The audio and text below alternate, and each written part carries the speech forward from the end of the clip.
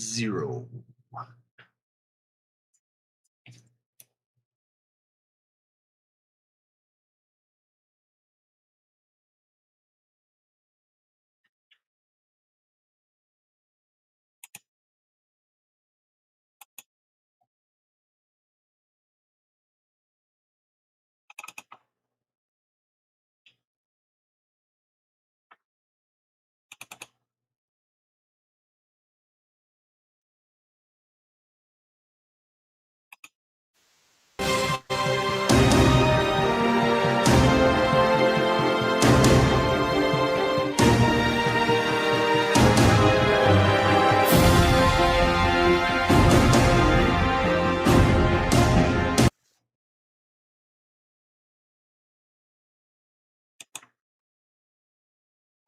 All right, there we go.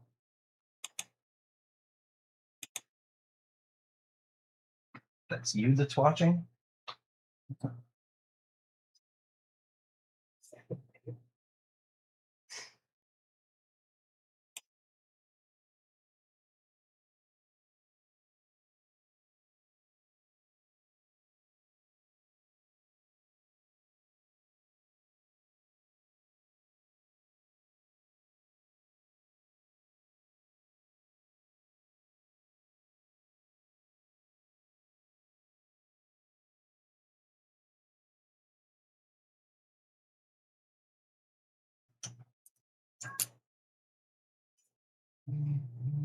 There's the camera. I got a viewer. How's it going, Cam?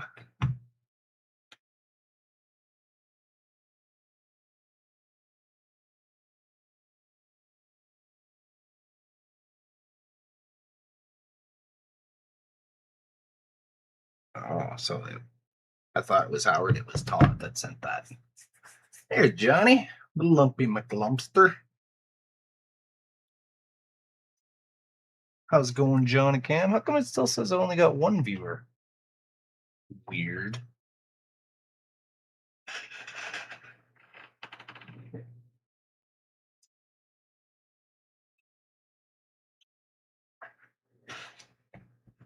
How's it going, you guys?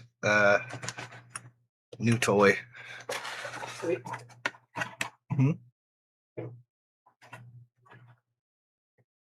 I thought Howard sent me this, but apparently it was Todd. Thanks, Todd. Todd sent me a vibrator. Thanks for the vibrator. So I've already opened it and checked it out. It works super good, but it makes a hell of a racket. So just put this in here. Put this in here. So it's a pretty simple device. It's got a clicky button. And you put this on your chair and you sit down. When you're constipated and you can't poop, you sit on this for 5 minutes, you're good to go. So I'm going to take a paint jar here that's thoroughly separated. Like this one. You can see the different layers there. Let's see what we can do.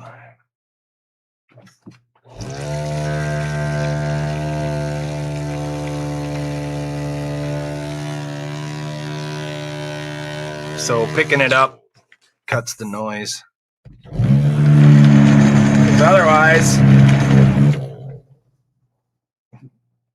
but look at that.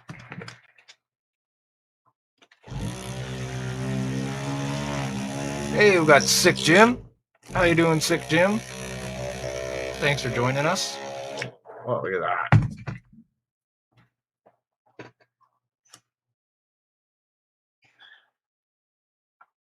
So that's pretty good. It's the Mini Vortex Mixer VM300. I don't know who makes it. There's no brand names on it or anything. It's all full of little suction cups on the bottom. It's pretty cool. Pretty cool. Let's try, let's see, find one that hasn't been shaken in a while.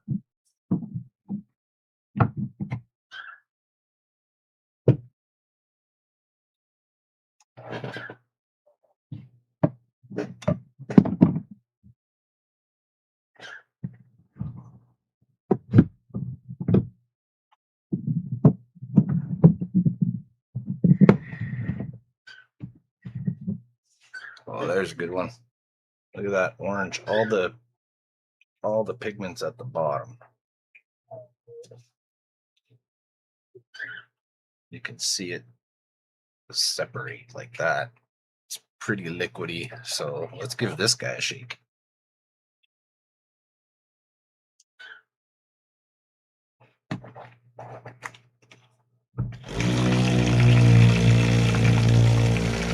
It just shoots it right to the bottom. This thing's cool.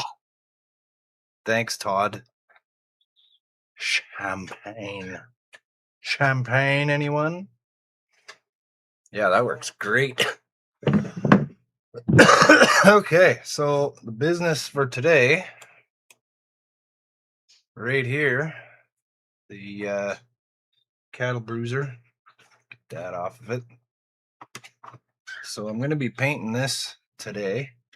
Actually, I got to bring it back because I'm going to be masking it first.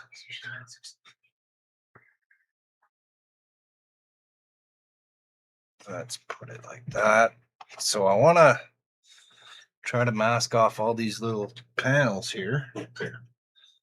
And then I'm going to paint those various shades of purple and grayish purple and purplish purple. Bunch of purple. We're going to go with green and purple. John and Cam will know absolutely why they're going to be green and purple. If you guys remember when we used to play GTA Online, all my cars were green and purple, and they looked freaking cool. So why not go green and purple? Got a custom ship, so we're going to go custom paint job. I started playing around last night with this during the end of last night's live stream. Howard sent me a package with a bunch of different stuff in it, and I got the little set of little 2500 scale Enterprises. So we got the Enterprise B here, and I removed the neck, and I cut a little section out like that. So this guy's gonna go right smacked onto the floor.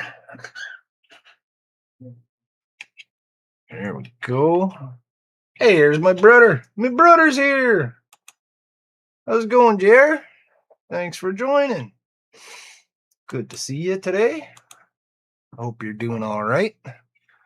So what we're gonna do, there we go. We're gonna slap that right on there like that.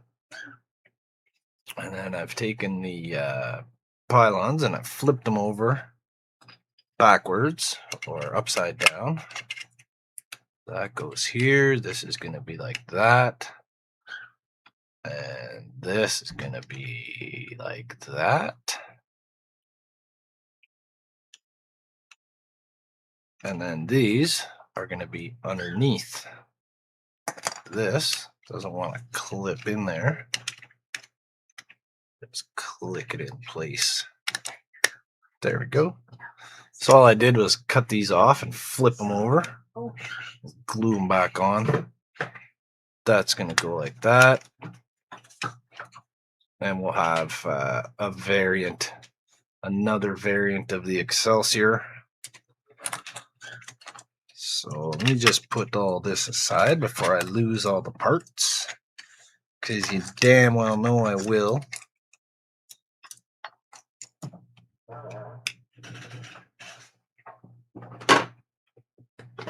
put it in the box. So this kit came with 4 little Enterprises.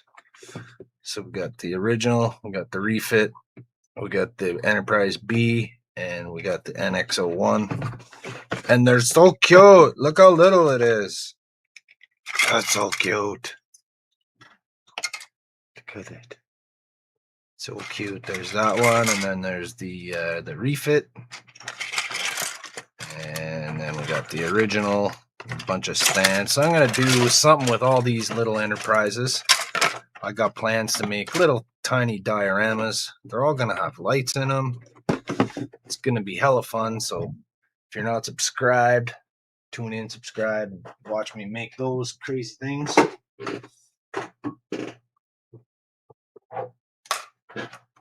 Okay, so we've got the airbrush. Let's see. Let's get the ship out. So I'm going to have to utilize all my different thicknesses of tape I have here. Let's go in my mixed tape drawer. Got a bunch of different ones. They're all pretty thin. Got this stuff in my Christmas stocking last year. Yeah. And I got me some of this Tamiya tape right here. This stuff's pretty good because it's real thin and it cuts like paper. So it's going to make it a little easier for me to mask this off and cut the places where I need to cut. Just get some Lumieres in there. Cam says that looks slick. The Excelsior there, the Enterprise B, yeah, that does look slick. And you know what? Freaking that Howard guy. I don't know if you guys watched on last night's stream. He sent me this. Oh, my light just fell down. Just need to tighten that little. There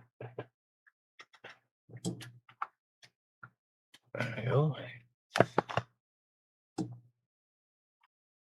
There we go. So aside from the all the boxes of paint that Howard sent me, there's Keith. How you doing today, Keith? Thanks for joining. My buddy Keith from Bricks and Sprues. So yeah, there was this. Keith saying hi to everybody in chat. This guy's my brother, Keith. That's my brother Jerry. Say hi to him. So there's that, and there's I had to laugh because it's a funny car. So there's that kit, and another Excelsior kit. So now I have a chance to make a different variant of the Excelsior ship. I don't know what I'm going to do with that one, but I'll come up with something cool. Maybe I'll use the tiny one as a practice. A model of the model, and then build up the bigger one into a bigger version, a scaled up version. So I got some layers of paint on the TOS era Enterprise. So that's looking good. I'm happy with the color. Mixed up a bunch of colors. So if anybody doesn't know, this is a model of the Enterprise D, a 2500 scale Enterprise D model, which I've modified to look like the original Enterprise. So it's got some base coat on there. I got all the little impulse engine pieces and a bunch of details. The Bussard domes that I made need to be added. So that's one of the projects I got on the go.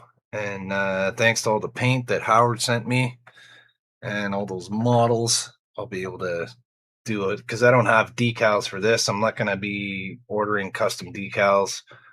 I might be able to get my kid to design some for me on the computer and I can print them. I got some decal printing paper. I could give that a shot, but it's going to be painted.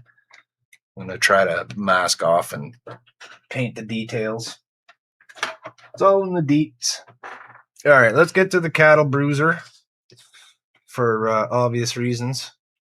The D7 battle cruiser has been flipped around backwards, and it's now the 7D Cattle Bruiser. So let's get some colors into this. Remove from studio. Let me see if I can find my drawing.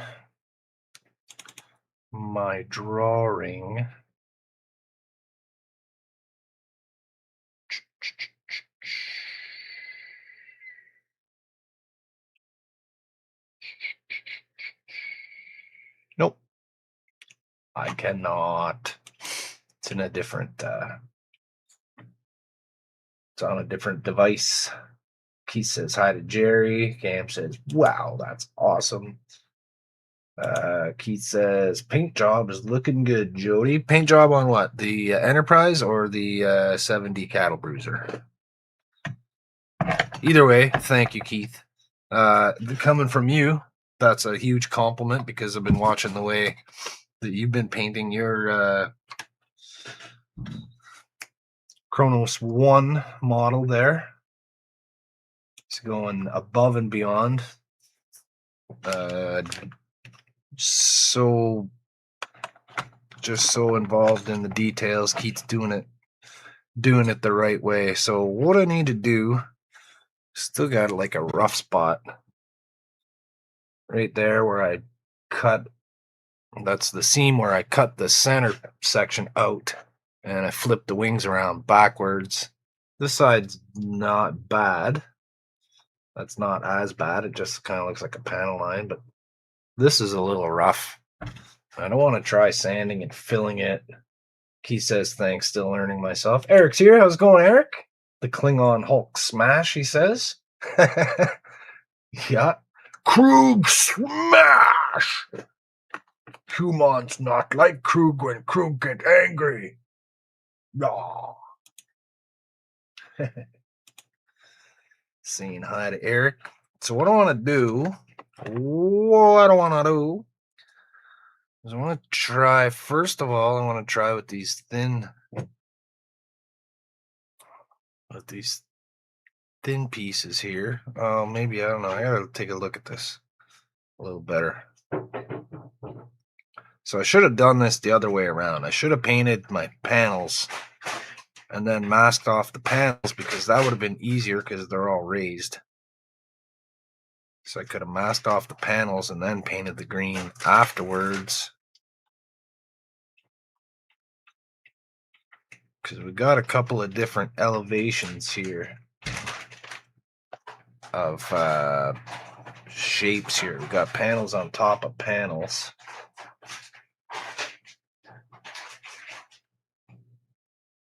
So should I be making every panel piece its own color? Like, not its own color, but,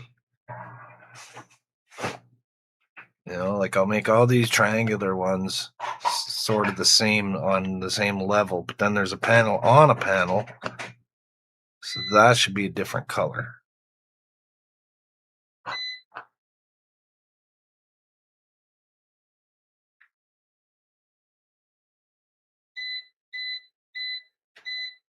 Sick Jim says, I'm really liking this Klingon ship. Thanks, Jim. Appreciate that. Yeah. Yeah. Of course. Okay, so maybe I won't use that. Maybe I'll go with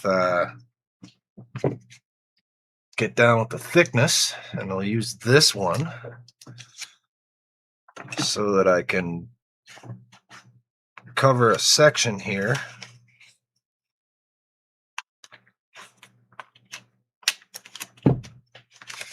Let's see. Start right here in the middle. So we got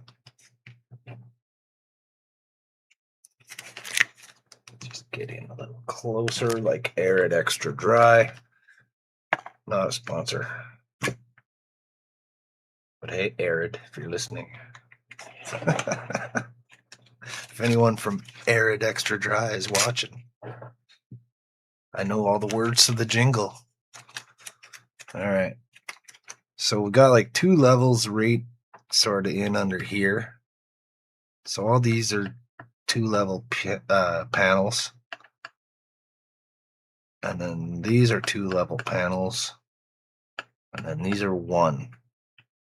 So what I think I'm going to do is mask off this section. If anyone has any tips for me on what order to do this in, please throw it up in the chat right now. I would appreciate it. Because I want to get these different panels, different colors, right? So this in between will remain the green base coat. And then I'm thinking for the first layer of panels, just a different green. Maybe not purple yet. Maybe a different green or a greeny purple. I can mix in a greeny purple, mix purple and green together and see what that gives me. Because then I want the highest panels, the thickest parts, to be a darker sort of purple. And there won't be many of those. Maybe some of the other ones, like here, this part right here, this, and right there. We've got some higher ones. And down here, we kind of got, I wonder if I should put like little trim pieces on there. Maybe I'm going to do some fabricating before I start painting, because this part needs to be covered. That's ugly right there. Don't like that. I don't want to sand it away because then it'll make the paint weird. But if I can make a piece that covers this and then just paint it a different color so it doesn't matter. And then, make a mirror piece for this side. And then maybe like a little piece, because I didn't get a perfect seam right there. It kind of blends these panels out. So maybe I'll put like just a little strip that goes over that kind of blends the panel. I'm not really worried about the inside here. That's not too bad. It's a tiny gap right there, but I don't care. That'll fill up with paint. This side's a little bit rougher, but I'm not really too worried about that. Hey, look at that. Fucking A. Fucking A, man. Fucking A. And then down below here, we got multiple layered panels again. I wonder if I should do the bottom first. Maybe I should do the bottom first just to kind of practice. You know what I mean? Get like a feel for what I'm doing.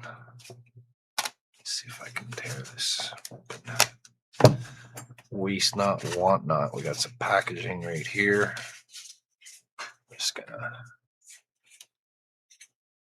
So nobody has any advice for me on how to proceed with this.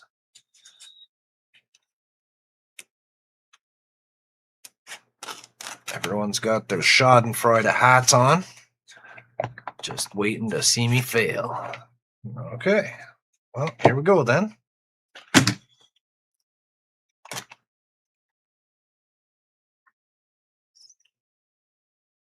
Let's see what I can do. Let's see what I can do. Yeah, I'll start with the bottom because that way my screw-ups won't be as noticeable.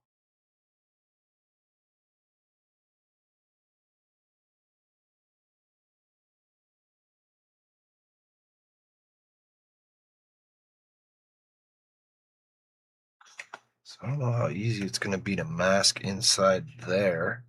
Need my my moose antler tool for guiding the tape in there.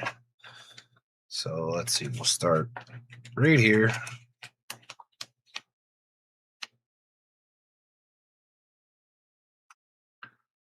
Go right up against that detail from the Excelsior that I added into the right here. Back part, that's from the Excelsior. Not worried about masking that because that'll be painted a final color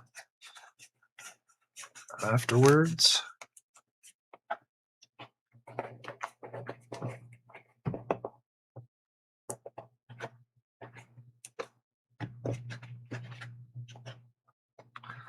All right, so I'm just going to give this a rub. Give it the rubs. That'll be masked off. So what I want to do is try to get in between all the panels with this. Keith entered the studio. My goodness. 1 second, Keith. Let me grab some headphones there so I can listen to you. Welcome. Welcome to the stream.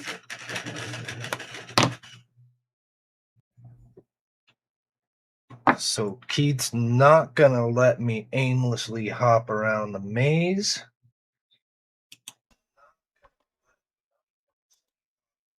There we go. I hear you. I hear you. Welcome to the stream, Keith.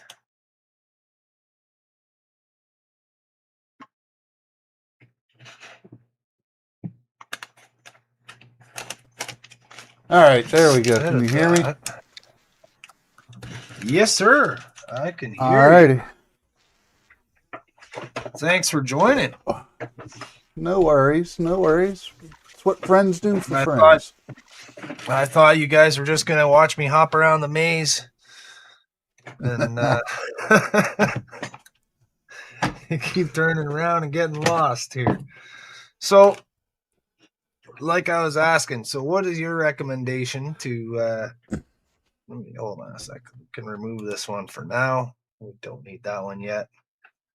So what do you recommend the order I do this in? Is it easier for me to mask off the panels and paint underneath, or is it easy? Because it's going to be hard for me to get tape in all these little grooves right here. Right. Like, I'm inclined to just grab a brush and start painting these little panels by hand without masking them off at all. I'm pretty confident I can do that. Yeah. A ship like this is difficult with all the different panels. Yeah, because they're different heights. Right. Multi-level panels. And typically, I think what you would have done is started off at the top and work down. You mean this at the top level? No, like the top level of panels. Okay, the top, yeah. So and work your way down. Okay, so mask off everything but the highest ones. Well, you start with your color there. You don't have to mask. I know you, being you've got the base color already, it makes it more difficult.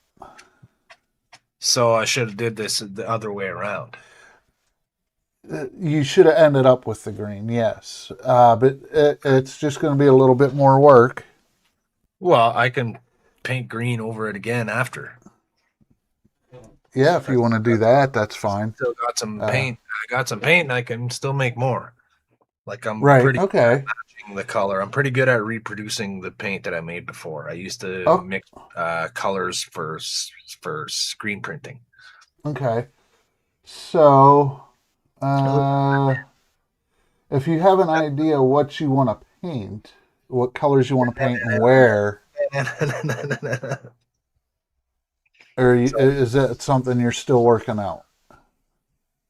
Well, yeah. So what I want to do is paint all the highest panels, right, which there's fewer of, in the darkest color, like a purple.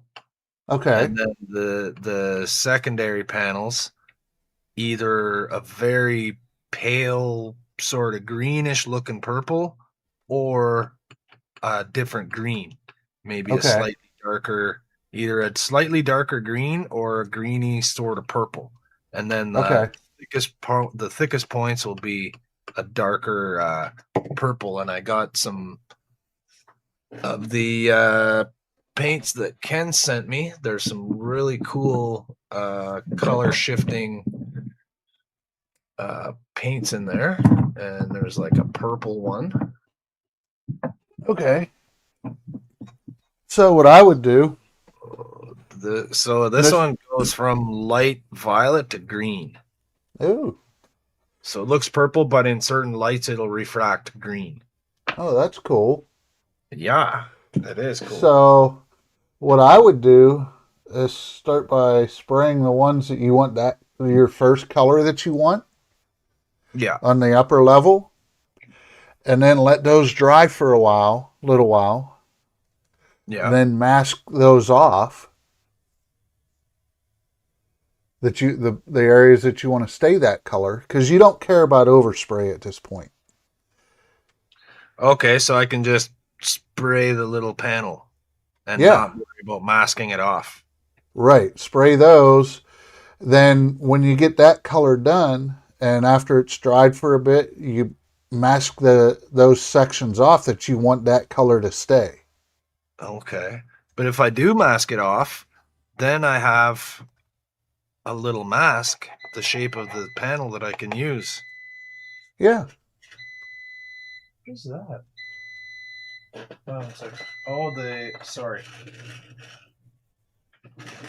I heard a beeping sound in the kitchen. I was like, what is that? Yep. You're fine. And you can just work your way down and leave the masks on until you get everything painted. Okay. Gotcha. And then I'll have to paint a final green at the end again. Right, and you would have all your everything would be masked off, and then you just come back through with your green. Yeah. And it'll cover the areas that aren't masked for you. Okay. Okay. Essentially, that's what the mask set has me doing with the Chronos. Yeah. As well. Yeah, so that set has instructions and it's telling you which order to start in. Yes. Yeah, and it shows you here, paint this section here, this color. Now use these masks on here. Now come through with this color and paint these sections. Okay. And then your very last set is everything else gets your final color. But you leave all the masks on until you're done painting. So you could do half a wing, half the top section or half the bottom section, whichever first. I'm going to start at the bottom first. Yeah. Because like I was saying, if I make mistakes, it'll be less noticeable from the bottom. Yep. Okay, so I don't need to mask first. No. I can just I wouldn't. If you have enough green to get yourself through. If you have enough green afterwards. I'll have to make this. I'll have to make this again. Okay. I have a little bit, but probably not enough to actually at that point it's only going to be painting in the little lines between the panels, so I won't need as much. Right. Now if there's sections like, I don't know, that recessed dish there at the bottom, the big flatter part. Yeah. If you're leaving that all green, you could mask that off so you don't have to paint it again. Yeah. Like right here. Uh-huh. Yeah, the bigger parts. This will be painted a different color, but yeah, this will be green. This is all going to be green. Like right yeah, if it's like that dish pattern there, that smooth dish area, if it's going to be that same color green that you have now, you could mask that off now. Yeah. Okay. Yeah, I'm gonna. I'd rather mask off and avoid repainting it as much as I can because I'm really happy with this color. Like I'm confident I can make it again. Right. But if I don't have to. So yeah, if you have large sections like that you want to keep that color green. Yeah. and you're not, Like the you front, just like don't want to this, get paint there, like this part here. mask them up. Yeah. Right? I can mask that up. Yep. So I just But put those raised that. patterns are going to be where you're going to get into a big mess of trying to do all kinds of different stuff. And it's best to, start at one color, paint the ones you want that color, mask those off, then come through with your next color Okay. and mask those off, and then come through, however many colors you're doing until you get to where you want the green only. Okay. So I just made a hole in Because, my tape to run the wire through. yep. Rub it down with the moose antler tool. Yep.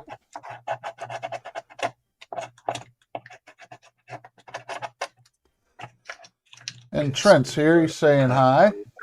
Hey, Trent. How's it going, buddy? Thanks for joining. Okay. So I can just kind of follow this curve.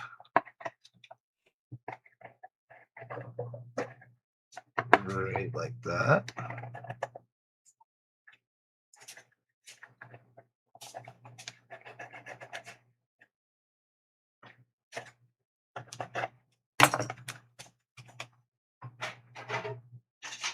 Oh, excuse me. Didn't even hear anything. Slight belch. No worries. We're all grown-ups. Well, I don't want to piss the Germans off. The Germans? Why would you piss off the Germans? Don't worry about the Germans. Oh, what? Nobody who is German could possibly be evil.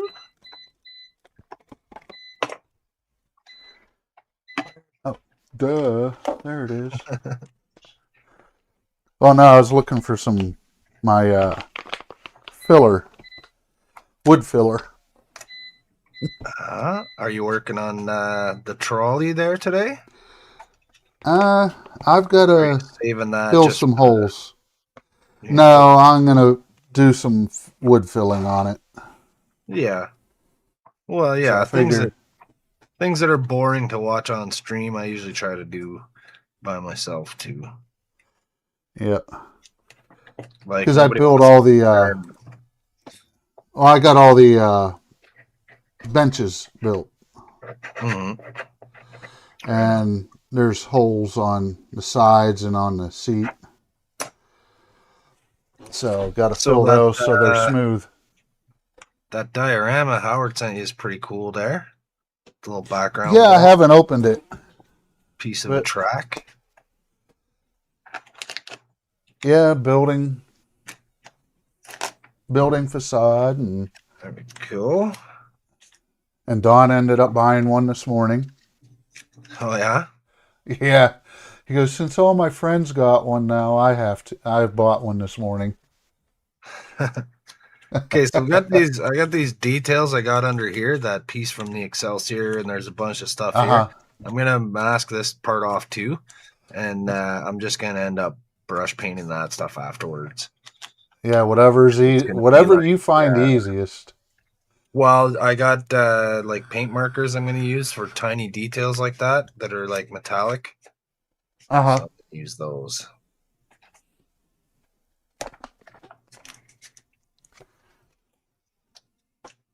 Okay, that can just wrap around there for now.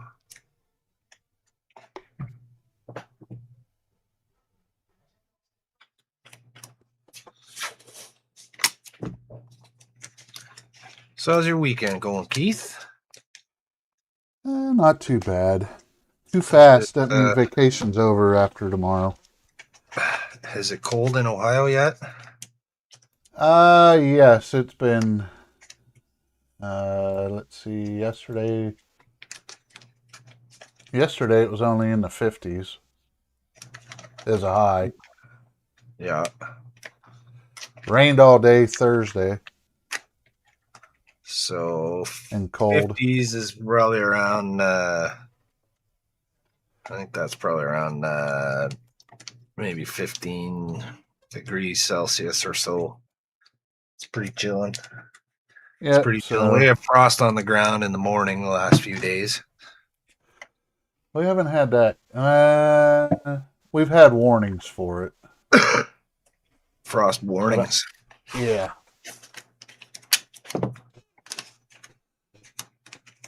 All right, so there's a little section right here I can mask off. It's gonna stay green. It's quite large.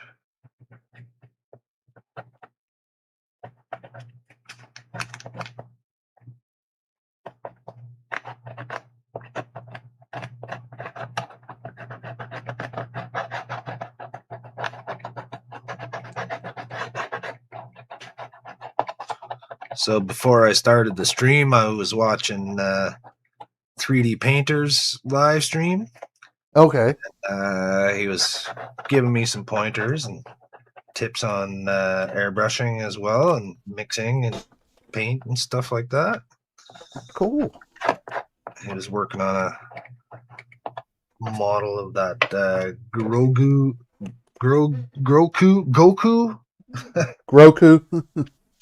Goku, the anime guy with the big spiky haircut. I have no idea. He's a cartoon guy, fights a dragon or something like that. Not the Baby Yoda guy from Star Wars, a different guy. If it's not Looney Tunes, I don't know much about those cartoons. I don't know much about them either, but I've seen the character. You know what I mean? Like I've seen picture. I know who it is. I don't know much about anything for that matter.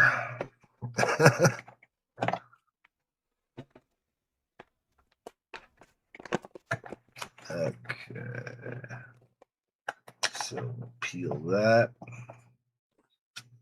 And peel this, because I'm an appealing fellow. I'm appealing my tape. So you're going to watch the Blue Jays? We'll have it on in the background for sure. Let's see where Andrew preempted his stream.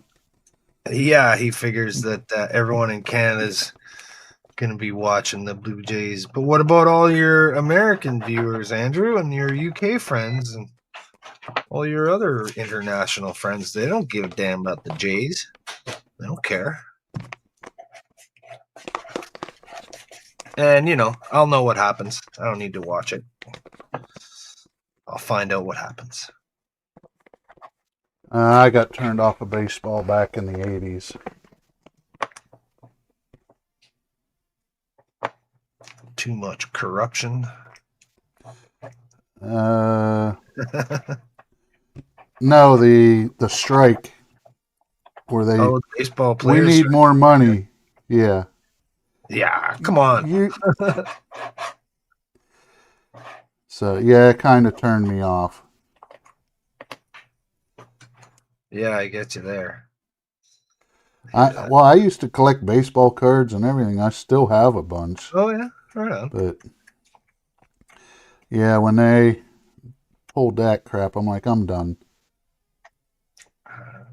Well, the only reason I'm interested in how the Blue Jays are doing is because they were my dad's team, and he was a huge Blue Jays fan. And we used to go watch the games at his place with him. Stuff like that, right? Cool. So when they're doing good, well, you know, he would have been happy. Well, I can understand that. And my brother and I got a chance to bring my dad down to Blue Jays game once in Toronto to go watch them. Oh, nice. It was hot as hell, and I don't know why they wouldn't close the Sky Dome roof, but they didn't. They let the sun beat down on us. I guess they wanted to sell beer. Sell more beer that way, right? It depends, I guess. $10 beers. Yeah, you don't get $10 beers nowadays. No, and this was like only 20. Yeah, this was only, I don't know, 15 years ago or something. Not even. maybe 13 years ago. Yeah. But yeah. Expansive. Okay, so that's pretty good there, I guess. This is going to be painted a different color. We got Deep Space Crafts. Says, what are the Blue Jays?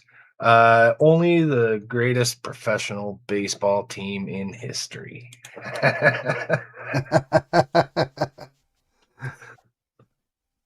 Right here. These guys. Right there. Let's go, Blue Jays.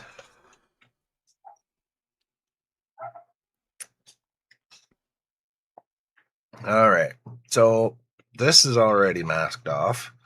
Not worried about that. I'm going to throw a piece of tape around the neck there. Just going to choke this part out.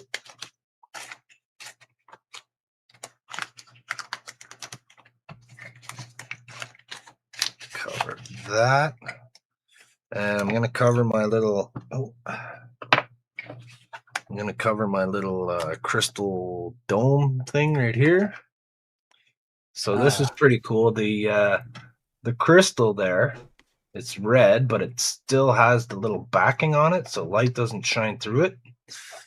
But the bottom part is part of a red LED, so the light does shine through it. So you get like a ring of red light around there, and then you get the red from that. And it looks pretty dang cool anyways. Nice. But I don't want to paint that, so I'm going to mask that. That's where the stand would have went for the original way the model's supposed to be mounted. And I had a big hole there, so I was like, what am I going to do with that? I see a hole, and I don't know what to do with it. So I cover it. Cover it. Yeah. And Deep Space is from the UK, so... Well, welcome. So welcome to the stream. For not knowing what the Blue Jays are. I thought he was being sarcastic, but he probably honestly has never heard of the Blue Jays. Yep. He said baseball, not something we watch in the UK. No. I know cricket isn't baseball, but that's their more popular similar sport anyways.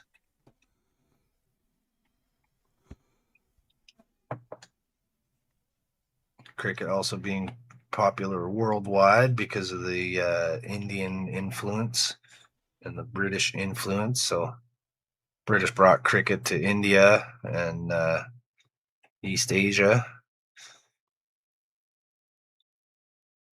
And they're big fans of it over there. They love that shit.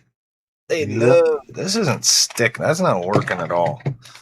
I need to find the... have some Tamiya tape somewhere, which works much better. Here it is right here. Yeah, cricket, I don't understand the game.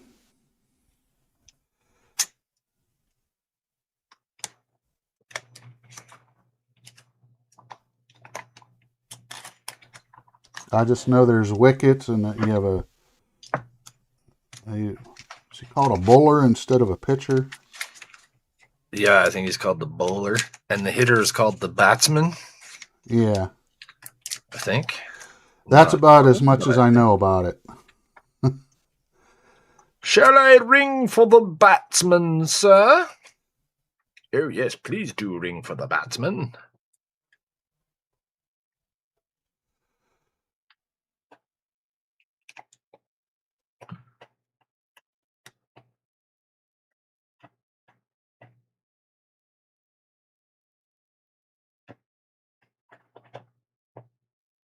It says American football is watched over here, but baseball hasn't really gained traction. Trent says that's because football is awesome.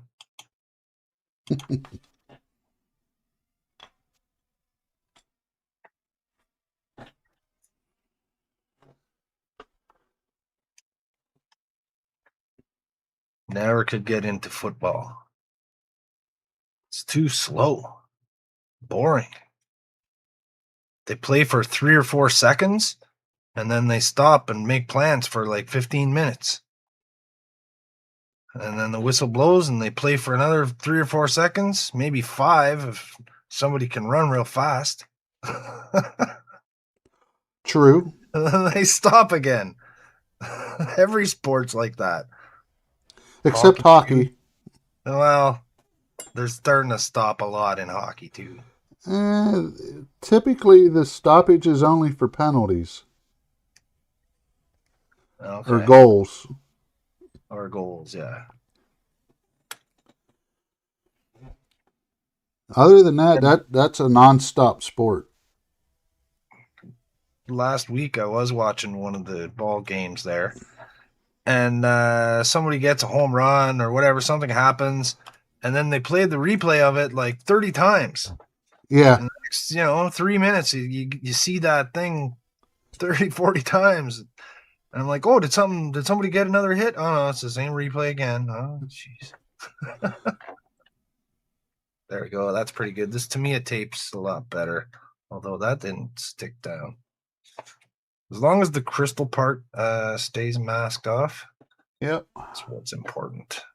So I'm just going to burnish around there and make sure that part adheres well. So one thing you might want to do, like on that dish part. Right here? Yeah, that you've masked. Since it dips down, you might want to spray some varnish on the seam. Okay. Before you paint. Because typically the way you're going to end up doing this, you don't want to spray from the sides. You want to spray straight down. Okay, straight at it. Like on your panels. Yeah, that way it minimizes drastically the chance of paint getting under your mask and hitting an area you don't want it to.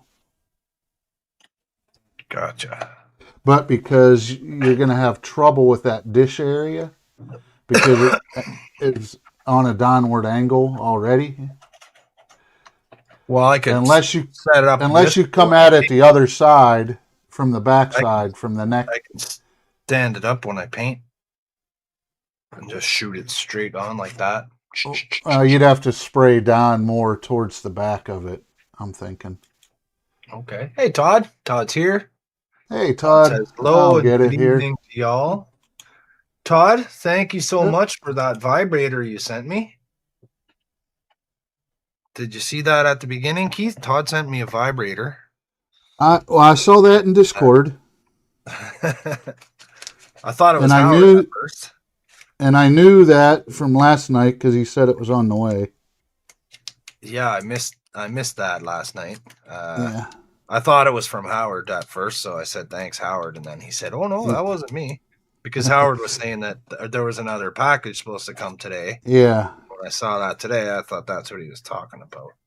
So thank you, Todd. It's this thing right here. Yep. So this is for when you're constipated. You put this on your chair and you sit down on this for a couple minutes. Clear you right out. Yes, Todd, I did get my paint mixer. And I did a couple test runs here with this one and a couple other ones that were thoroughly separated. Yep. And it does not keep them separated. Yeah. It amalgamates and assimilates.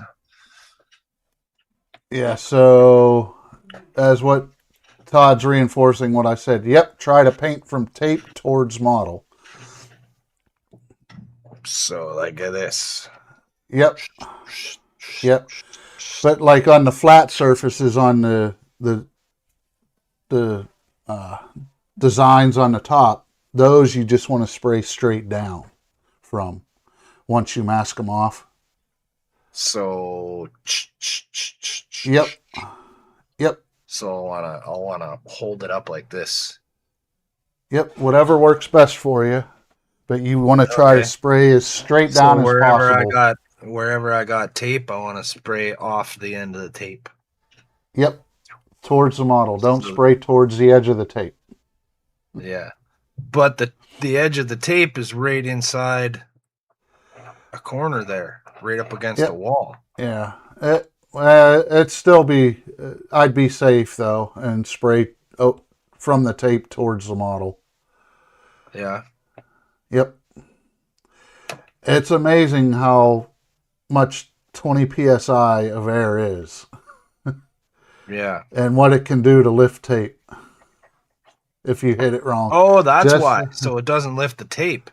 Okay. well I that was thinking so yeah. that it mists off the edge and doesn't contact the edge as much. No, you want to try to minimize the air pressure lifting that tape a little bit and spraying paint under there that you don't want. Gaia. Gaia. I thought the idea was that you don't want the paint contacting the edge of the tape. You want Nope, to kind nope. of No, level it's it to a bit. prevent the mask from lifting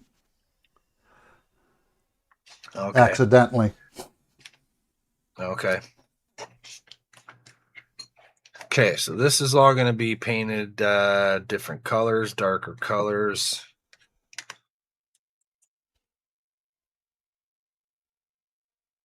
Okay, I'm not going to worry about the top for now. We're painting the bottom right now. So let's get a... Well, actually, I got to make color, right? I was almost got ahead of myself there. Okay. So the highest, thickest parts, the multi-layered panels, I want to be sort of a purple. So we've got this. It's not too dark to begin with. It's a light violet that shifts into a green, which I think will be kind of cool, given that we got the green main paint there. Yep. So, oh, it's got a little ball in it. Now we'll use this anyway. Yes.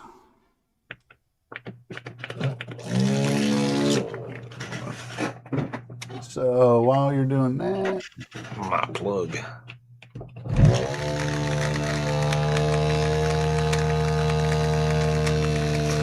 Todd says it'll probably help your prostate too.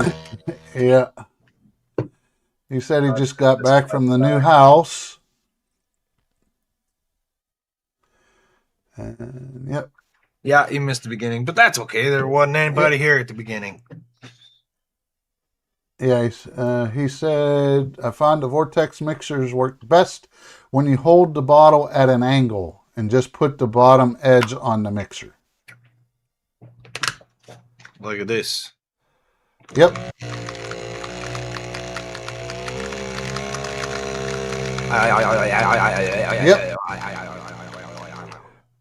Yep. And Todd says, right, you are trying to keep the airbrush from blasting paint under the tape edge or peeling it back. Hence, use the lowest pressure you can and still have a good paint spray. And he said, always use it, balls or not, your vortex. Balls or not, use your vortex. And he said, exactly like that. All right, so I got a little fork and forward it.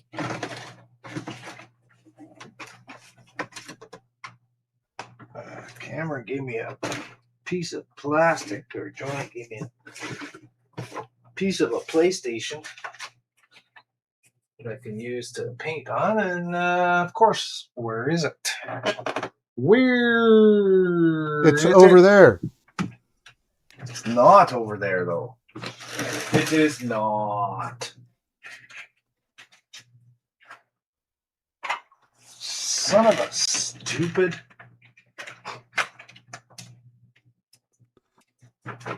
Cam snuck up and took it back. Maybe.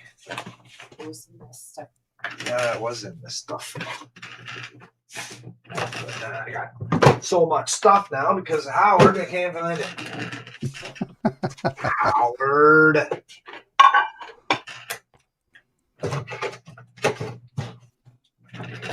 Because I want to put a little bit of this on some plastic just to see how it actually looks. Oh yeah.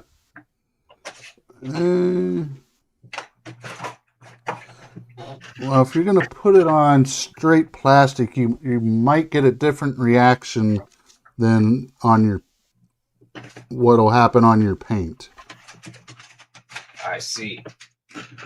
Okay, well, I'm just gonna. Because is the paint you used a matte paint?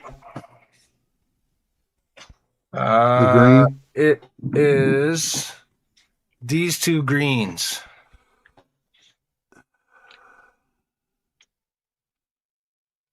Green and light green. I think they're going to be pretty matte. I think they're going to be matte, not glossy.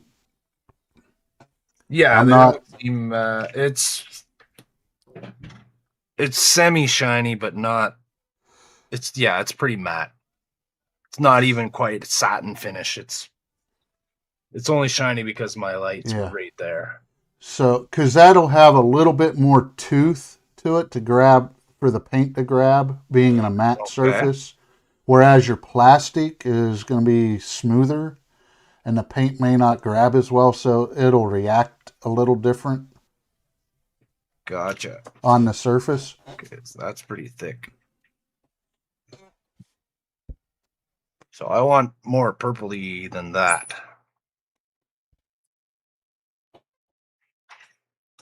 I want darker purple.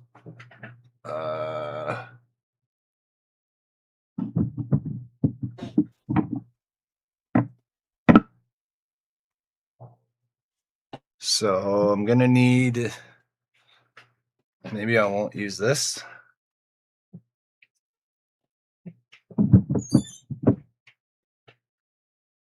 Maybe I'll use some Tamiya here. I got red and I got blue, so I can make a purple. Let's see, I got clear red. I don't want that. I got red.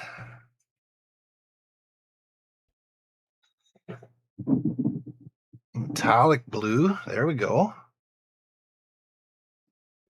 Give it that little bit of a sheen. And a little bit of this dark green tin.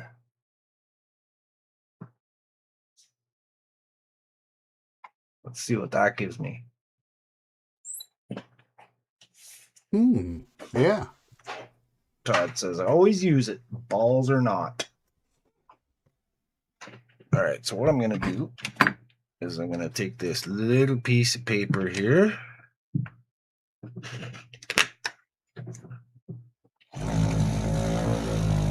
Try to.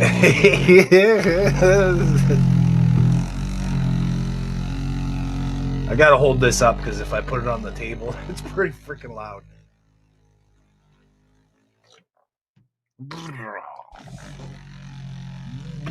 So, can I mix Vallejo and Tamiya? No. No? No, because one's alcohol based and one's a solvent based, one's a water based. Oh. They'll probably gum up. Okay, so I can't use this one.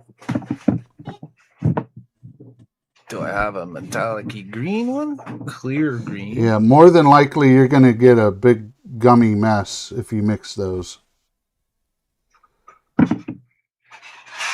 You could try a little bit in a cup or something, but I have a feeling you're going to get a gummy Well, result. I was just going to mix a couple of drops on this little piece of paper here just to see what kind of color I can get. Yeah. I don't think they're going to mix very well since one, like I said, to me is a solvent based Oh, okay. acrylic. All right. So I won't use And that then. yeah, and Vallejo is a Water based. yeah, water base. Okay. I won't use it then. So just get. Okay. I know I can make a nice purple with red and blue.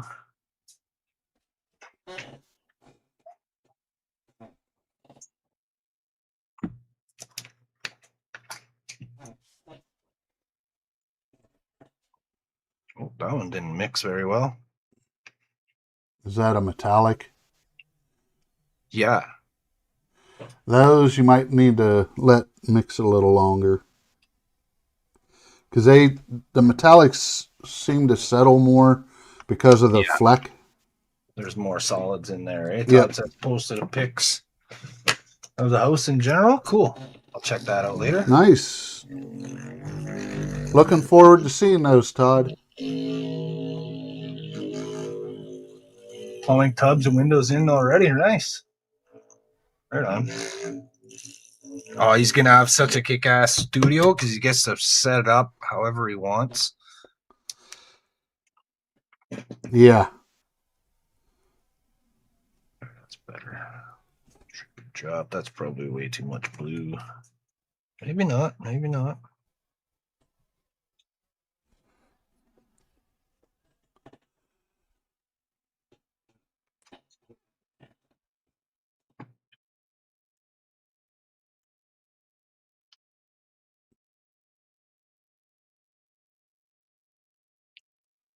There's that purple coming out. Mm-hmm. It's being very reflective, but there we go. That's kind of what I like. Yeah, what I do is put a thin coat of that on something, let it dry to see how, because it'll change color when it dries. Oh, yeah. Okay, well, I'll have to mix enough to spray, I guess, right? Yeah. Because like the dark gray on the that I'm Should I using start with on the the thinner or? Sorry, go ahead. no, those probably need thinned. Oh no, I know they do, but should I Oh. put the thinner in the container first? I was gonna ask, or should I'd put the mix your container color up first. Mix it so you got the color that you want first, then add your thinner. first? Okay.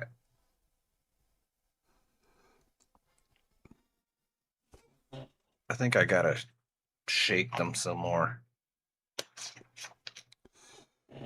But like when I'm spraying on that dark gray, it's like this doesn't look dark enough. But when it dries, it turns really dark. Todd says the flake turns into sludge. Add some thinner. So can Yep. I put? Since this is already halfway gone, I can put the little thinner right in here and just mix it. So it's Yeah. a little thinned out and already ready already. Yep. Okay. I'm not a big. Todd might be able to give you better ratios to use for Tamiya. I have never. I've never used either. And they put the sticker over top of the instructions, so you can't read any of the instructions on any of the bottles. When you try to peel it off, it peels the paper away. Now, like I know Ian, when he gets a new bottle and he opens it, he fills it up till almost the top. Thins it right with away. thinner. Okay, And then so puts the cap. Yeah. Then he caps it off and then he marks it with a T on the lid so he knows it's already thinned. Okay. And he says that after that he really doesn't thin it anymore. Oh, yeah.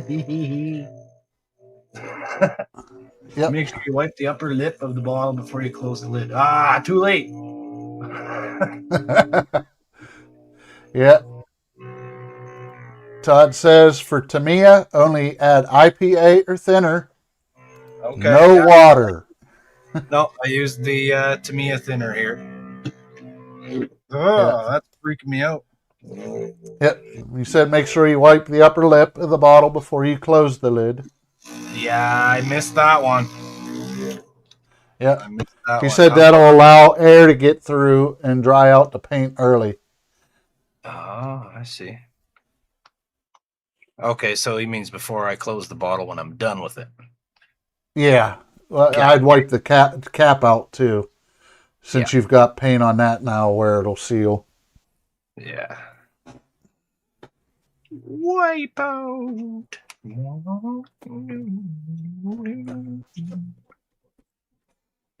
Go, little whipey whipey. That looks a lot better. So I got about 2 parts paint, 1 part thinner in there.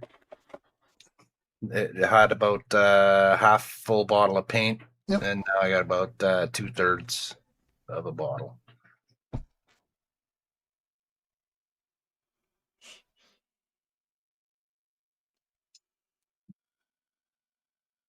All right. So I've got a clean.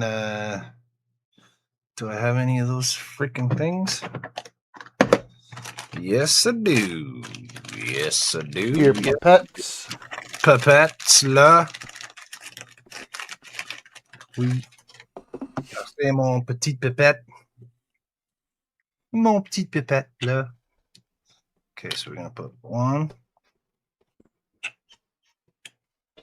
2 squirts of blue.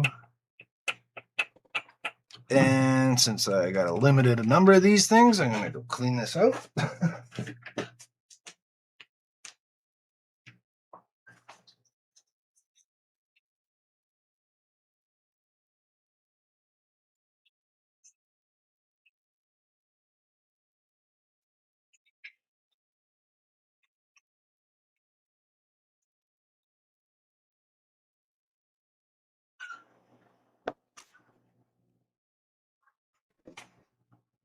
Ooh, chicken nuggets.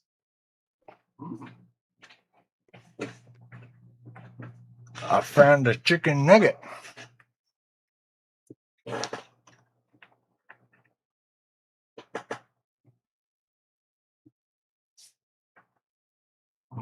The alcohol base that makes it paint so well also makes it dry out faster if exposed to air. Yep.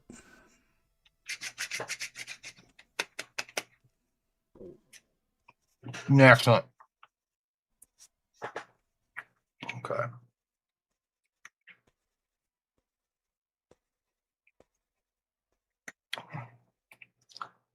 All right. There's not a lot of this red. Still pretty thick. You know what? I got brand new fresh bottles that Howard gave me. What's this one? XF7. X7. So what's the, okay, flat. That's what I want. Flat. Yep. You want flat.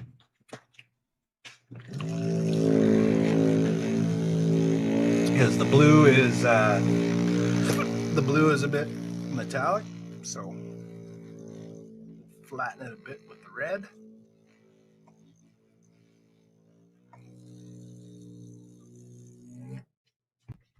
Ugh.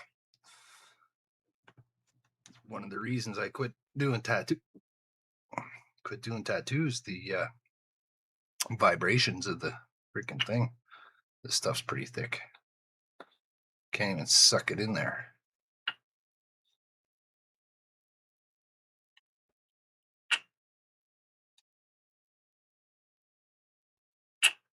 What's going on here?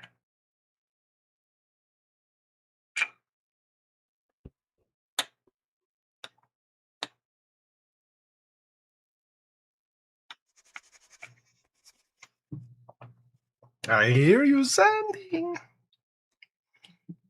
Huh? I hear you sanding. Oh, yeah, just That's okay. a little bit.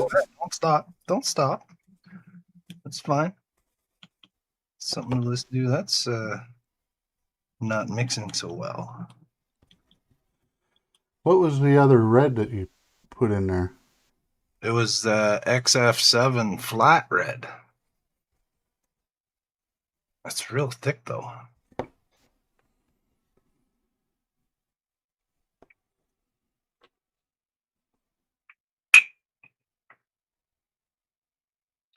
Needs to be thinned.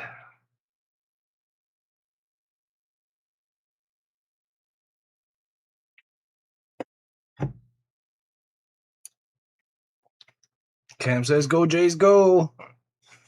Did they just score or something, Cam? What's going on? See what's happening here? It's like separating.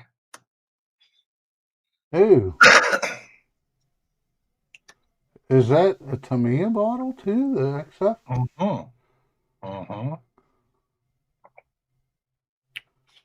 Did I contaminate with a little bit of water? I went and cleaned this out. Maybe there was still water. You might have. So that's no good then. No, I wouldn't use it.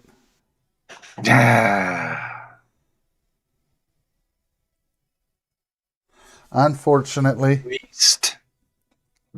Wasted it.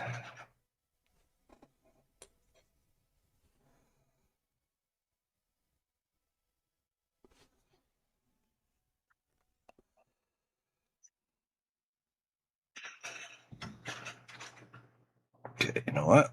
Screw the pipettes. Just pour it in there. This needs to be shaken and stirred. Todd says, not a waste if you learn something. Good point, Todd. Yep. Good point. Not a waste if I learn something.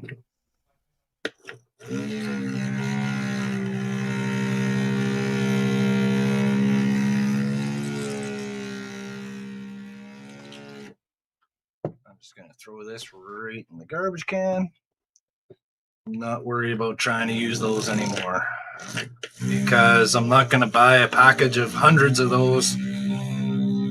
And if I can't go clean it and reuse it, then there's no point in using it.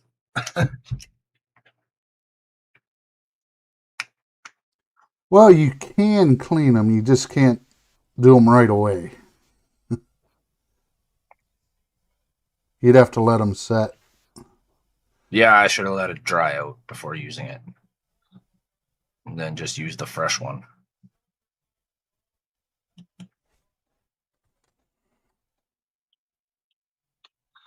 Okay, so we'll add some Tamiya thinner in there.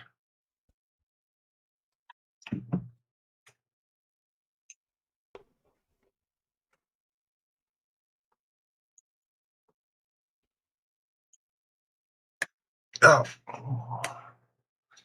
Maybe this is different. Oh, this is enamel. Damn it. Yep, that'll screw you up. Read labels. Garbage. That's why.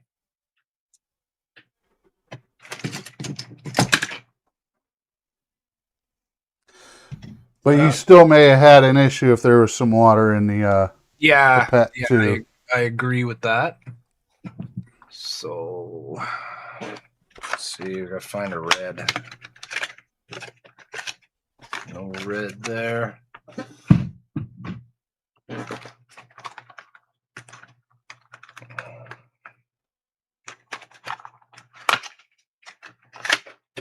There's one.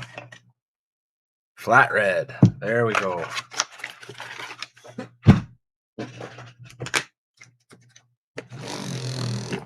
Should have caught that with the different shaped bottle as well. Yeah, the smaller bottles. Yeah. But I'm not familiar with Tamiya, so.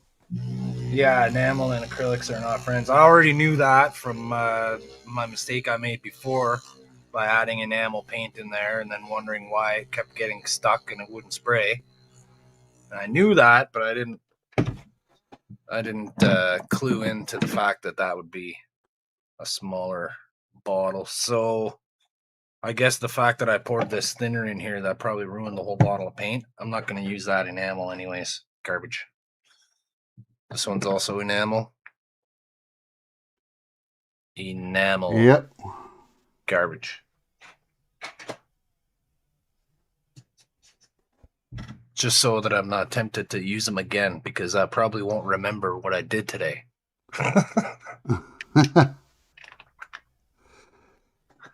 It's all right.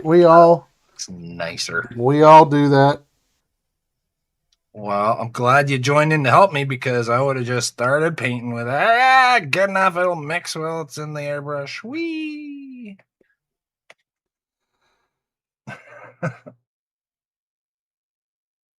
There, Todd's giving me a tip. A useful tip here for Tamiya, the round bottles equal acrylic and square bottles equals enamel. Yeah. Well, that was in the stuff that my buddy Terry gave me to use. Maybe I won't throw the bottles out. I'll just put them back in the box, and then I can give them back to Terry. Yeah. All right. Clean my cup. Can clean my cup. Clean my cup. Cleaning my cup.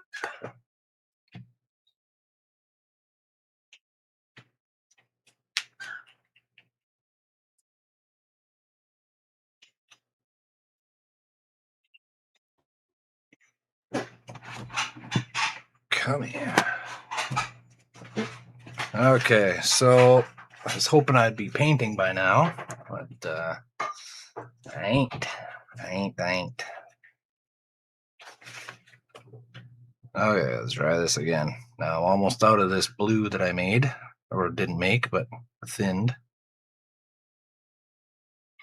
There's the last of it. Ooh, look at all the crap in the bottom.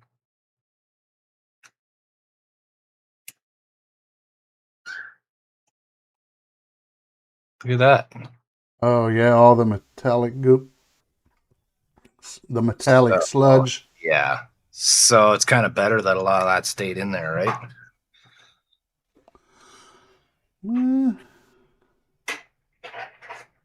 Depends how much metallic you want out of it. Just a hint. Just a little bit.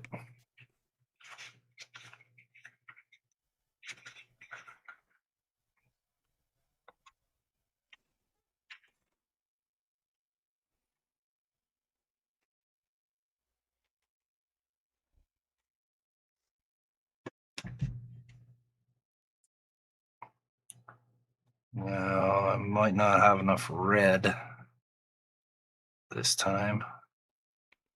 So I'm going to need a bigger... this is too big. But whatever, that's all I have.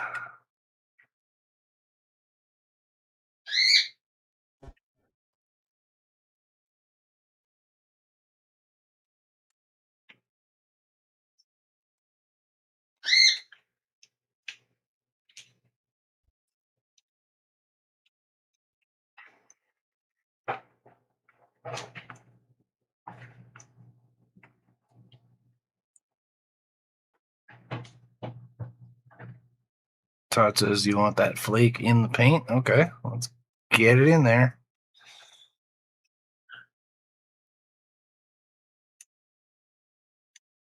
Just do a bit of this. Shake it loose.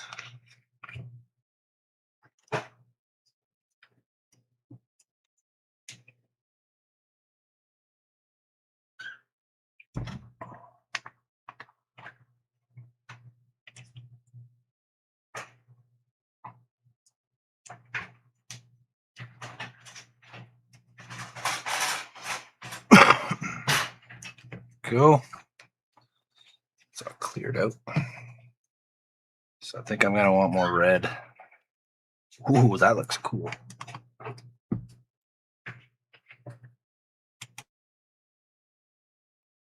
Here, Todd said more mixing in the bottle, but will help break up the blob first. And he said could take 3 to 5 minutes on the shaker. Okay, so what I'm gonna do is I'm gonna mix it here and try to get the color I want, and then I'm gonna pour it back into that bottle since it's empty, and I'll do all that. It might change the color slightly. More red.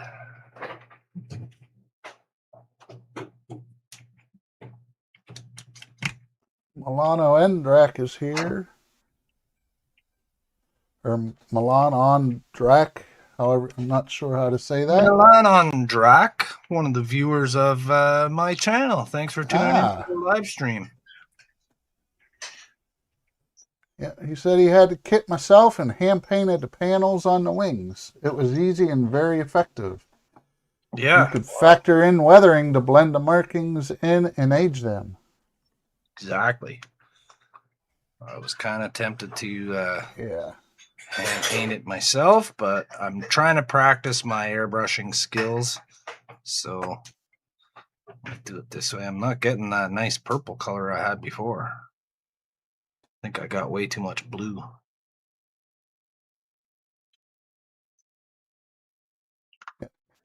I'd wipe those. I would have wiped the rim off. Wipe the rim off? Yeah.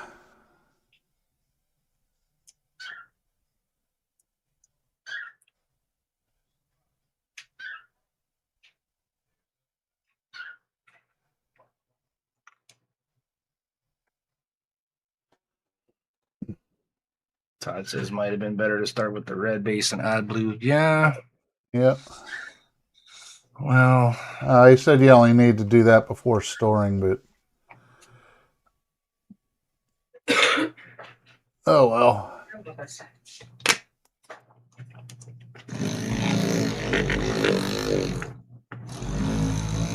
Alright, give her a shake. It's easier than masking the model. I airbrush the weathering though, yeah. Well, I'm just learning. So, I know that you watch my videos, so you haven't seen me airbrushing too much in my videos. But I need to get better at it. I have a better tools now, and I have better paint, and getting some knowledge from these guys here, from my buddy Keith, who's on with me in the background, and my buddy Todd there, Marvel Phoenix, who's in the chat. These guys are the experts, and they got my back. So I'm taking this as a learning opportunity since I got them both here.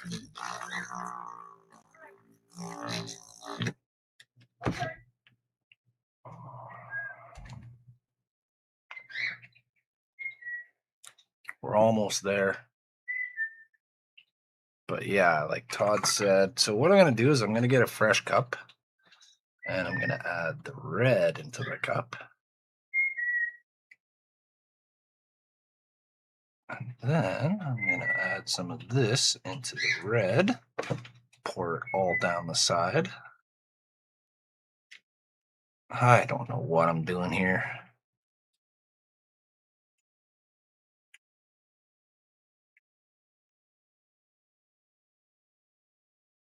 Now it's just starting to look brown. I used to be better at this. That's like anything else. If you don't do it for a long time, you forget.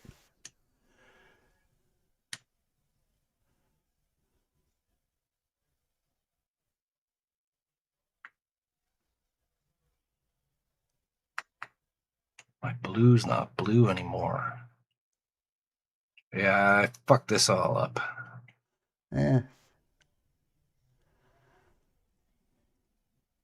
Yeah, I'm not a color mixer, so I really couldn't help you there.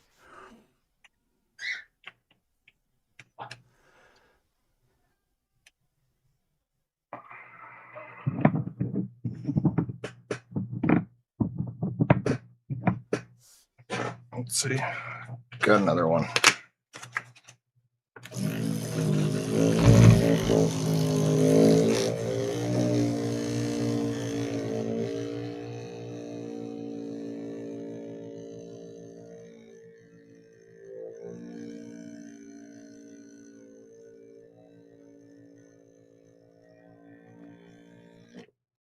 Todd says add white. I don't have any good white. Oh yeah, I do. Yeah, duh, I do. I do. I've got an entire box of just white.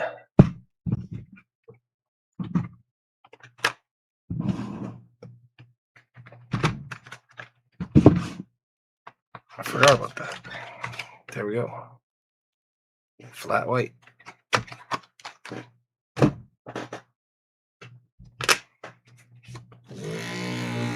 Yeah, you have 6 bottles. Yeah, I know. I just remembered.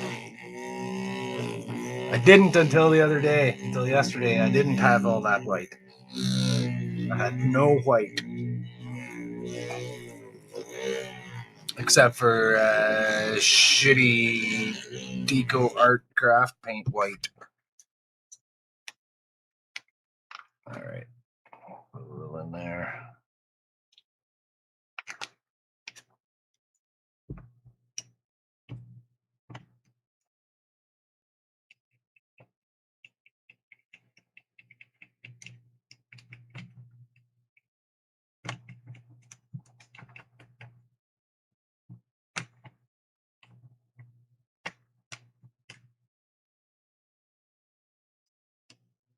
Oh man, the first time I got the perfect purple color. This is what I wanted.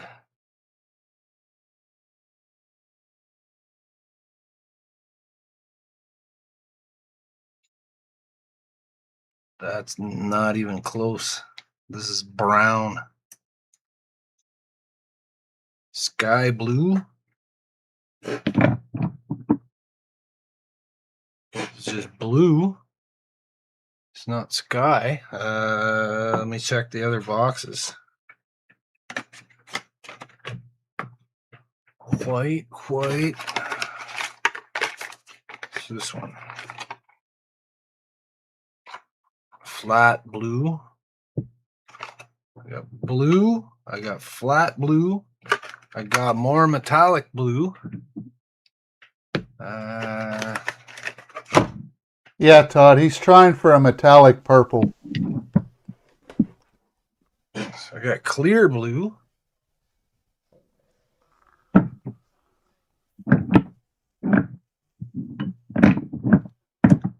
don't have sky blue. All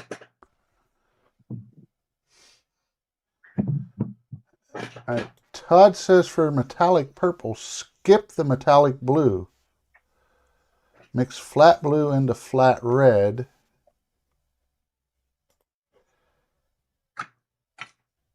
Then add some metallic silver for the flake. Flat blue. Flat red, which I've emptied almost all of it out. So brand new bottle that I just opened out of this box is empty and I wasted it. I can't even use it. That really sucks.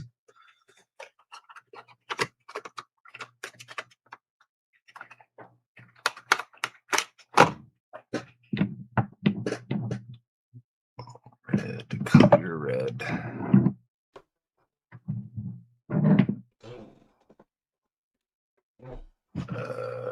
Is that the only red one I had? That's all grays. That's black.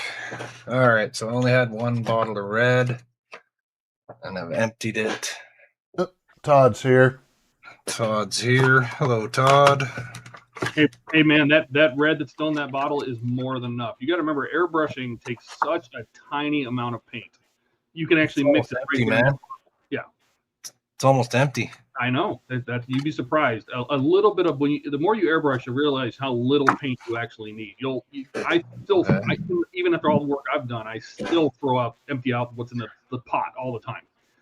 There's some in this one, but it's not flat red. It's just red. Gloss. That's gloss red, which is fine. You can mix a flat and a gloss together. Yep. It'll be a satin, right? That's what I would do okay. is I would put a little thinner into that red bottle, give it a good mix, not very much, just a little bit. That's plenty. Okay, throw that on the mixer, just because what it'll do is it'll pull all the paint off the sides, right? Okay. Give it like a good 20 seconds on the mixer.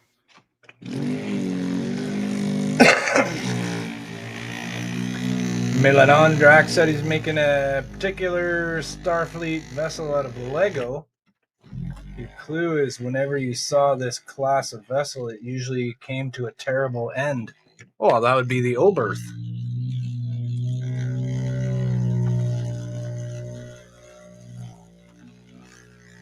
They blew up so many Oberths.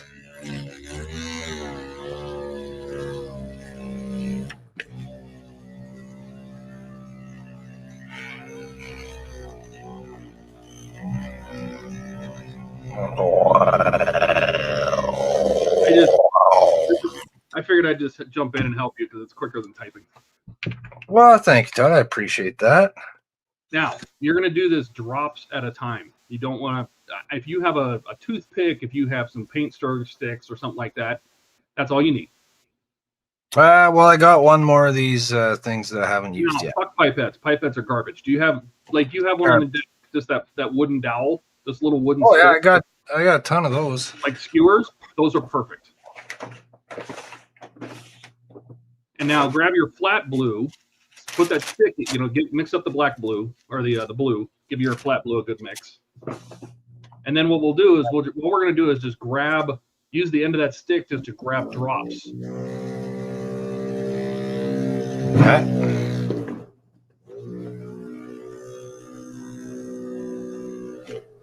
I had to learn color theory a long time ago. Yeah. So now all you're gonna do is just dip the stick in there, and drop 1 or 2 drops at all. Don't touch the red. Just let it drop off the pen or off that pen. If you have to get more, get more. All right. So 2 drops. Give it a shake. Give it a shake. Yep. Put the cap back on. Give it on the shaker. And the more blue you add, the cooler it's going to become. If it gets dark, you can add a drop of white. And you don't have to make that very long. Open it back up. See what it looks like. Say if you want to go cooler, you can keep adding the blue. You can add white to spruce it up, but the flake you can get from silver, right? And because silver is a neutral color, so you can add flake at the end once you get the color you want. I want this color. Yeah.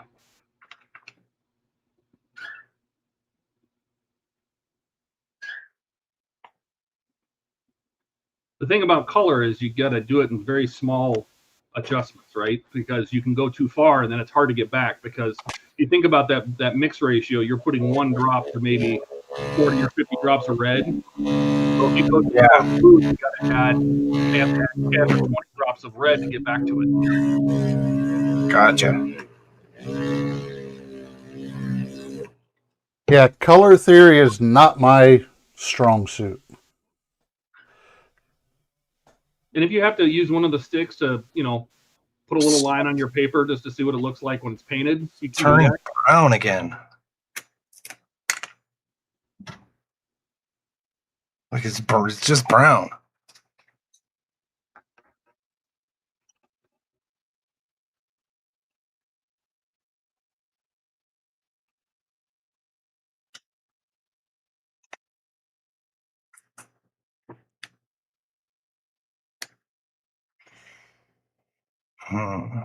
Okay, so if you're getting brown, you want to go the other side of the wheel. So put a little yellow in it. Again, just a stick, a few drops. Yep. Flat yellow. Give it a good mix.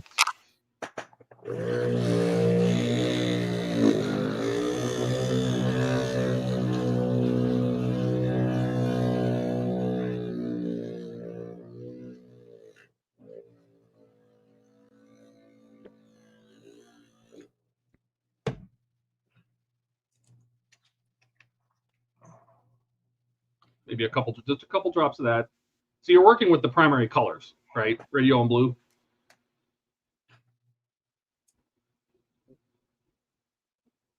So maybe, 2-3 drops of that.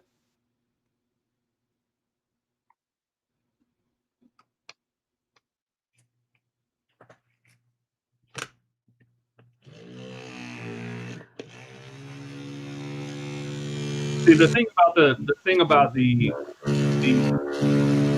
red, that black red is it's like a warmer red. So what happens is when the warmer red, it'll pull the blue towards a brown, right? Yeah, I don't like that at all. And you may need a lot more blue because you got to cool down. You got to remember where brown is compared to purple, right? So brown in your mind is actually just a warm purple. If you take purple and were to warm it up like crazy, you'll get brown. That's what happens. So you're probably just short on a lot of blue. So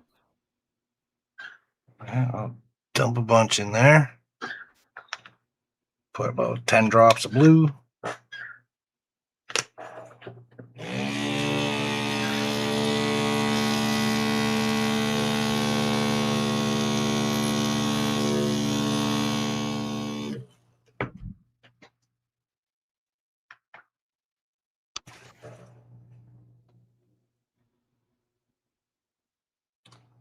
Okay, so we're getting a little more purple.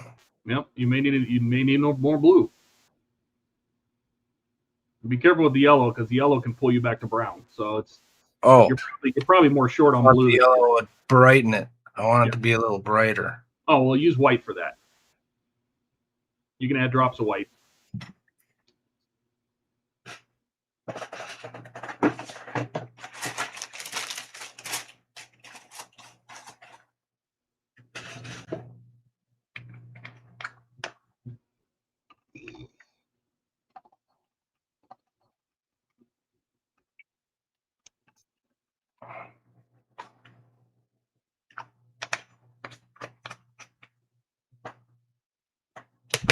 This is what it's all about when you're trying to make custom colors.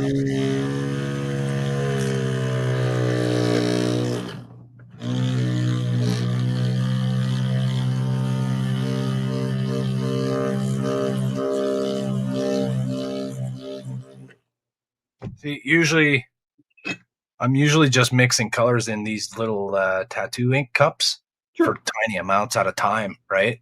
So I literally just do a couple of drops here and a couple of drops there. Yeah, that's usually how I'm mixing paint.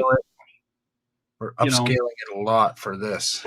Oh, sure. But you know, this you're going to airbrush, and you might use this color later on for something, you know, and so it's nice. One, it's already in a bottle, so does it need to get colder? Still looks a little warm. It's starting to look a little bit grayish.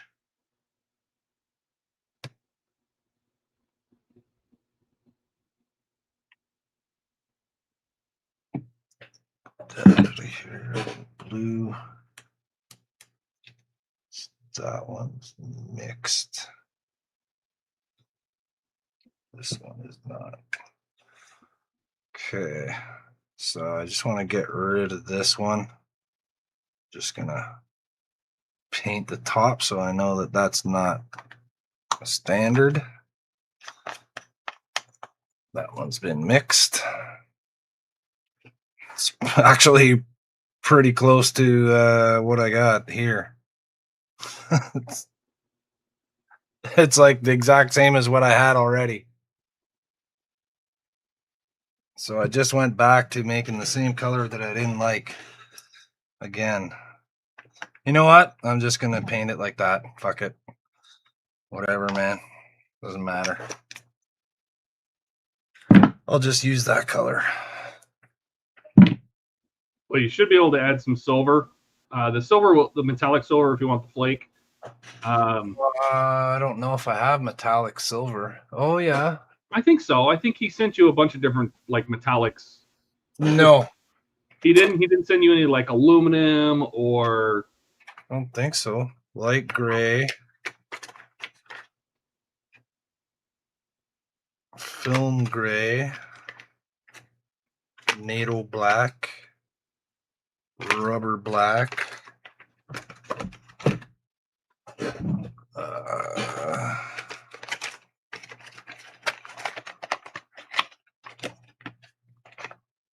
Sky gray. Gray green. No. You know, any one of those will lighten that up too. When you're trying to lighten up a dark color, it takes quite a bit of white. What we got here? I got some stuff that I already had. Chrome silver, flat aluminum.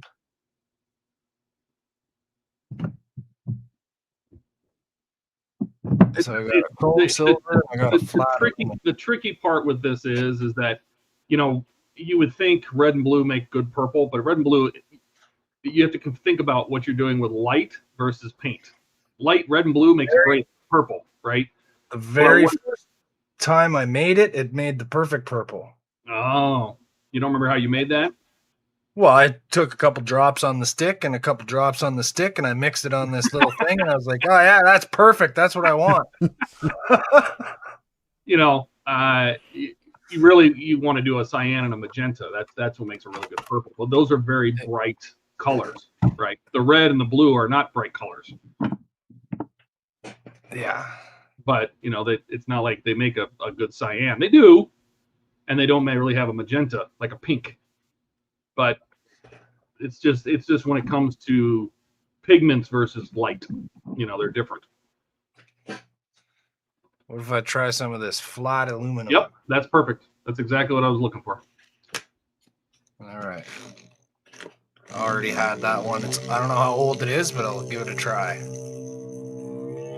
You might want to give it an actual stir first, just to mix up the flake a little bit, because Okay. you know the metallics like to sludge the bottom. So just give it a real good mix with one of those sticks. Make sure there's enough in there. Almost looks dry. See how I can tell? See all the paint you have on the rim?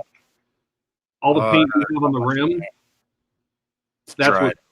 Yeah, all the paint that's on the. Well, you can put some thinner in there and break it up again. No, it's solid. It won't even. No, I know.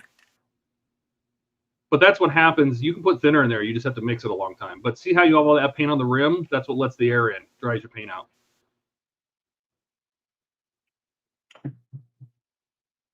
That's what I mean about when you store, especially to me, is because they're alcohol based.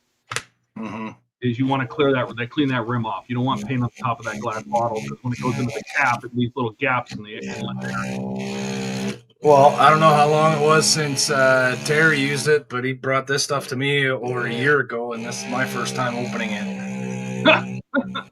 Well, hopefully that, you know, some of the thinner will break up some of that, pull some of that. It takes a while. You might have to get on there for a few minutes. Hi, Andrew. It's going all right. I got Keith and Todd trying to rescue me from my paint mistakes. Hi, Keith. You still here, Keith? I see. Yeah, I'm here. All right, buddy. Yep, I'm here. Don't want to interrupt Todd's instructions. No, you know what? That's still absolutely clear. It didn't dissolve anything. Oh, yeah. We got nothing. Wasted my thinner. All right, garbage. Chrome silver? Sure. You're just looking for the flake is what you really want. Is All that right. all? A little bit in there. Oh. Put a little thinner in there and try to stir it up with your stick. Just a little bit. You don't need too much. See if you can break it up and see if it'll start changing if it'll break up into the thinner, then you have some hope. Somebody brought you a bunch of empty dried out bottles. Well, some of them, yeah, I guess. We're getting a bit of mud here. There you go. Milanondrac says 4 parts red, 2 parts copper. Looks great on Klingon ships and accent panels. There's Stephen Martin. How's it going, Steve? Thanks for joining, buddy. You joined right in the middle of the paint struggle. Okay, so we're getting some mud. Okay. So I might be able to rescue this one. I'm almost out of it. What am I gonna do? Do you have any rubbing alcohol like IPA? Yeah. IPA is the same stuff. Okay. I got a big bottle of that, 99%. That's all you need. To me, it's alcohol based, so that's why it has all the flammable. They have to put all the flammable markings on it, and it's the only one I know that's alcohol based. Ugh. All these other acrylics are all water. Well, it doesn't taste very good. Oh well, yeah, I'm sure. We'll have to try. Steve says greetings. Thank you, Steve.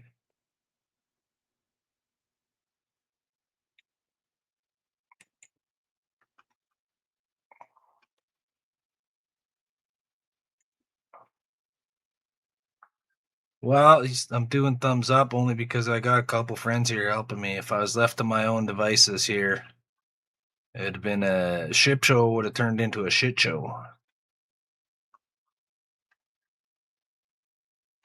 Well, you would have been all upset and you would have quit. And we're here Yep. to keep you from doing that. Oh, I see. My emotional support friends. Yeah.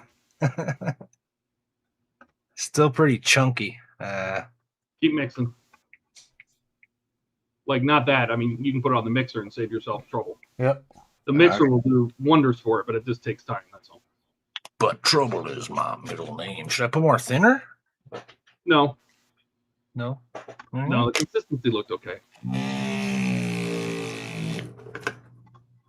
Turn it Besides, upside. it makes a great sound, doesn't it? Oh yeah.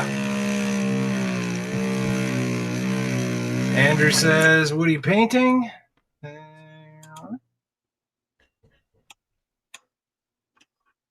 That.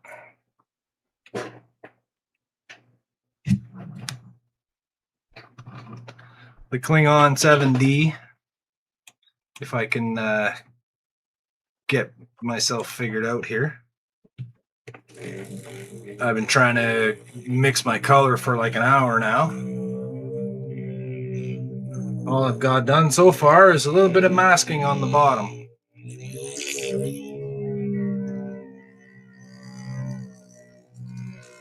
Yes, I'm airbrushing it. If I would have just used the brush, I probably would have been done by now.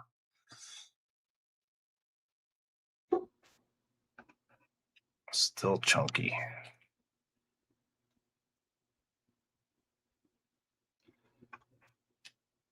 I know it's going to seem like a strange request, but do you have any? Well, that's not going to work. No, italics. I was going to say you could filter the paint, get out some of those chunks. I have a little screen somewhere.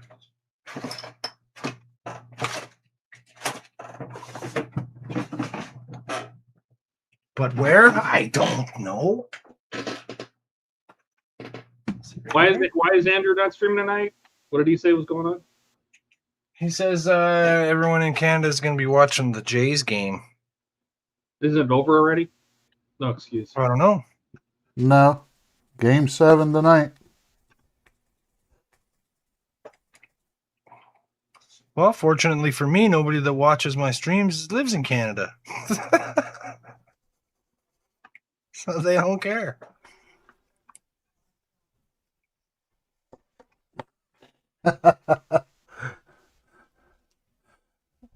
Andrew says, posted a picture of Jody's live stream on the new monitor. Interesting doing YouTube full screen. Doing YouTube full screen. Looks like Well, he's got that huge curved monitor. Okay. Looks like it's getting better. Yeah. Just keep it on. It's getting there. It's still pretty chunky. Put a little more thinner in.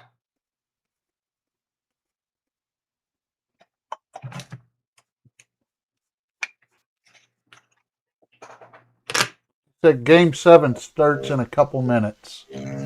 All right.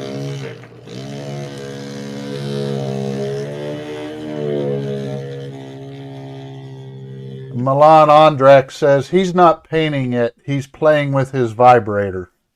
Yeah. I have it on my lap, too. Go, Jays, go.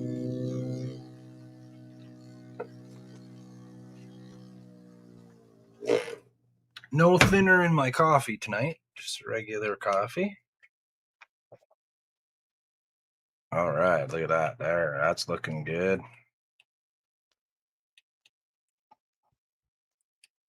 So I think I got enough in here now that doesn't have chunks in it.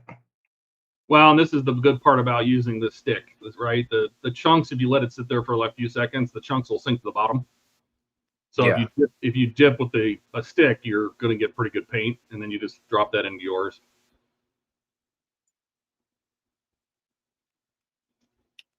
Dip, dip, na, na, na, na.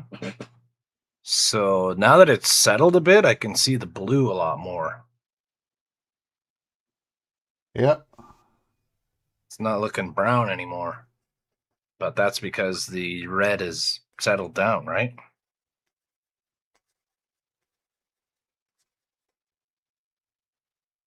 Ooh, there's a big chunk. Let's just get rid of that. All right, Andrew. Try Good not luck and hope the Jays win. try not to get any chunks because you try to airbrush a chunk and you'll be a sad pandy. You'll be a little sad panda. No. Pandas fall over all the time.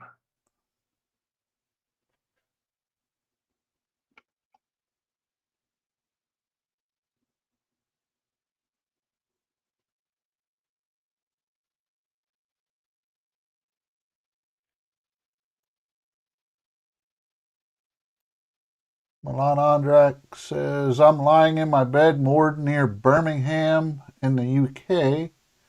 Autumn has started to kick in a bit, so we have a couple logs on the burner. All It's right. pleasant. Nice. Very nice.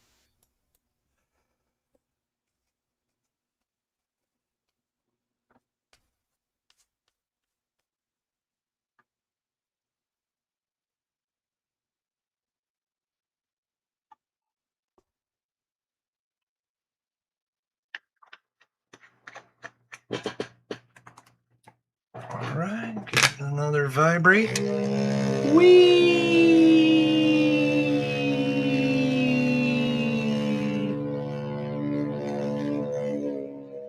So are you going to have to hide that from Mary?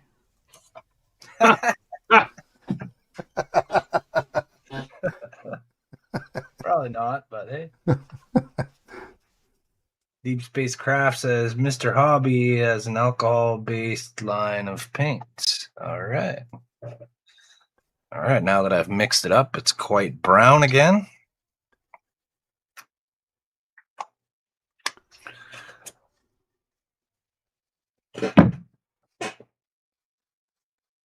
I have had it.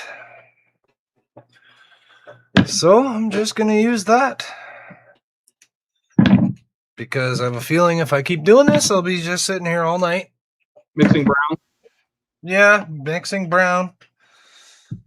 And it's starting to piss me off, so I'm just going to use it. Whatever.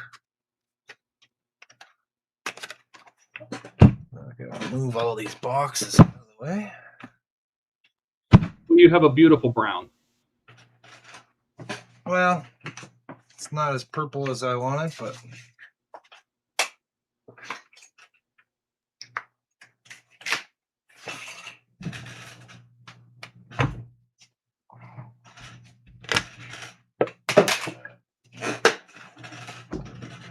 so now I'll probably. Do you think I'll have to thin this out anymore? Oh, probably not. I mean, give it a good shake. Is it like milk? Oh yeah. Yeah, it's pretty thin. It's pretty thin.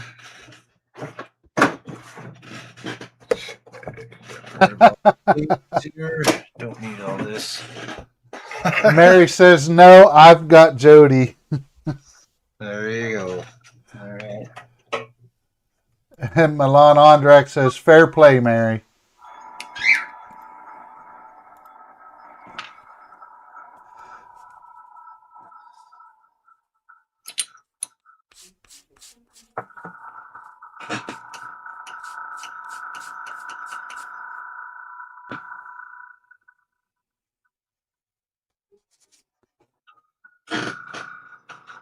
That's no good.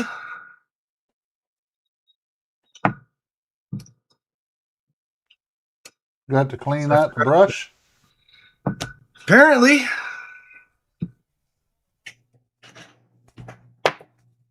Perfect. Perfect.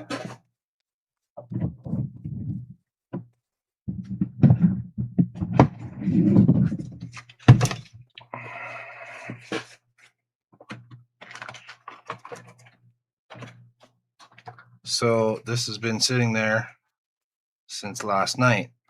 because I was painting on stream, and I guess I got something to eat after stream, and I forgot about it. Oops.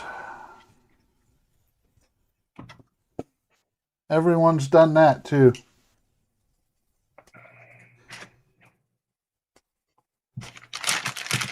Fuck's sakes. It's no fun, but We've all been there. everyone's done it.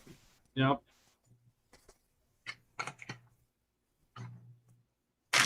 Where's the freaking thing?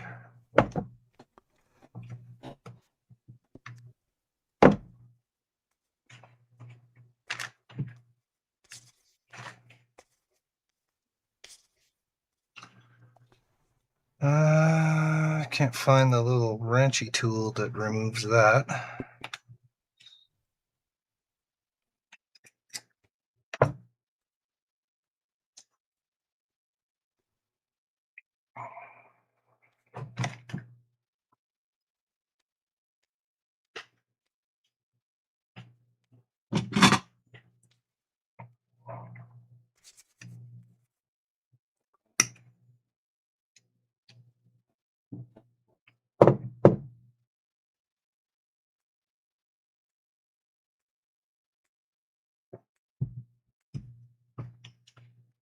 Oh, boy.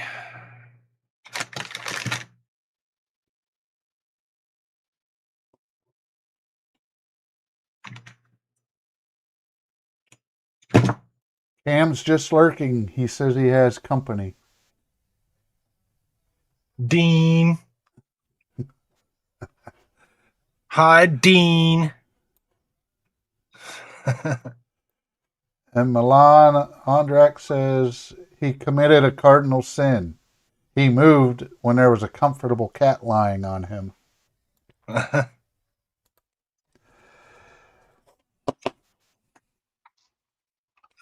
so I need a little bottle for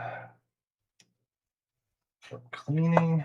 All my little bottles have been used. Woe is me. Woe is me. Okay, I guess I'll use this cup. Cleaner.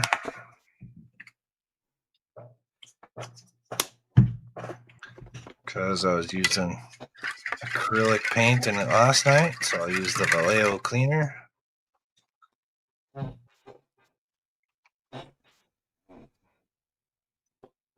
Get in there with the pipe cleaner. Oh my god, I feel like such a moron.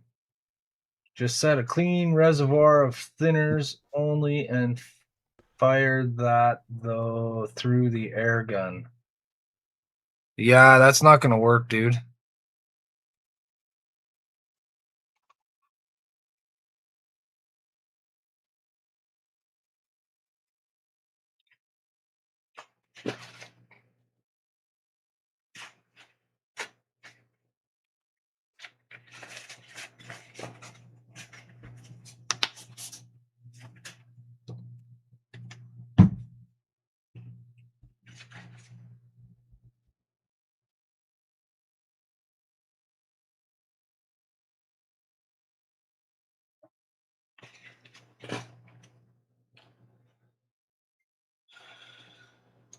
Jeez.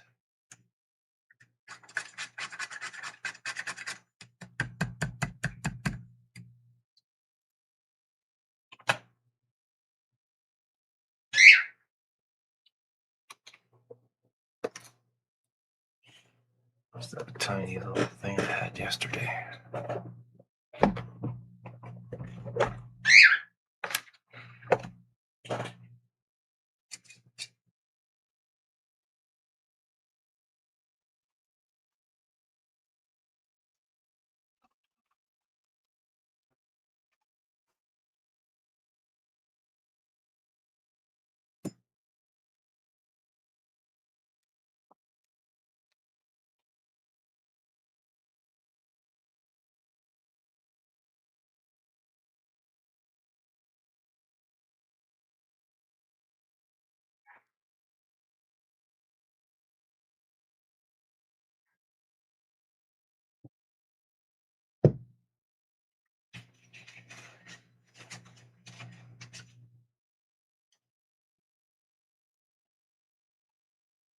How embarrassing.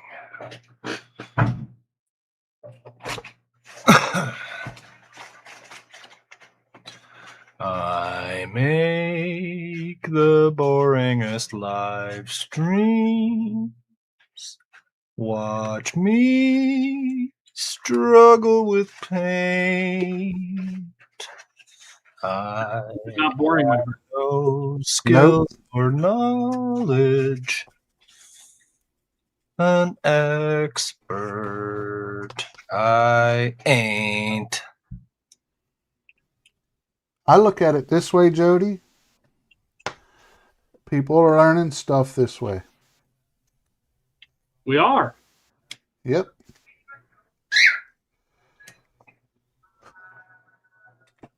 Yeah, so anybody out there that's trying to learn how to not be an idiot, do the exact opposite of what I do today, and you should be good.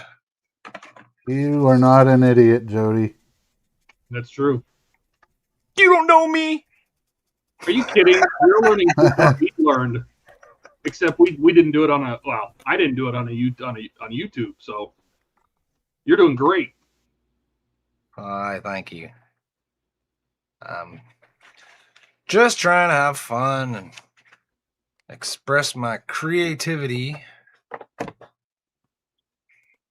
Then I keep getting all these new fancy fandangled things.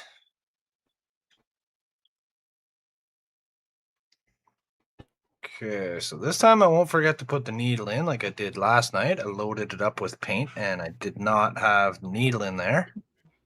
Oh, I guess I need this though. I need Yeah, don't forget your needle. Okay. Oh, I remembered the needle, but I forgot the little tip this time. And I've lost the little wrench. So I'm going to use the pliers here. You don't have to take the nozzle off when you clean.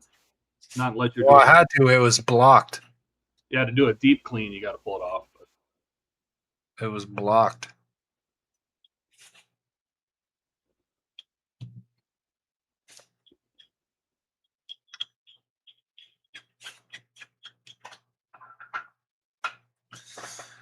Okay, cleaner. Let's put this on. A bit of cleaner in there. Compressor needs to be on. Won't spray air if there's no air in it.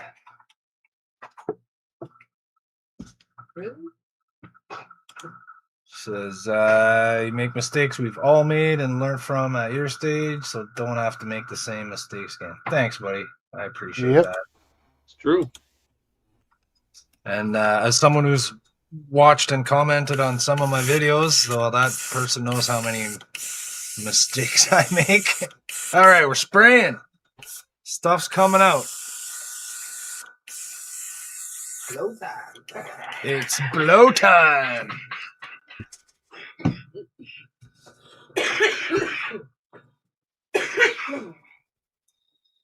Okay, where's my paint? Oh, right here. All right. All right, let's get over to the paint box.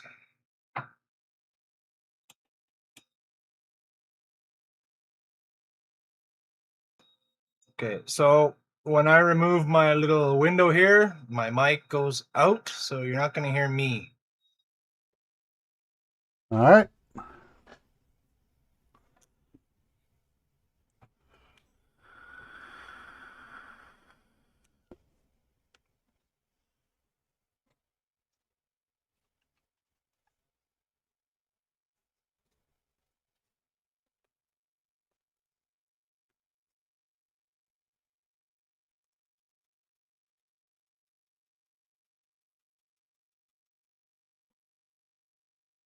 Are you going to sing, Keith? Do you want me to chase all the viewers away? Because that's what would happen. What are you talking about?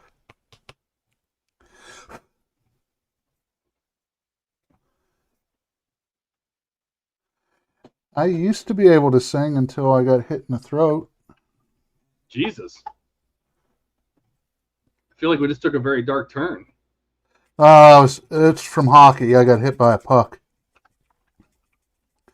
It wasn't a fight or anything. I just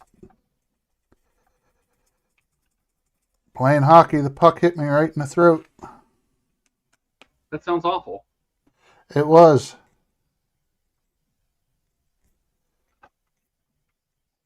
You know, I mean, I'm trying to look at the bright side. I guess the bright side could be that, you know, it wasn't an ice skate.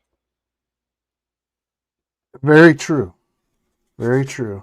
But yeah, it took about 5 minutes skating around to make sure I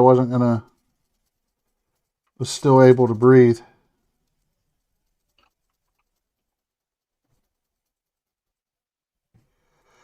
Puck just deflected off my mask down into my throat because I was a goalie.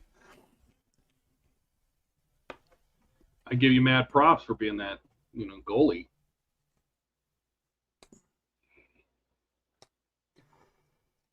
It's hard work. I've been told I'm not right in the head, so.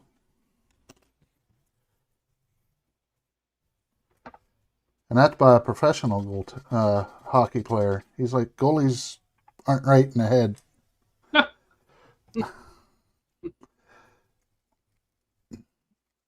Because you guys are a different breed.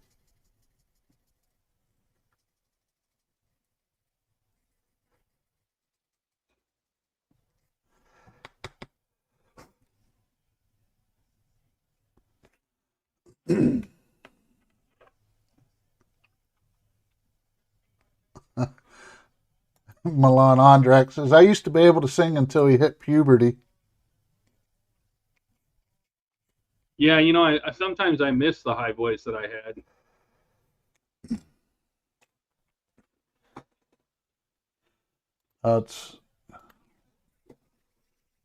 Yeah, I went to the doctor's the next day, next morning,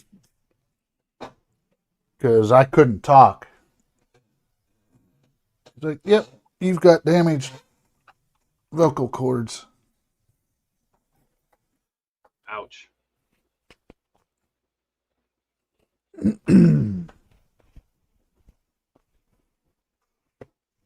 He's like, don't talk for a week or two. Or only talk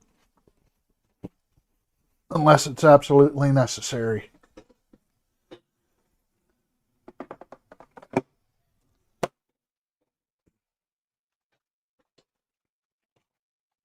So Helen enjoyed that. She didn't have to listen to me for a couple weeks.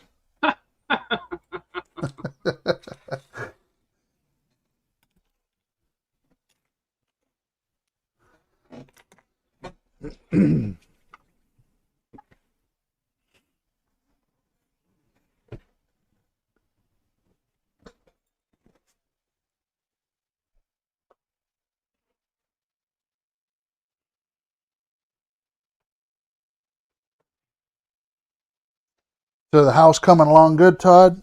Yeah, I'm going through the pictures I took today. I only took 1,136. So. Holy cow! Mm-hmm.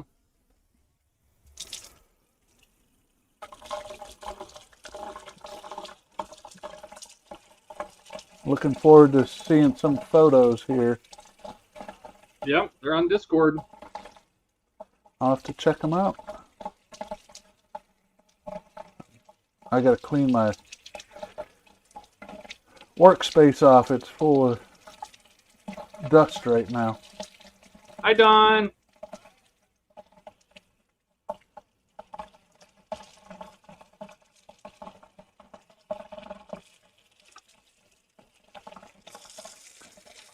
Oh, is that Misadventures? I'm away from the desk right now. Yep. Hi, Don. Everybody's looking for their Saturday night entertainment.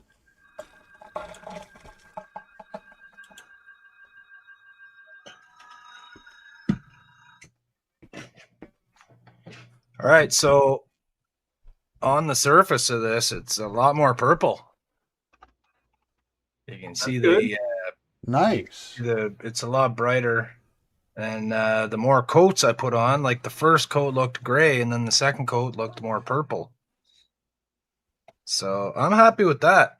I'm gonna do Good. these little panels down the neck here, and probably this one. And then I guess I'll flip it over and do the top. Oh, there's a couple right in here I can do too. All right. Uh-oh. Switching cameras. Oh.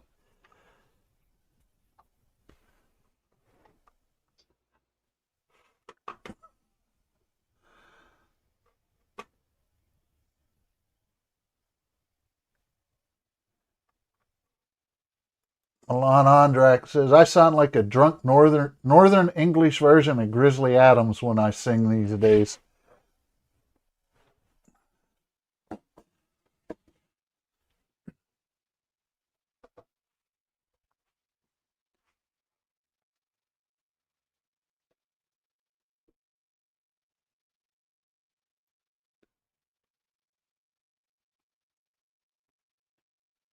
All right.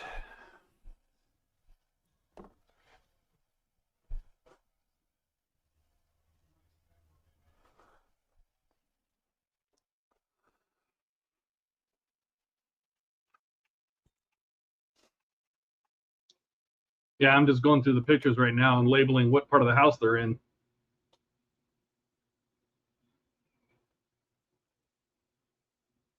Yeah, that's a good idea because you'll be like, okay, where was this? Well, I'm also using them in to build that 3D layout. Oh, that's right. Yeah. Yep. That's cool that you're doing that. Yeah, I thought it'd be kind of fun to be able to see like where every stud was. Be helpful where- information if you go to do something later on. Oh yeah, for sure. Like where all the because now, I took a bunch of pictures last week, but now I get to see a different version because now the electrical's in. I can see where all the plumbing's run, where all the pipes are going, where all the HVAC is going. Yep.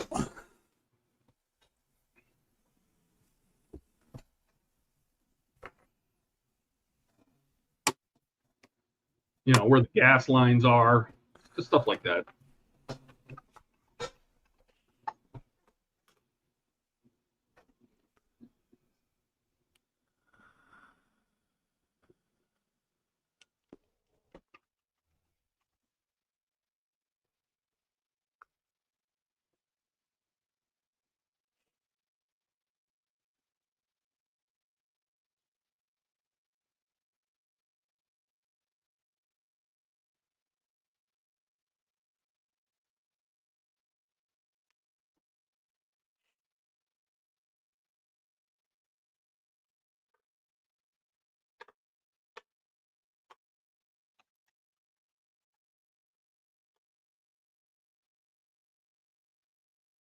Don says, nice.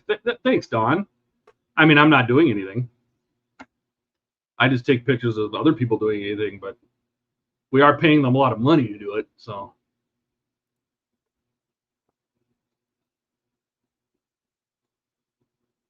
where is this?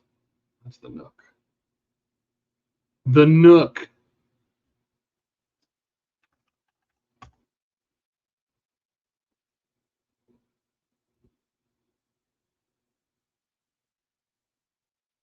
How many square feet is that going to be? 2,500. A little bit larger than our house. Yeah, Ours is a ranch. Yeah, I would have loved to have a ranch style, but they don't build them out here very much because the lots, it takes up so much space on a lot. Oh yeah. When you want a big, when you want a lot of square feet on a single story, excuse me, it's the lot needs to be so big. You know what I mean? Like there's a one story, they're building 2 lots next to ours, and it's on the same size lot, right? But it is so The back patio, I'm not kidding, must be 6 feet from the back wall. Oh, They have no backyard. You open the back window and you're just staring at a wall. So yeah, that'd be no good. at least we have a, an actual backyard. Yep.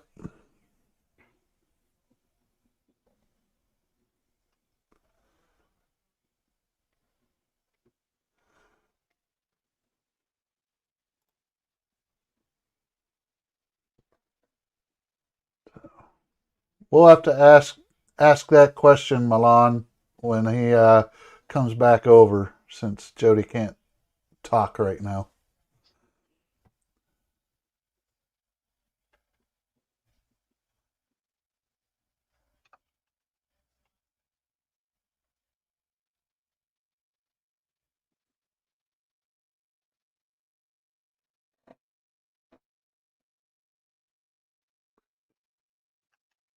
And that curve monitor that Andrew has is insane.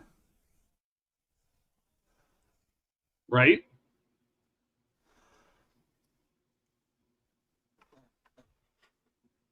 My roommate has a huge curved monitor. I'm like, dude, that's insane.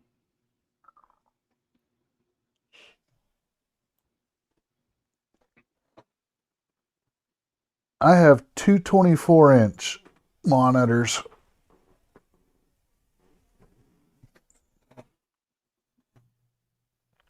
I have two 27s, and that's the problem I have with a screen going too big is that you can get 37-inch monitors, but Oh yeah. you're sitting so close to them that you end up hurting your neck because you have Yep. to, your eyes can't shift enough. You have to turn your neck to be able to see, and going back and forth between a couple monitors just makes your neck sore.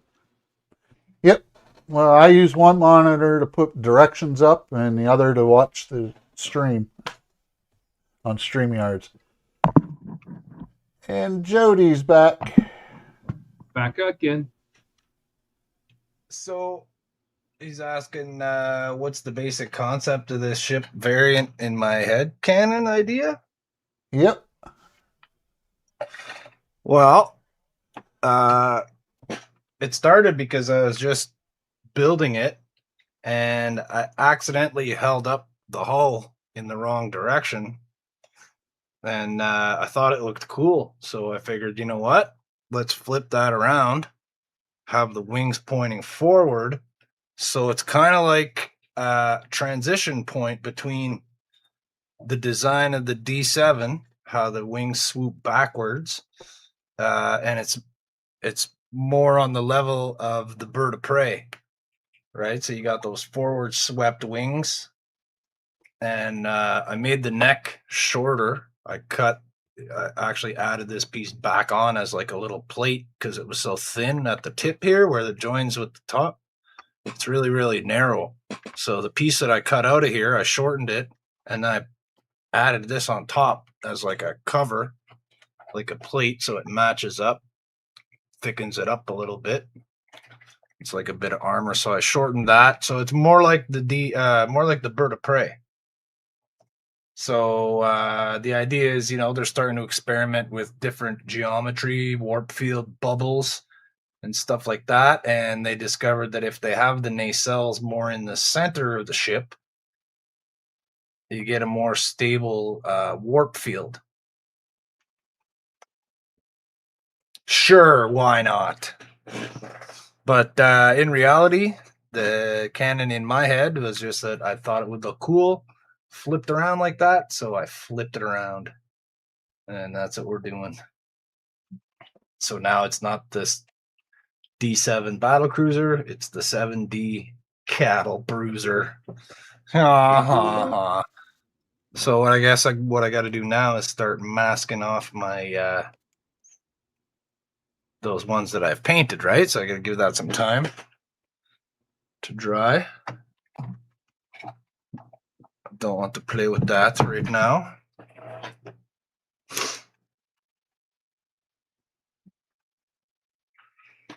So I'll put the lid on my paint. I guess I'll clean my airbrush out. All right. That would be a good idea. Yeah, do that so you don't forget.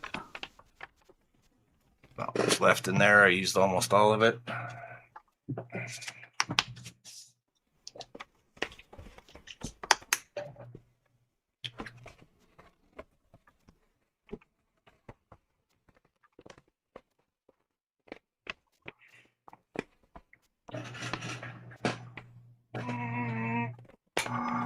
Never find the switch on that compressor.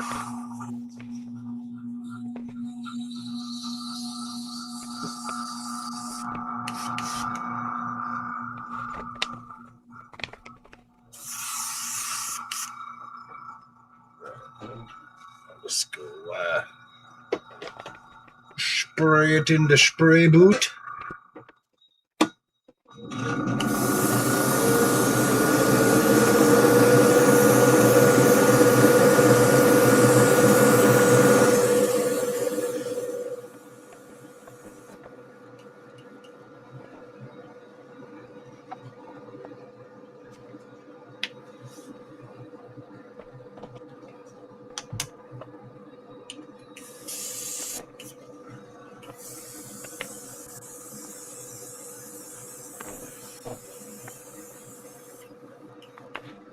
It's coming out clear. It's coming out clear.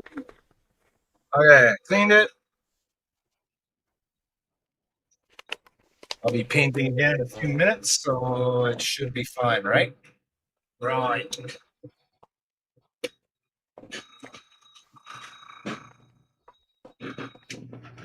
Turn that off. Let's do it, squeaky chair.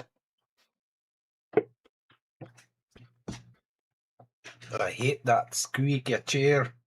That squeaks too much. My light's broken.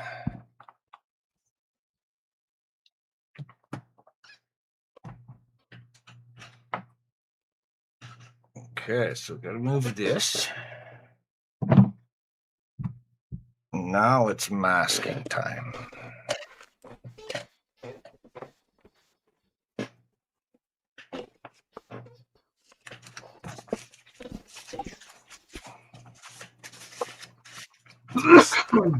Here.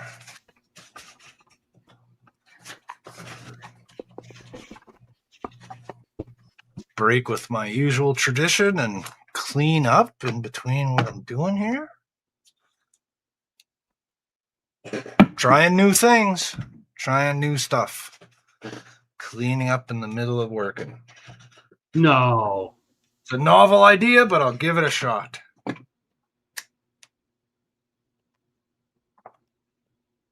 I'm open. Open-minded. All right, so I want like a little pillow or a pad or something to put that on. Yep. Save Because wear my and tear little, on the paint. Be right back.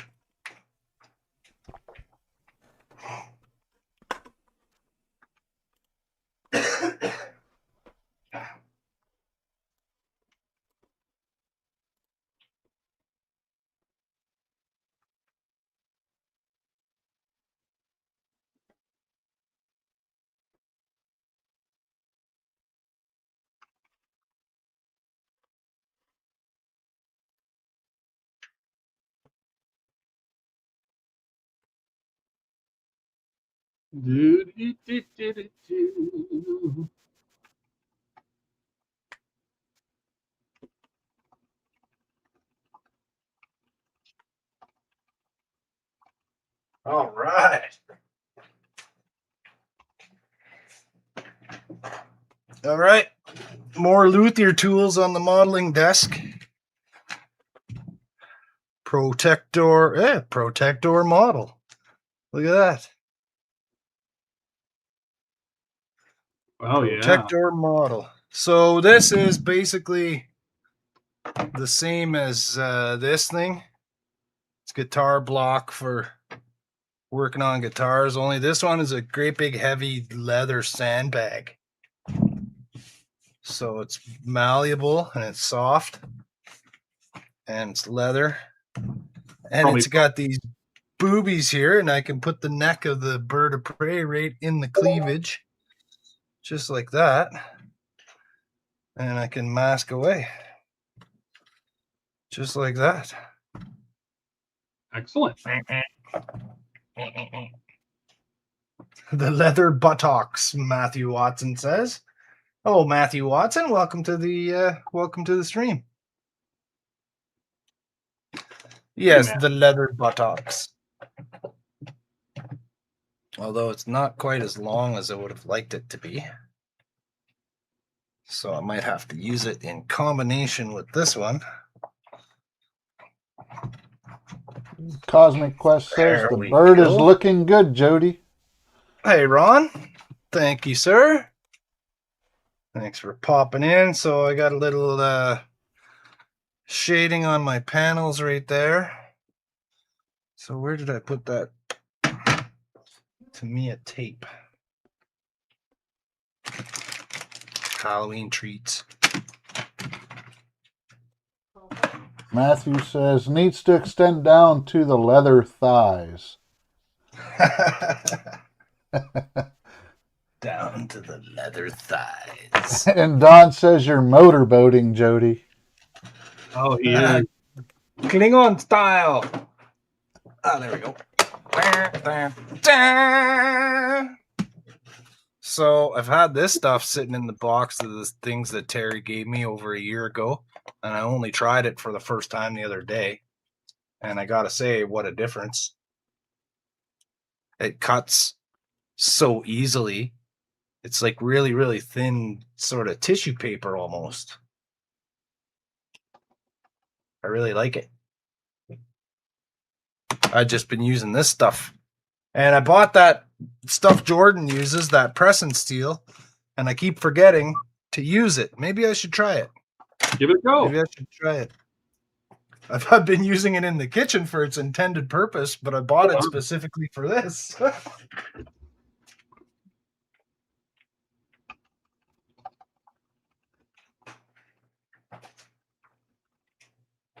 So how easily does this stuff cut? Like, have you tried it, Todd or Keith? Have you tried using this stuff?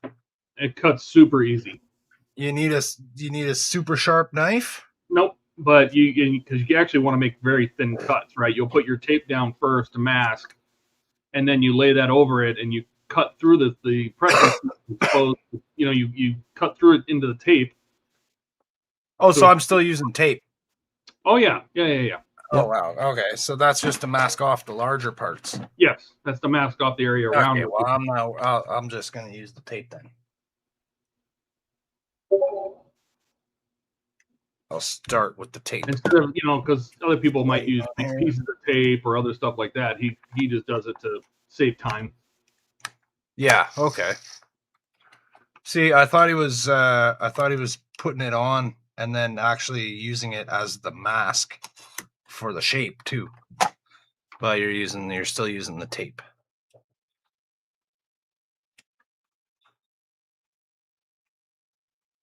Okay, so let's see. We got 3 pieces right there.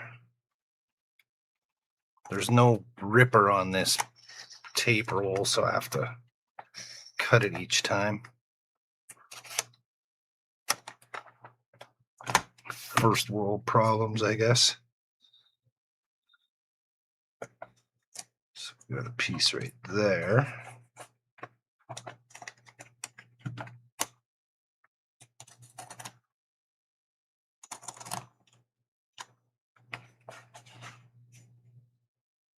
And we need a little bit more right there. Okay.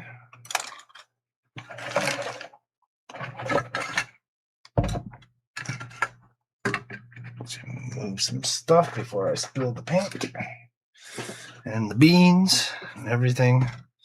All right, so I got the moose antler tool here. Just gonna go around the high panels with this.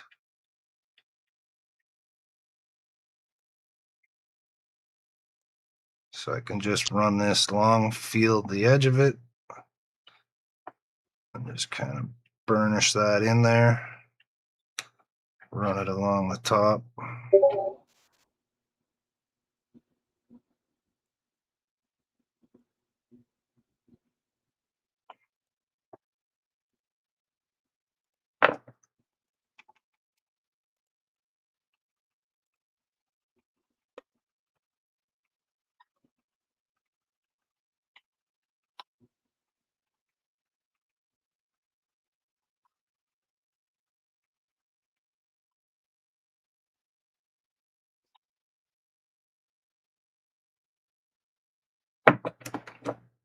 And there's one.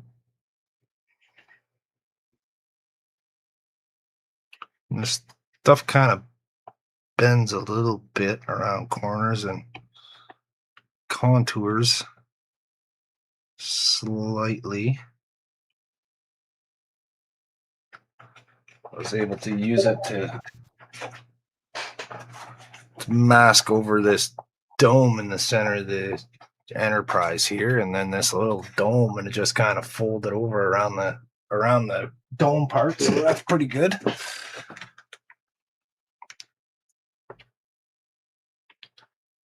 Yeah. Long time viewer, first time user. Tape's pretty good.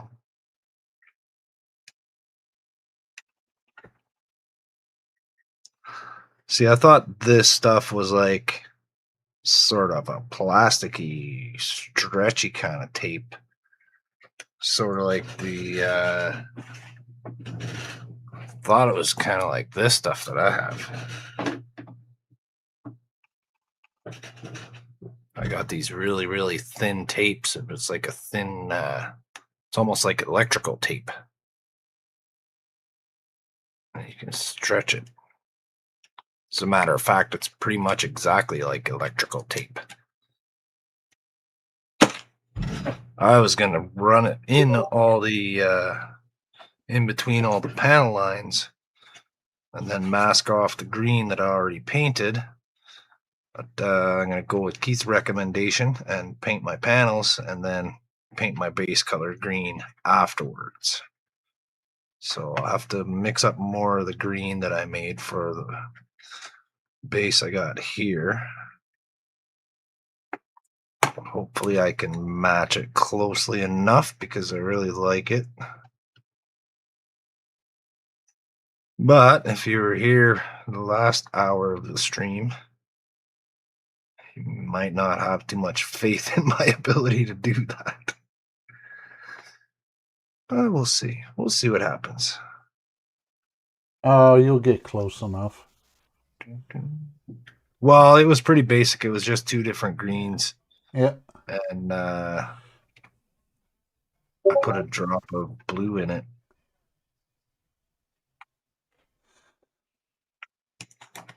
Okay.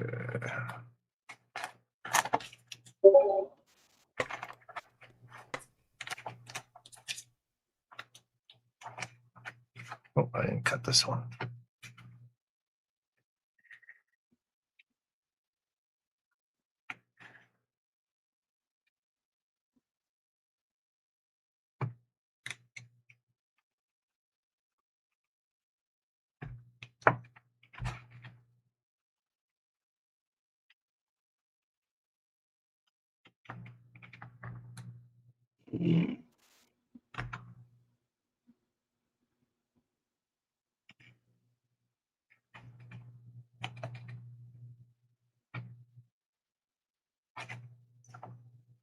Oh.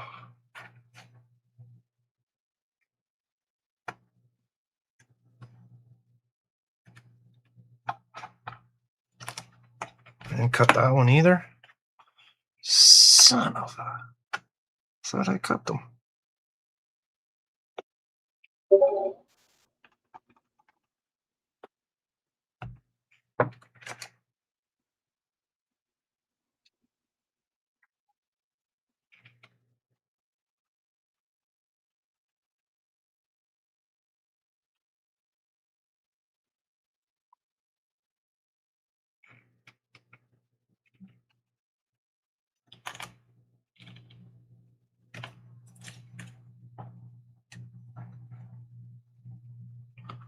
I'm not getting around this corner here.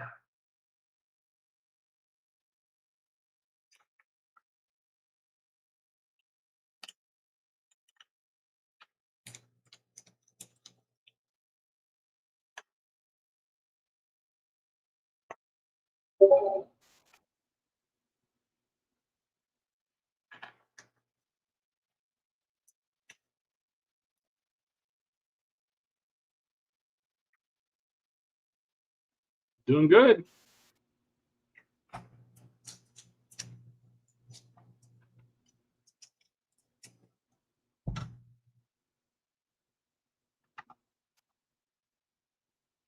Oh, come on.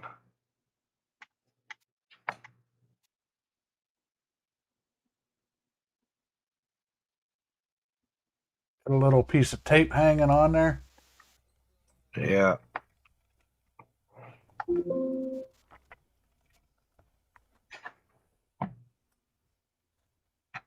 Actually, I think I scratched into the paint and it revealed the white underneath, and it tricked me into thinking it was tape. I tricked myself. And Milan is taking off. Good night, Milan. Thanks for tuning in for a little bit there, buddy.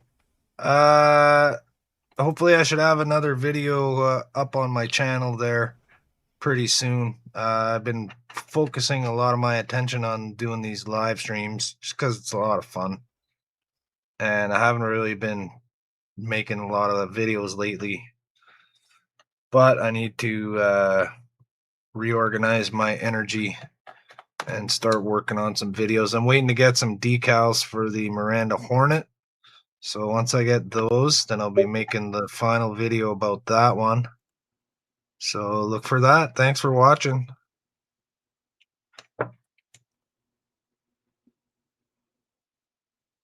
Matthew says a Klingon. Yes.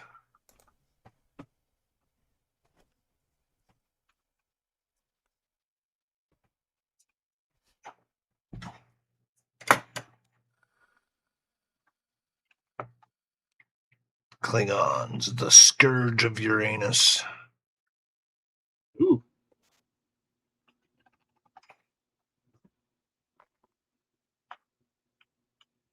We're detecting Klingons encircling Uranus, sir.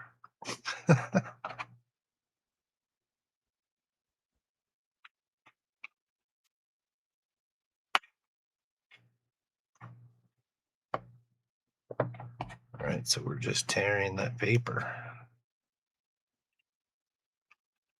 Doesn't stretch enough to go into the gap. It just rips.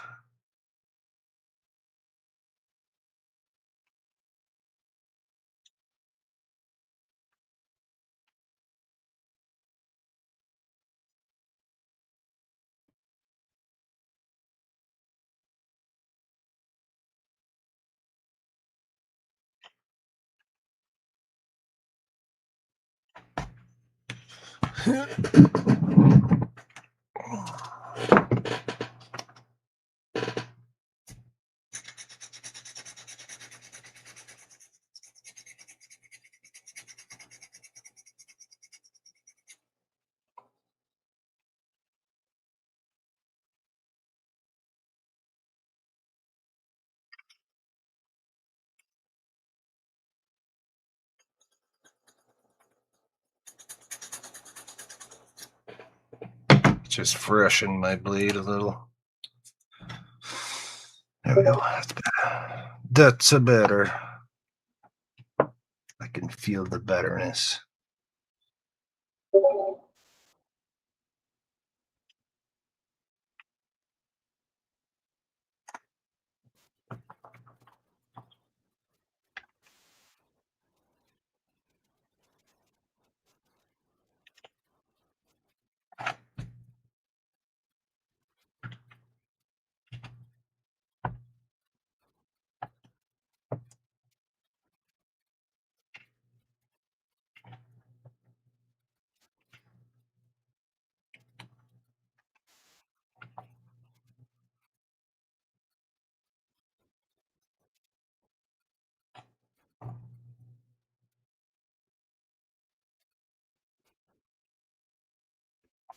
Somebody drink all my drink. I bet it was Todd. Probably was. Bastard. Sure, it wasn't Aaron. Better not have been. Gross. Sneaking up behind you with like a long straw. I wouldn't put it past him. Creepy fuck. I mean, nice guy. Matthew says, how about their long lost cousins, the Hameroids? The hemorrhoids.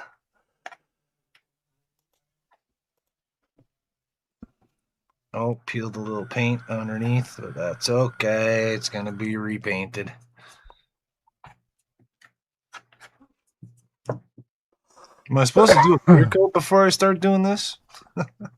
Well, no, because I shouldn't have had the green base coat on in the first place, right? I should have been just primer. Yeah, correct. Yeah. Because that's what it just did there. It peeled the paint down to the primer. Yeah.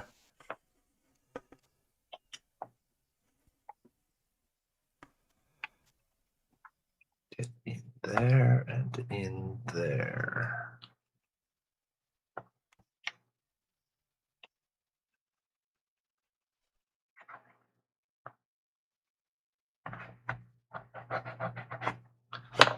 Well, hopefully when I peel these masks off, it doesn't take all the paint away.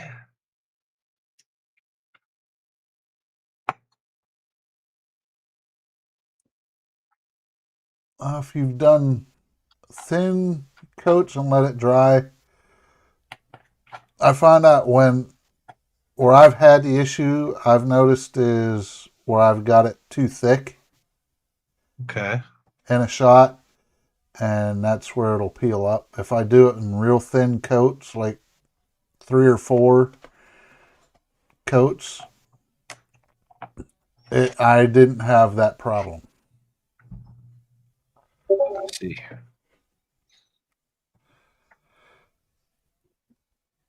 Because if you doing the mist coats, kind of gives it some tooth. Yeah. Well, it's a bunch of coats. So, yeah, like I said, I've had the issue if my finger twitched and pulled the trigger further back, and I splayed a big splotch, and I go to mask it. Shit. Oh.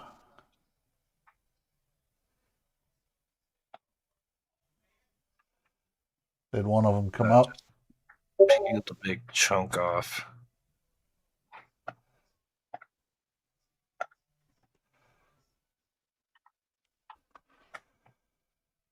Yeah, I'm not doing great at this.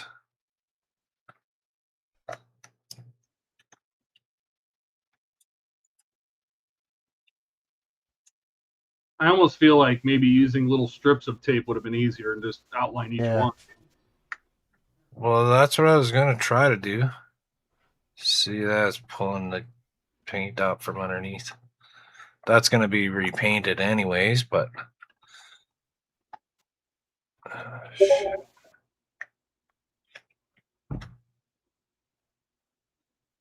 Yeah, and it's like it's wrapping around down to the next there, which is not. I mean, do you have a ruler that you can cut the tape into strips and then just outline each one? I have this. Yeah. I have all these freaking rolls of tape of various widths here. Yeah, I mean that's what I would have done. I would have outlined each one. Well, that's what I was gonna do. Yep, that's what I would have done. Because otherwise, trying to cut around the thing is you have rounded edges on the model, and that's just going to make it hard. Probably a lot easier just to outline the spots you need with just pieces of tape and just cut them into little pieces. And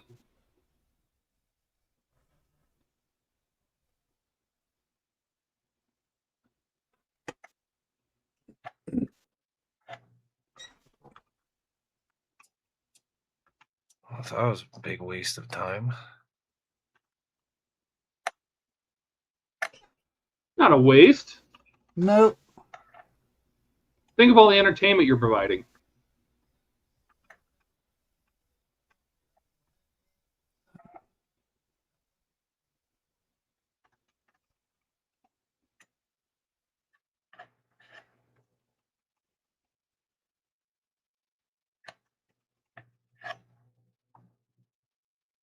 I think I would have been better off to just paint all the panels by hand with the brush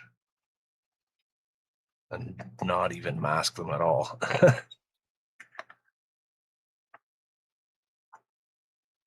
Because they're raised, so you can glide your brush along and it sort of rides the edge of the panel. Yeah, you end up using a lot more paint that way, though. True. Yeah, but look how much paint I wasted. That was for science. Science! To the scientorium!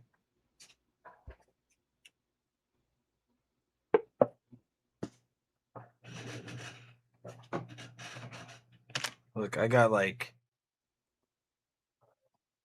2 millimeter wide pieces of this tape here.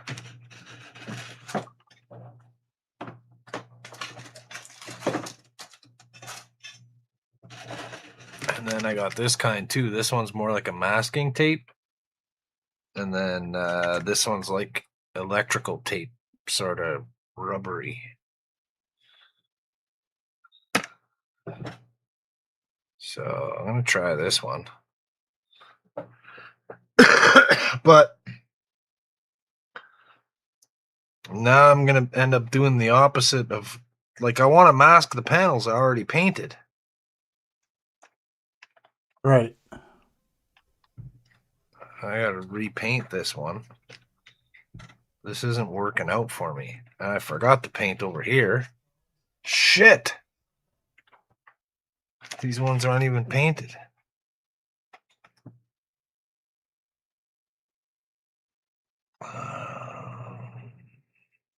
You already cleaned the airbrush? Yeah, but I still have some paint.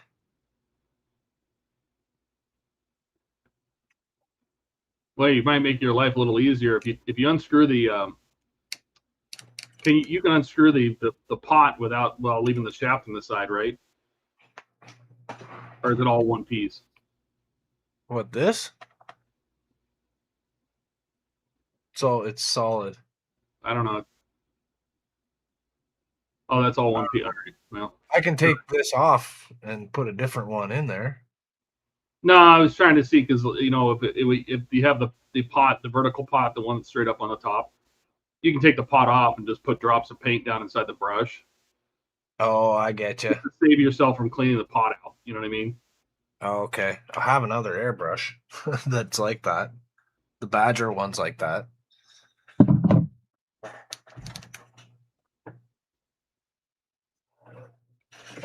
Or I can just to save it I cleaning. can just touch it with a paintbrush. Yeah. I can just tap it with a paintbrush. Let's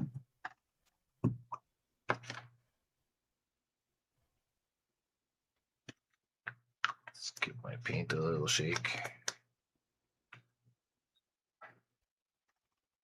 That machine's not plugged in anymore, so I'll just give it a little shake.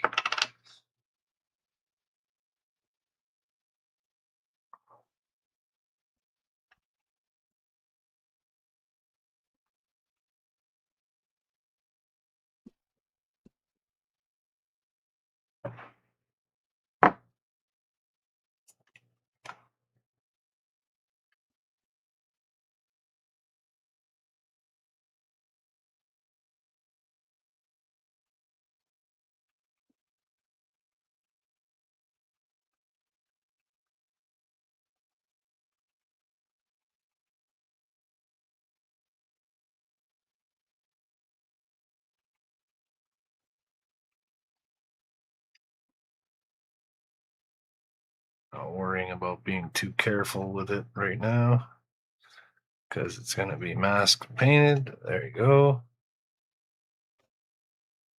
Okay. So yeah, I totally missed that spot.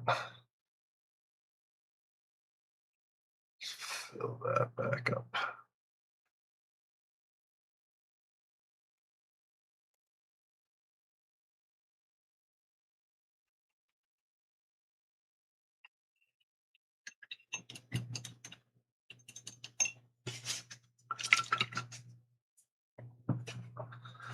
Okay, that needs time to dry.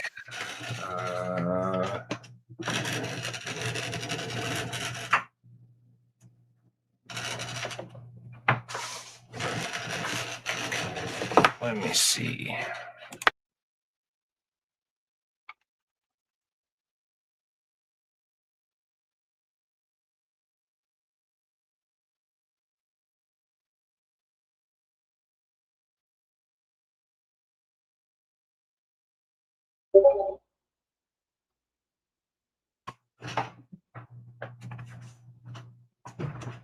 It doesn't need much time to dry. It's almost there. To me, it drives super fast. So.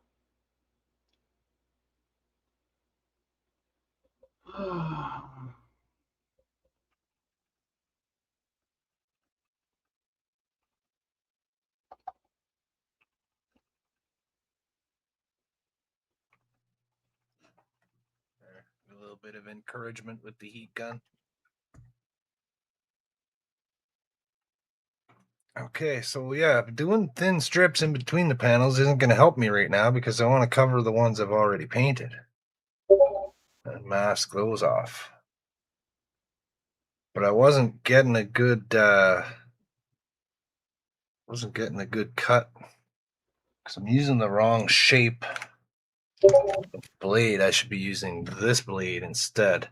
It's got a slight curve to it and it's shorter and it can butt up against the side of the panel better. Yeah.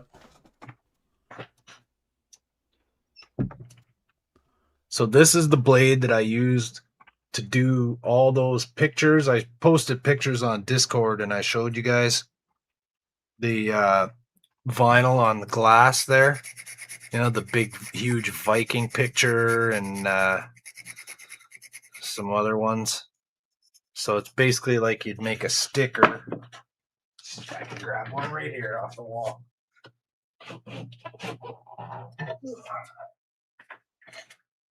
So it's this right here. It's a piece of glass. And I cover the glass with one big sheet of vinyl, big solid layer of vinyl. And then everywhere you see that's black is the bare glass. And I cut this all out by hand. Oh my god! With this very blade right here. It's crazy. And I did hundreds of these. I used to sell them. I did like wildlife pictures. I did like big, huge, like 3-foot long pictures. The one on my wall, that big Viking one, is about 2.5 feet tall by about 2 feet wide. And it's all hand cut. These guys coming down the stairs. The hard part was to make this guy kind of translucent. So you can sort of see the wall behind the angel there. It is impressive. You can't do Very shading, cool. right? So you have to choose what's going to be white and what's going to be black. Let's see what happens if I turn this light off. Get a bit less glare on it there. And you can like feel it. So yeah, that's all hand cut. That's insane. Steve Martin says, wow, that's impressive. Oh, thanks, Steve. I used to go to these, a friend of mine would hold these art exhibits and shows. They should have like a band and a band or two and a bunch of weird artists from around the city, and we'd all get together and show our stuff off. Sold a few things there. But I mostly did custom orders for people.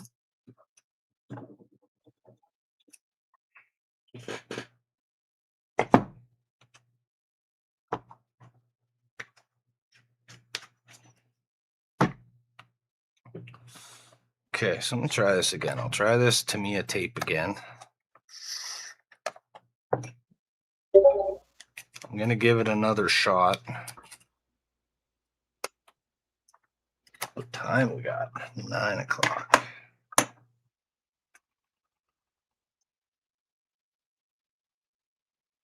So we're 3 hours in, and I basically painted these little shady spots in 3 hours. But think of the Doing lesson. good. Think of the learning. Think of the children. Won't somebody please think of the children? I'm gonna try this tool instead of the moose antler thing because I don't think it's quite sharp enough. This actually cut it.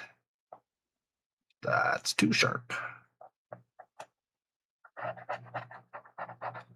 So just push it down. Push it down. Push it down. Push it. Push it real good. Dun-dun-dun-dun, dun-dun-dun.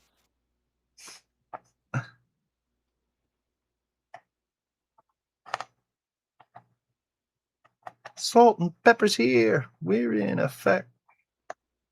So push it good, cause we come to wreck and correct me on the lyrics. All right, back to this. That thing's a little too sharp. It's ripping it. It's tearing it a new one.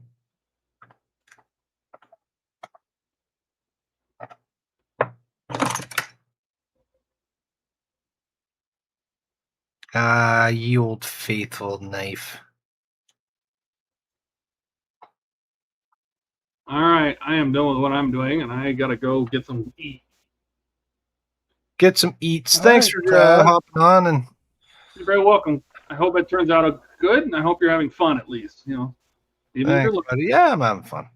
I'm having fun. I hope the viewers are having a little bit of fun. Yeah. All right, gentlemen, have a good one. All right, Todd. Take Thanks, care. buddy.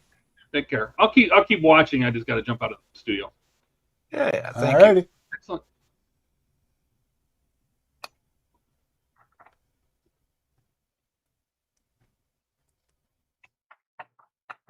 So I'm kind of just feeling the edge of it here with my blade.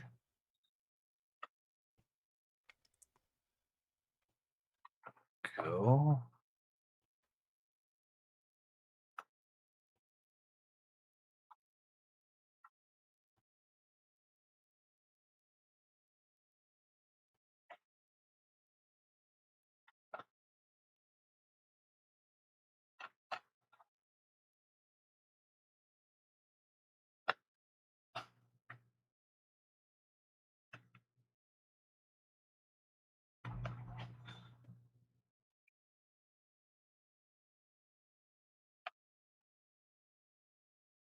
So Keith, you still don't have anything better to do? No, I'm fine. I'm looking at directions for the diorama for that Istanbul tram. Ah. It's going to be a lot of work.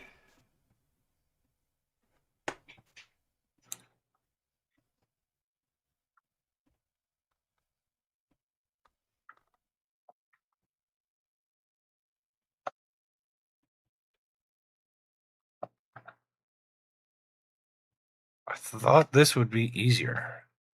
I've done this before on other models. I don't know why I'm having such a hard time with this one.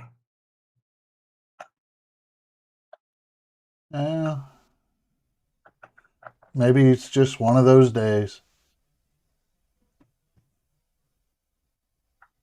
So do you have a mask set for yours, or are you making little templates with tape? No, I bought the mask set. It's from Mask Design. Okay. And that's He's also a- for a larger model. There isn't one for this particular model. He might. Well, it doesn't matter if there is a Yeah.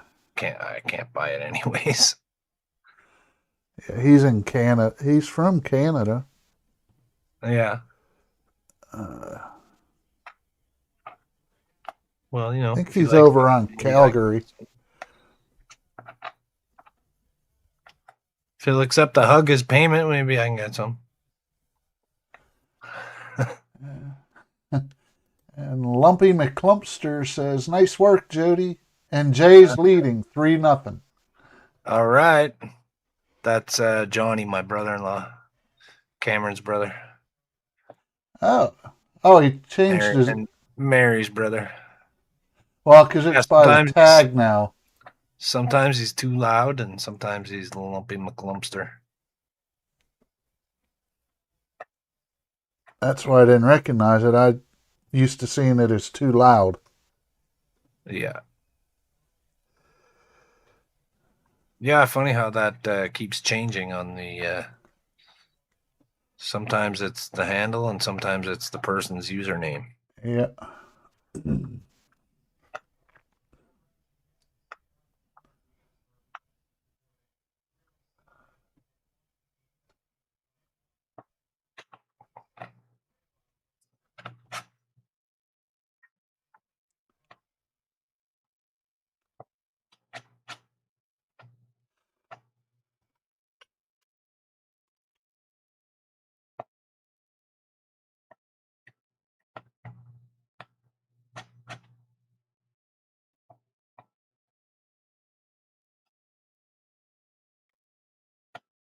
All right, so that feels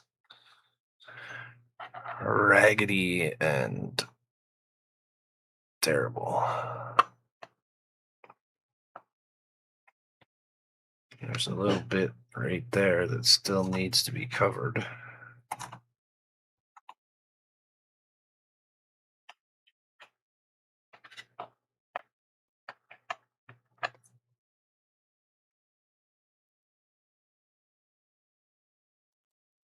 And Steve's asking, Jay's ever won a World Series? Yeah, 2 in a row in 1992 and 1993, back to back.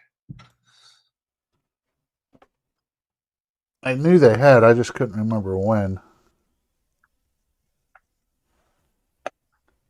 Yeah, it's been a while, but yeah. Yeah.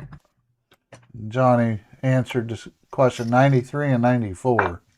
Oh, 93, 94? Thought it was 92, 93. I think the season started in 92 or something. Right. Now he says, my bad, 92, Ha! 93. Aha!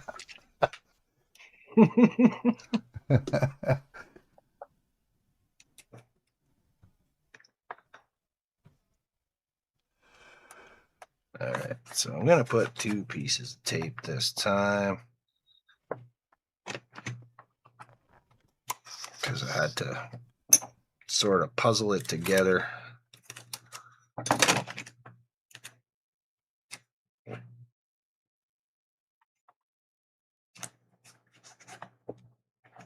So, Steve and Martin, are you going to be at Wonderfest again next year?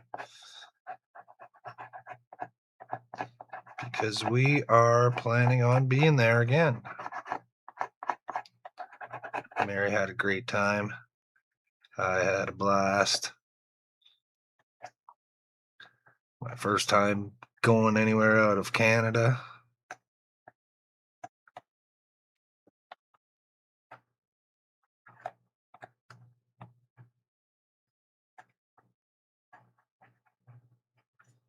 There we go. This one's feels better.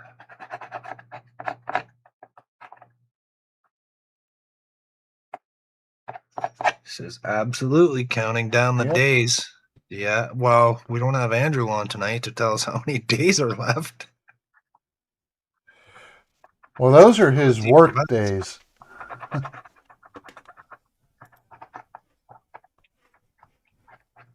That's a service he provides. I think we need to get that in our HTM group stream intro there. When Andrew says, This is Andrew in Canadian Starships, and that's a service I provide.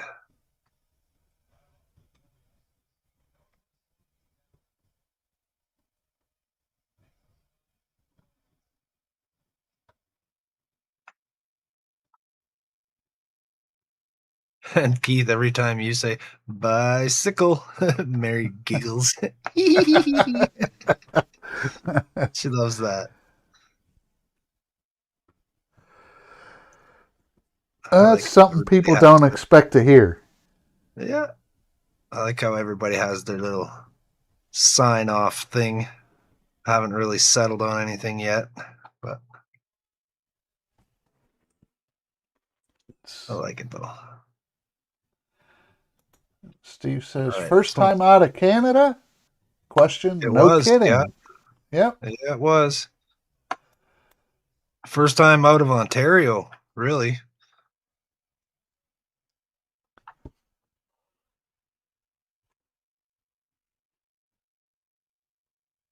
Like from like where I live, I can drive 6 hours in any direction, north, south, east, or west, and still be in Ontario. Oh, wow.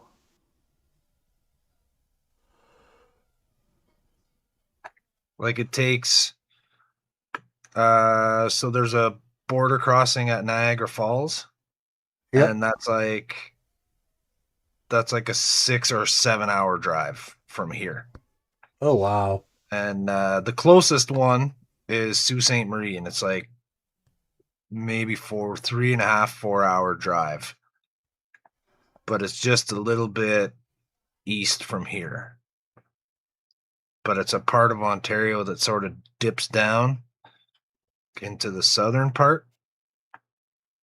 So Okay. there's a lot more of Ontario between here and Manitoba past Sault Ste. Marie, you know what I mean? So Yeah. I can still, like, if I went west, I could be in Ontario for 5 or 6 hours before I got to Manitoba. Maybe even longer. Because I have a friend that lives out in Winnipeg, same place Ken lives, and I think he said Yep. it takes like 2 days or something to get there, Oh, geez. like to drive. I've been to Montreal, Ottawa, and Niagara Falls. Excellent. Niagara Falls is a fun place. There's all kinds of touristy things to do. Yeah, the last time, last time I was there, Helen and I went with good friends of ours. We went up during the winter Uh-huh. Oh, it's to cool, eh? see everything covered in ice. Yeah, yeah. It's like everything is sculpted out of glass. All the trees, every little branch on the trees has like a half-inch thick layer of ice around it. So Well, cool. the railings along the Niagara River, right around the falls, are just covered. Yeah. I mean, with a thick Everything is. coating, and you could It's like barely, hard to walk around. yeah, could barely see the American Falls due to the ice buildup on that side, and then the hydro plant at the bottom of the Niagara Falls. Hmm. That was mostly almost that whole thing was filled up with ice, except for where the falls came down and probably, I don't know, 30 yards out from them or Yeah. something, you know. Most of that was frozen. All the streets and all the buildings. It's pretty cool Yep. to see. It's really beautiful. Yes, it is. I'd been there in the summer before as a kid. Yeah. But I've always wanted to go see it in the winter. And friends of ours were going. They're like, "You want to go with us?" Sure. Cool. Right on. Did you go to any of the other attractions? Like there's wax museums there, and there's a Ripley's Believe It or Not thing. There's a haunted house walk that you go through. That one's really fun. It's called the Fear Factory. Okay. Mary and I went through it. It's pretty fun. It's like one of those things where it's pitch black, and the only time lights ever come on is when someone's jumping out to scare the crap out of you. We didn't do a whole lot. We went to the casino across the street from the hotel Okay. a couple times. We did go walk around, went to a couple like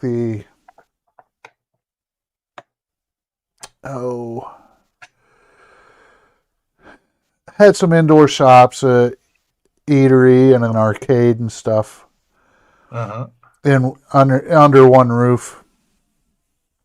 There's some cool indoor mini golf things there. We didn't do any of that. Oh, that's fun. But it's all like black lights. Everything glows and it's all funky and fancy. We did one of those. Mary and I went there for our first year wedding anniversary. Oh, okay. For like a weekend. Cool. And yeah, we stayed for the weekend. We went in the casino and walked around and looked around in there, but we didn't play any of the casino games. We just went and checked it out. Yeah. We went to this, we got free tickets. I think it was something to do with our hotel or whatever. They had these tickets to this magic show at this theater. And it was pretty corny. Mary had to stop me from being like, I can see what you're doing. I can see the thing behind your back, dude.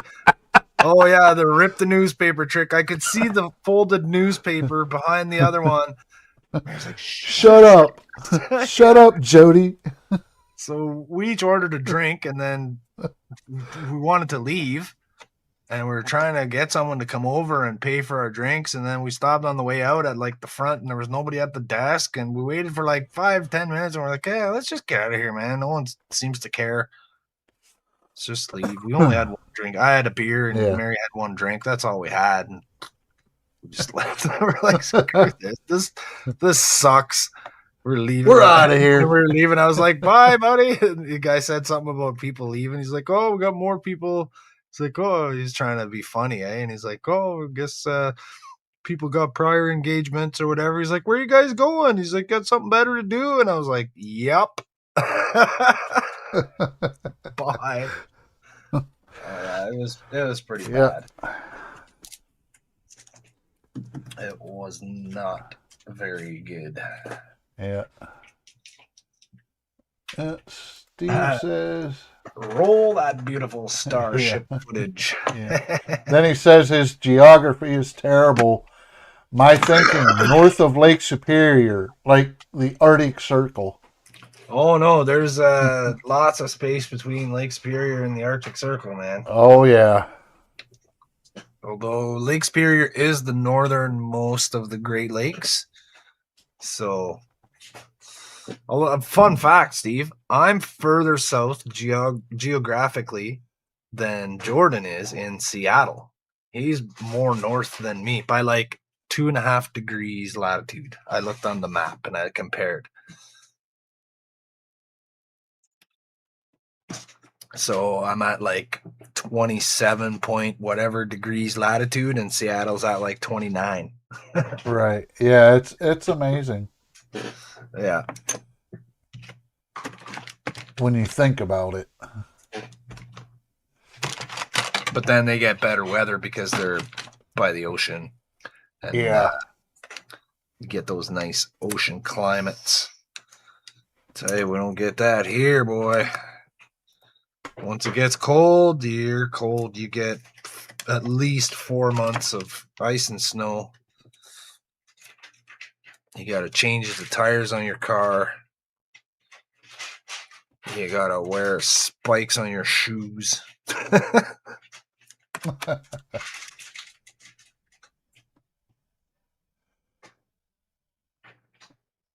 You got to buy hip insurance for when you fall on the ice and break your hip.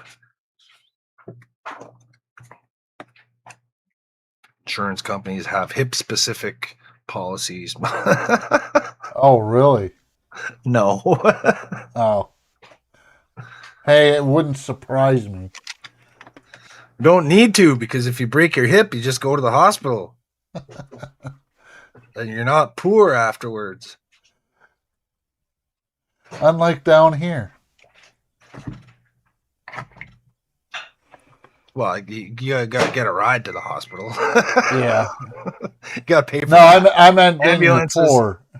Yeah, ambulances aren't normally covered by OHIP. Like in Ontario, it's called OHIP, the Ontario Health Insurance Plan.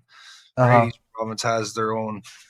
Each province has their own health plans, so they cover most things, like pretty much everything in the hospital and stuff like that. But the ambulance is a private contractor, basically. They're a separate company, so they need to be paid, Right. whether you're the one who called for it or not. So you often get a bill for the ambulance. I got one once, but it was only like $45. That's not bad. Steve says, proof the earth is round. What is your proof? Then he says, Jody, what city do you live in? Sudbury, Steve. A little bit out of town. It's called Lively, but it's part of Sudbury. It's on the outskirts a little. So go to your Google Earth and check Sudbury. We have a neutrino observatory here, just a couple of kilometers down the road from where we live right now. It's a massive scientific thing underground. It's like, I don't know, a mile underneath the ground. They got this big, massive sphere of heavy water, and they're capturing neutrinos from space and observing them. And apparently you can have tours of it. My brother's girlfriend works there. She's not a scientist, but she's an administrator. She works in the administrative aspect of it. It's pretty cool. And the mining operations, because where we live, there's what's known as the Creighton Fault Line, just a couple of kilometers away, right where that mine is. That's one of the reasons they're mining there, and they have been for 150 or 200 years. So there's this fault line, and it's pretty far, but it connects to Science North in Sudbury. So it's this big science exhibit center that looks like a giant snowflake that opened in the 80s. And it's like one of the major Canadian attractions or things, you know what I mean? That showcases the scientific aspects of Canada and the endeavors that we do around here. So you can go, there's a tunnel that connects from the entrance, and you walk through this rock tunnel and you walk right through the fault line. They've tunneled through it, and you can see the layers, and you can see the fault line in the rock as you go through. It's pretty cool. And then you go into this big cave, and they have a big movie screen in there, and they show movies about the history of the mining and the history of science in Sudbury and stuff like that. Then there's another place called Dynamic Earth that's not too far from here, and you can go on tours underground, and you take the cage and you go down right to, like, it's a area of the mine that isn't operational anymore. There's no more mining going on, but you can go down there and you can play with the remote mining robot arm and stuff like that. There's all kinds of historical demonstrations and documentaries. It shows you how they used to do it back in the old days, going in there with a pickaxe and a hammer and mining stuff by hand. Todd says, don't forget to change your clocks in the U.S. tomorrow morning. That's right. Yep. Steve, Southeast Michigan isn't much different in climate from right here. It's not that even that far away. It's only like I could drive to Michigan in a day. I could be there in 8 hours, 9 hours. I could be in Michigan. So the climate's not too much different. But you're a little bit closer. You said Southeast Michigan, so you're not near Lake Michigan, are you? So No, he's probably towards Lake Erie.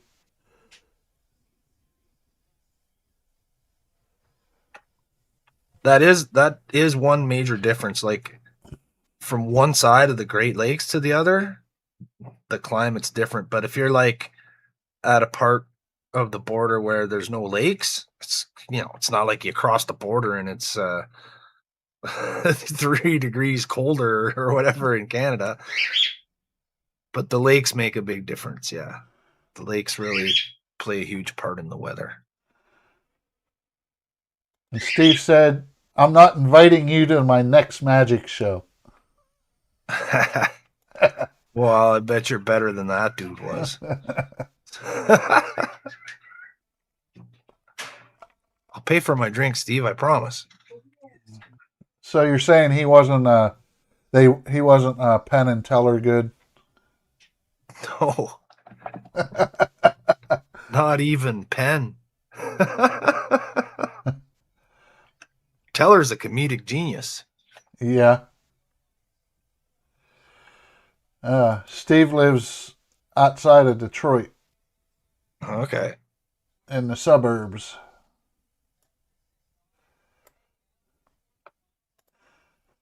So not too far from Howard. Really? Yeah, Detroit and Ann Arbor aren't too far apart. Okay. Yeah, I remember. Half hour, 40 minutes, I think.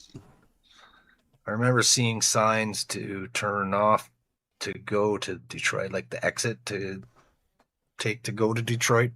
Yep. From whatever highway we were on to go visit Howard.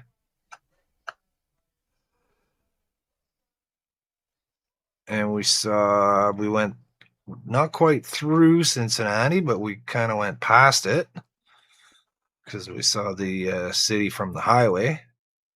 Oh, you were going up 75. Yeah, 75. That's right. That was on the way home from Wonderfest. Yep. We went the opposite. On the way down there, we took a different highway. We were more east. Or I'm sorry, we were more west because we came from the Sioux. You came through Indiana. Yeah, we went through Indiana and then we went through Michigan and then Indiana and then Ohio and then Kentucky. Or whatever order that's in. No, you would have been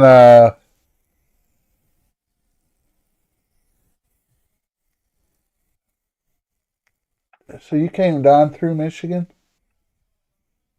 Yeah, because you came through Sault Ste. Marie.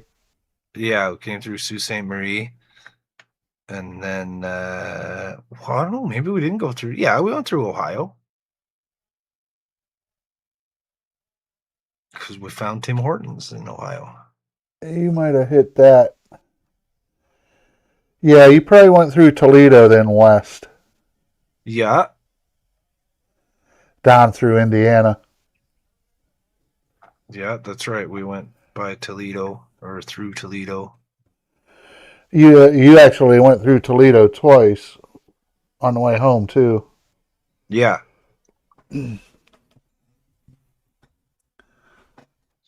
Because I still haven't got around to finishing editing my Wonderfest video. I honestly didn't get enough video when I was there. I was too busy having fun checking everything out. So I don't know if I'm even gonna bother doing one. But there's a part in the car where I saw the Toledo sign, and I said to Mary, "Holy Toledo! I didn't think I'd ever be here." And we Yeah. laughed, and I was gonna put that in my video because I thought it would be funny.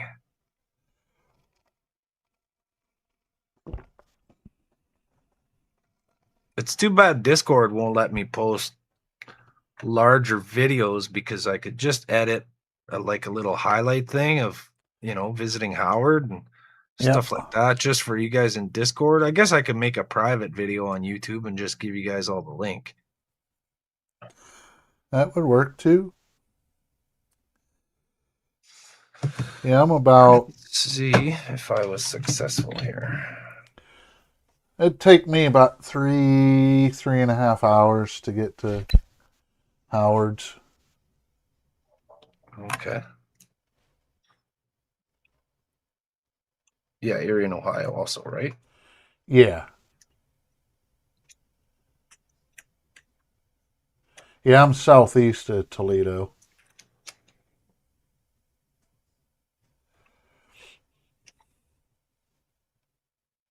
All right, this side went a little smoother.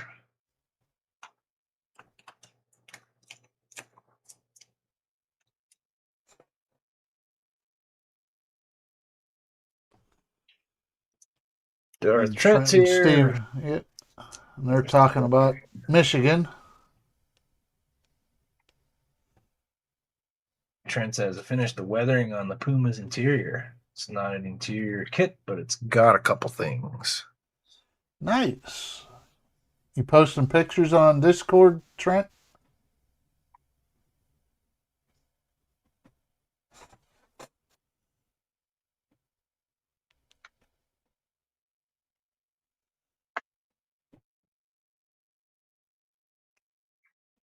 And I'm on the way down to Wonderfist.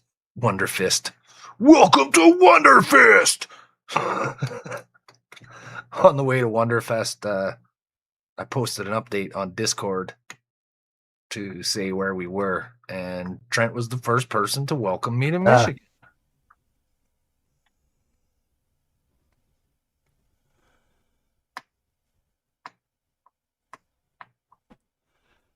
No.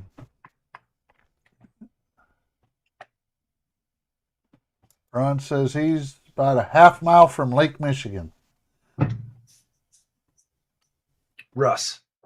Or Russ. Sorry.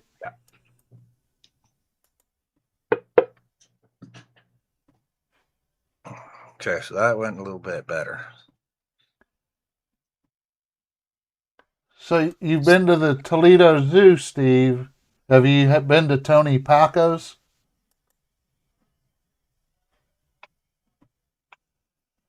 Tony Paco's? Yeah. I don't know Tony Paco. You know Tony? I don't know Tony. Who's this Tony guy? Who's Tony? I don't want to hear anything about Tony anymore. It was put on the map by Jamie Farr in MASH. Okay. Because he's from Toledo originally. Oh, and he would mention it. Yeah. Mm-hmm. Yep. And he would mention Tony Paco's. Okay. In the show sometimes. Right on. Trying to throw some recognition to his hometown. Yep. Was it a restaurant? Yeah. Cool.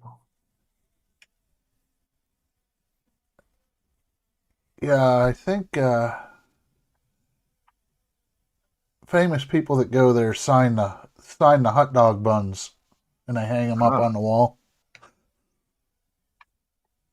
Welcome to Tony Paco's. You want to sign my buns, sweetheart?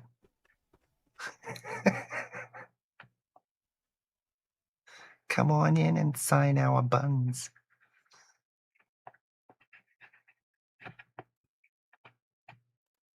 Oh, did I say that out loud? Sorry.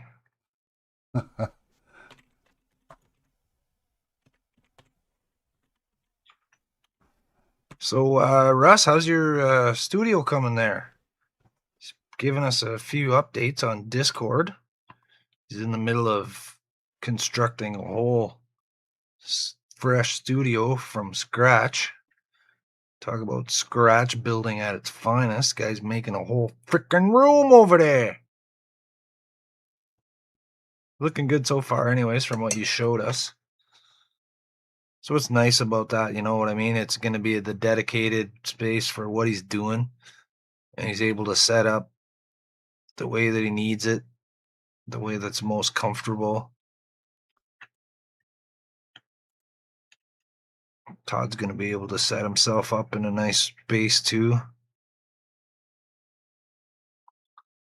If you're still in the chat there, Todd, are you having the builders do anything specific to your house for the purposes of your lab? Or you just going to pick a room and make it happen after the fact?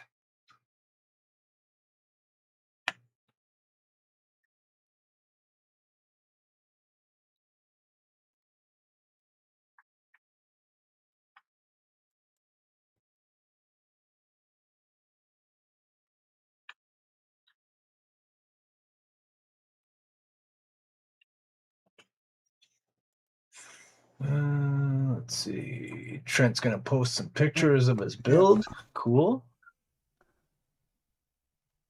Steve and Trent are going to hook up and have a modeling time or whatever, hang out.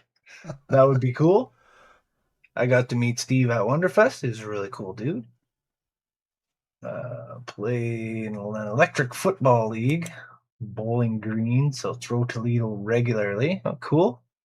Electric football league? What's that, Steve?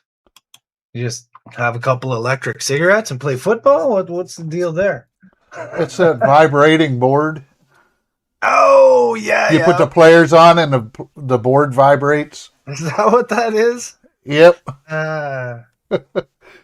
Right on.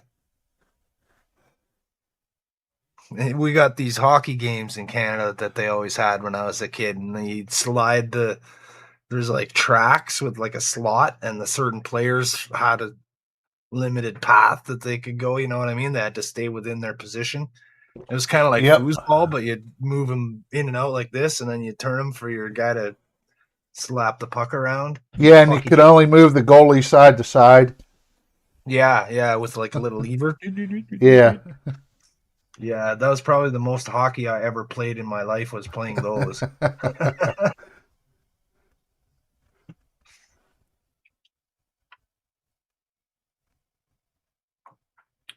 All right, how far did I get here? I think I cut this one. Steve says, yeah, rod hockey leagues too.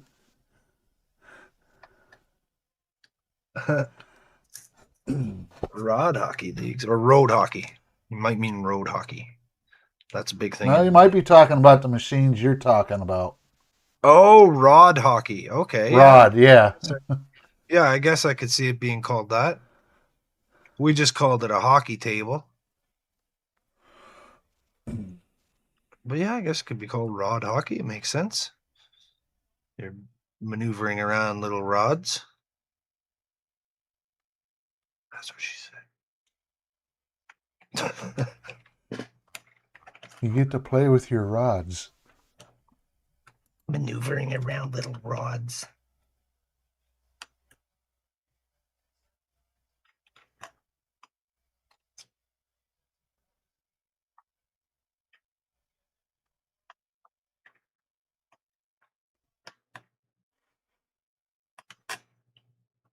Did I not cut this one? I didn't. Yes, I did. I did cut this one. Yes. I just missed the corner a little bit. There we go. All right, I'm getting faster.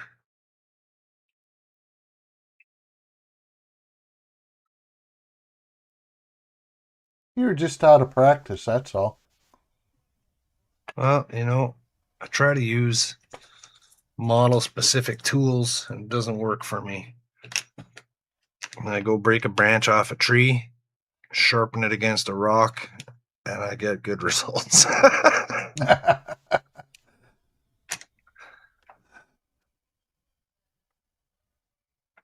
faithful.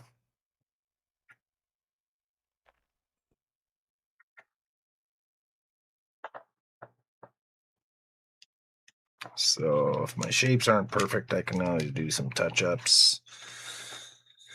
Russ says he's 15 minutes north of Muskegon, Michigan. Muskegon. Todd said deleted the closet in that room and added a dedicated 20 amp circuit. Oh, right on. You don't need the closet to store things? I guess you'll have racks and shelves and drawers and stuff, right? That's what I would say. Yeah. And Steve and Darth or Trent talking about how they like the Muskegon area. Right on. Muskegon sounds familiar. Either we went near it or I might have just seen the sign for it on my way on the highway. The name sounds familiar, Muskegon.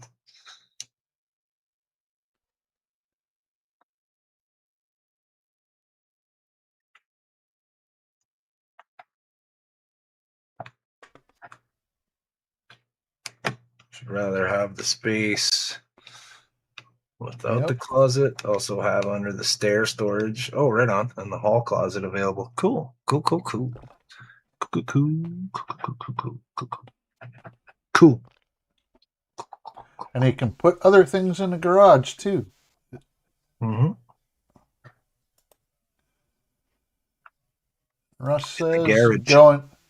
Yep. Russ says going good. Gonna start next build here in the next couple of days. Right on. Looking forward to seeing what you put together, Russ. And Trent asking Russ if he's on the HTM Discord. I believe he is. I think so, yes.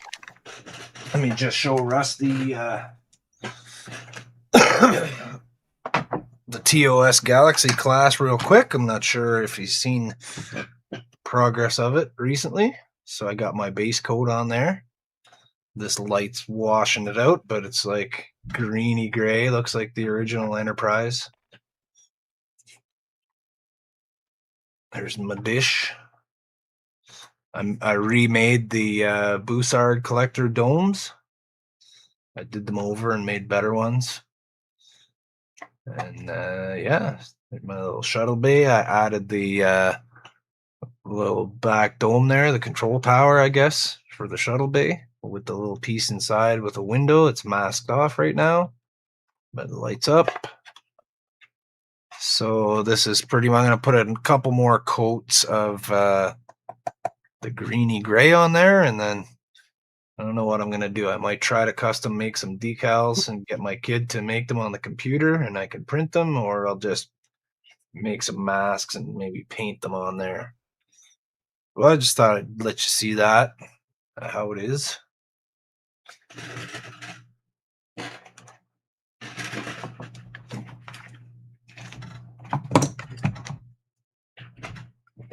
Back to this.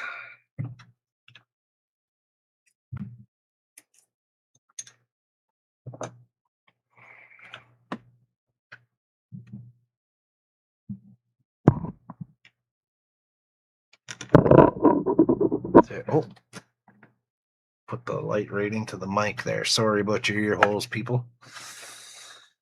Got this the wrong way. There. There. That's better.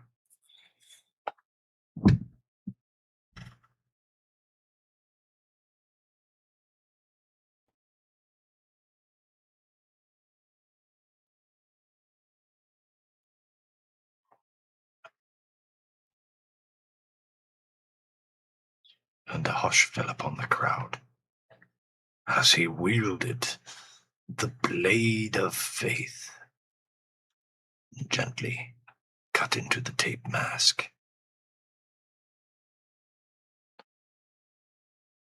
To be painted and revealed wondrously. I shall bring honor to my house with this paint job.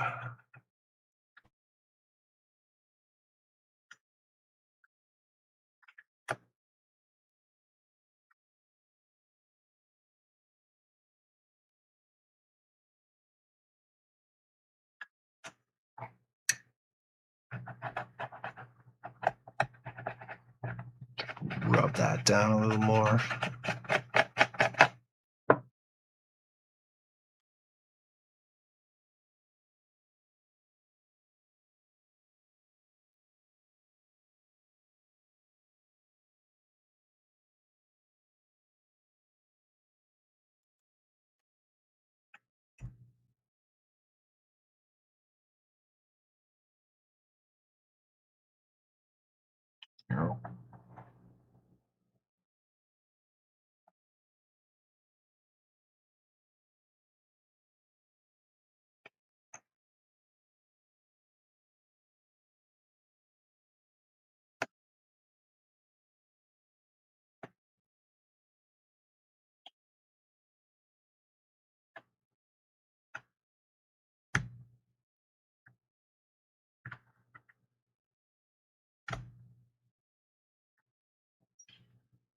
Quiet around the house tonight. Mary's gone out to her friends.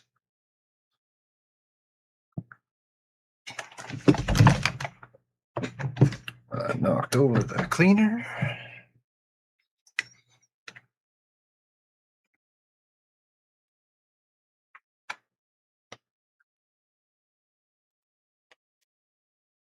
Oh, I saw that in my peripheral. A comment!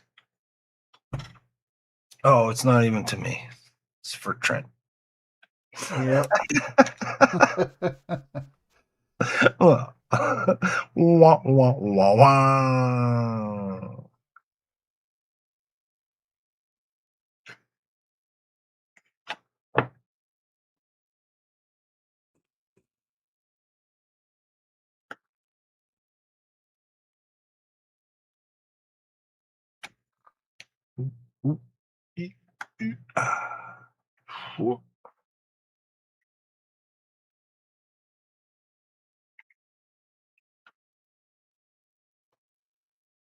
Yeah, I'm going to have to get going here soon.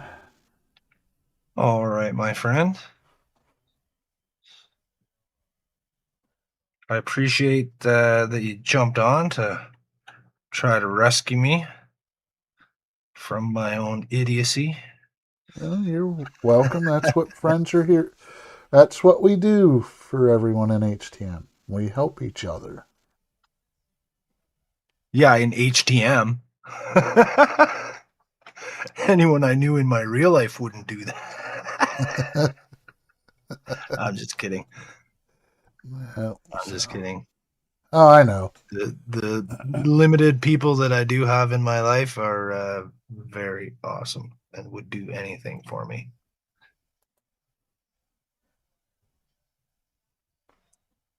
Except, teach me how to do things that they don't already know how to do, which I wouldn't expect them to.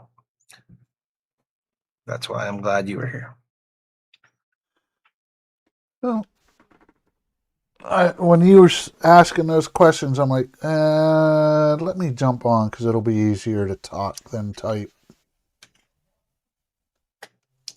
Well, thank you, sir. You are welcome, my friend. You really saved my bacon on that one. So. And helping me with the comments and that, too. I appreciate that. You are welcome, Jody. I will see you tomorrow afternoon. Yeah, I'll probably be on with Donnie again tomorrow. Or, sorry, on Monday.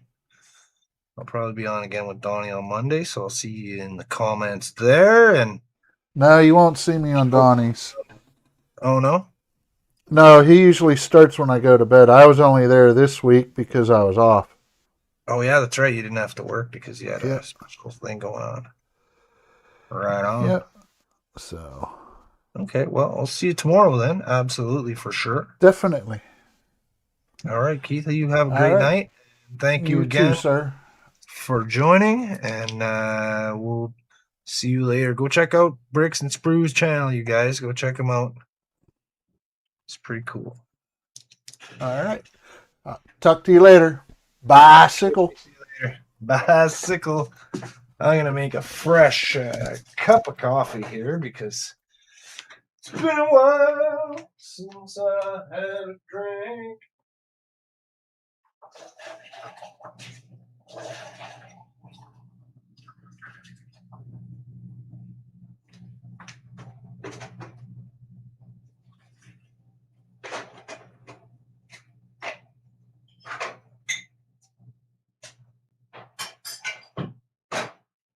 I'll just be one moment.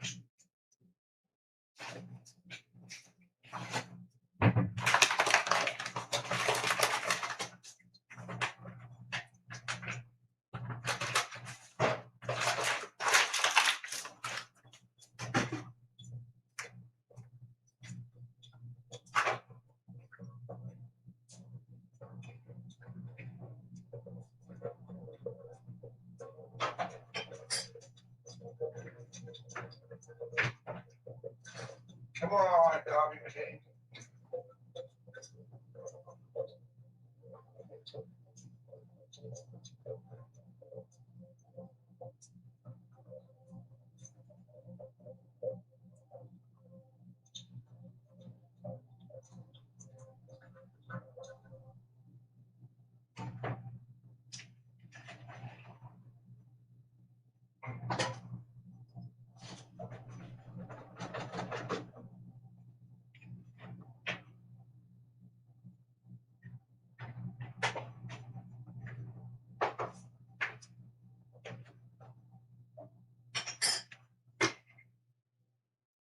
After these messages, we'll be right back.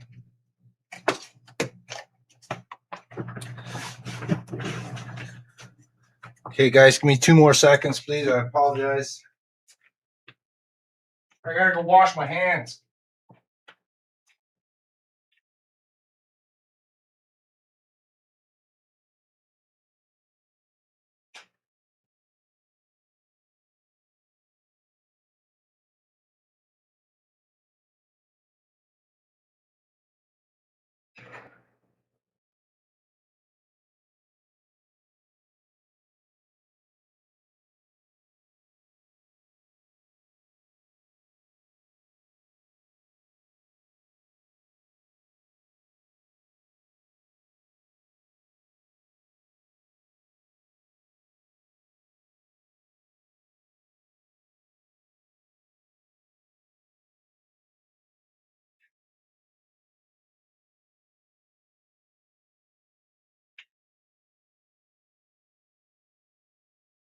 Anybody have an update on the old baseball match?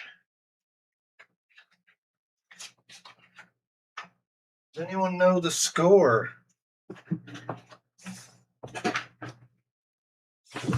The score of the ball match.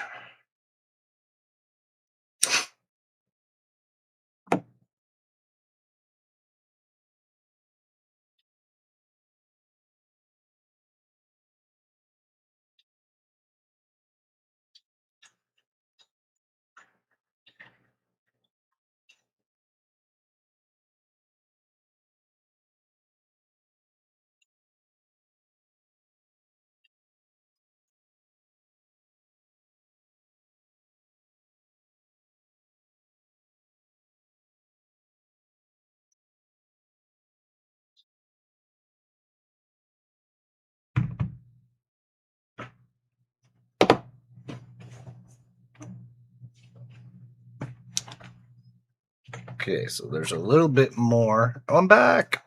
There's a little bit more to the panel here. Covered half of it. I'm gonna have to put a little saw blade or something on there.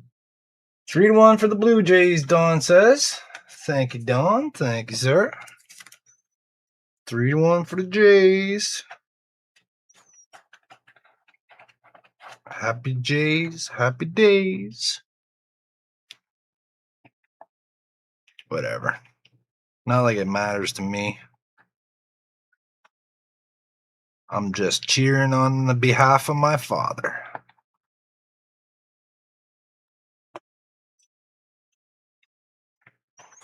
This one's weird. Okay, so it goes around. There's like a little T shape at the end. That's going to be tough to cut.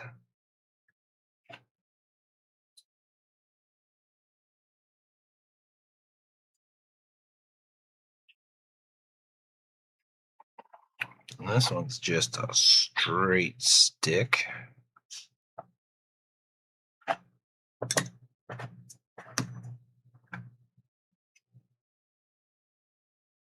Oh, Trent doesn't like the Dodgers.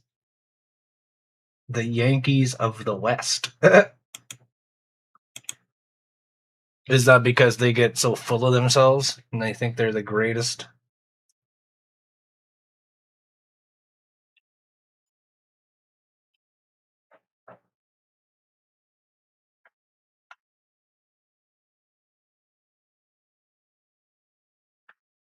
Okay, this needs to come away. Come away with ye.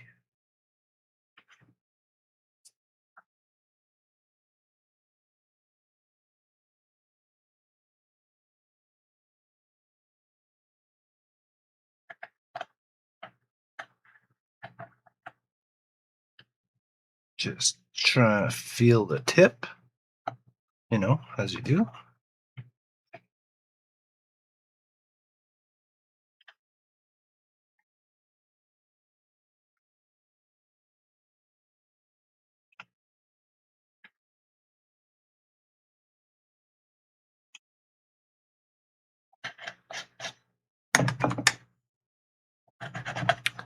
I didn't press this part down. I missed a step. There we go.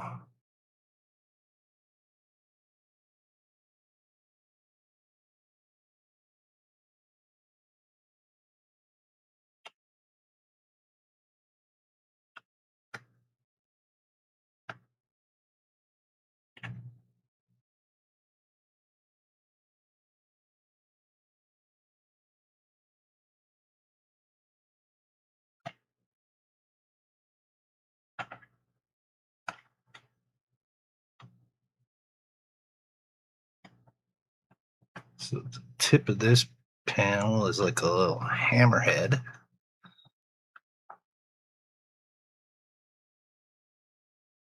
See if I can carve around it proficiently.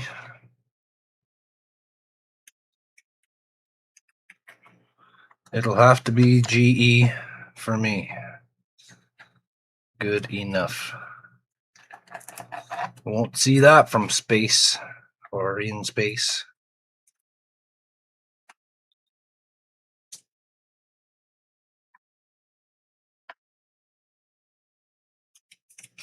Says because both teams have huge markets, so they have unlimited payrolls. Yeah, they can buy any player they want. I feel that in professional sports, if the teams are going to have names of cities, Tampa Bay Lightning or LA Dodgers or Toronto Blue Jays, you should at least be from there. Like, you want to play professional sports, you got to play for the team that's closest to where you're from. Represent where you're from. Nobody on the Toronto Blue Jays is from Toronto, or maybe hardly anybody. Most of them are from Puerto Rico and Dominican Republic.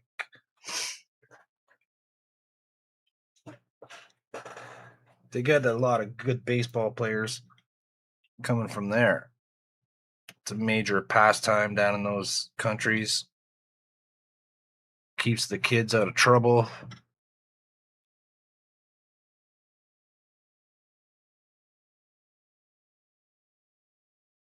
But, should have to, if you live in Ontario, or if you're from Ontario, then you have to play for either the Blue Jays or the Toronto Maple Leafs. That's it.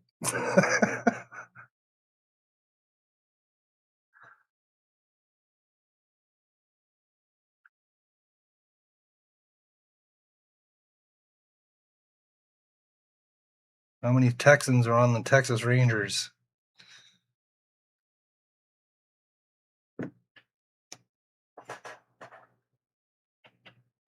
Like Trent says, they can buy any players they want, so the players aren't representing the name of the city or whatever. They represent the pocket. They should start calling the teams after the person that owns them.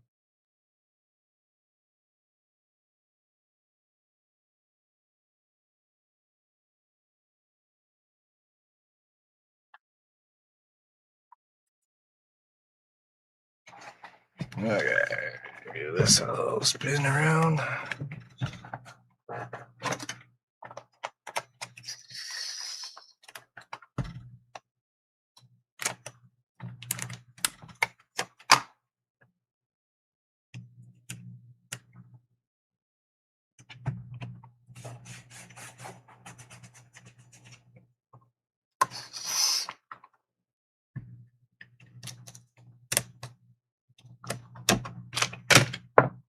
Wow, that's really hard on the coal and having to cut that off by hand every time.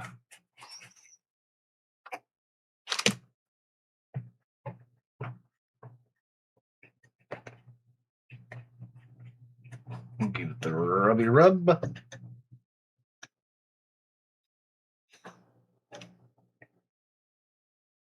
Okay, so again, I'm just trying to cover the ones I've already painted.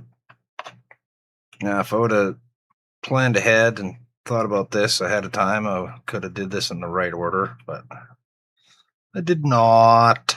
I did not do that. I just decided I wanted green to be the base coat. So base coat means the first coat. So I put the green on first.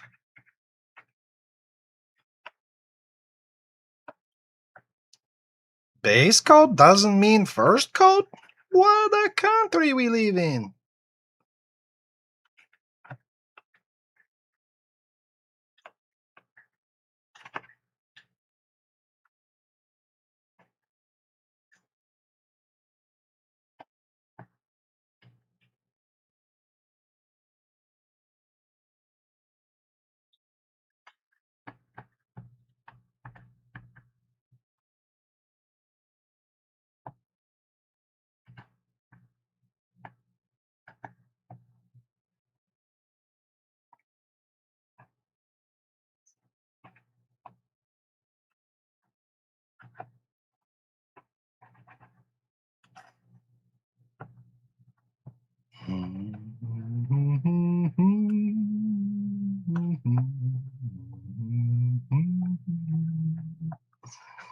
Copyright strike for humming a tune. Do, do, do, do. Bring it on, YouTube. Just kidding. So I made myself a coffee and I did all that there. And I didn't bring it with me. What did I do with it?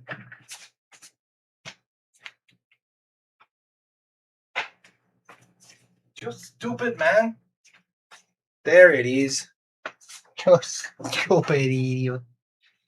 Oh, I'm such a stupid idiot. Oh, yeah. So I got distracted by going to wash my hands. And then, that was smoke.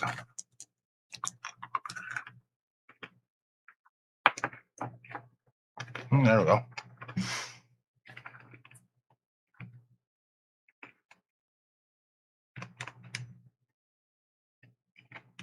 Crunch, crunch.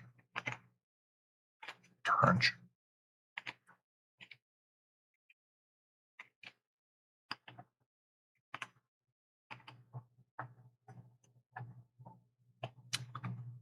That probably doesn't sound very pleasant.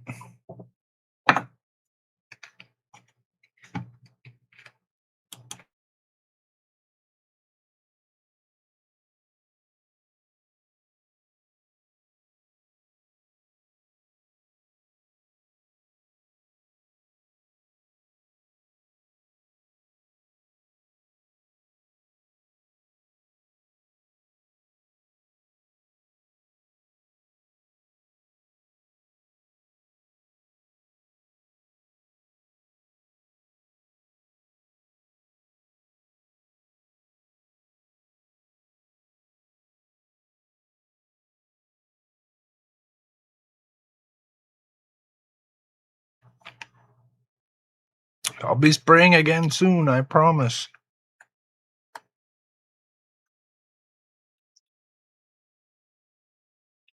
Let's see, any comments? No new comments. All right. As long as I don't leave you guys hanging. Aw, pretty cheap. There's like 5 in there.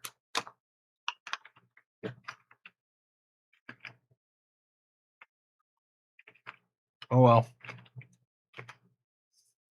Cheap engineer, so what do you expect? Oh, that one tasted like cupboard.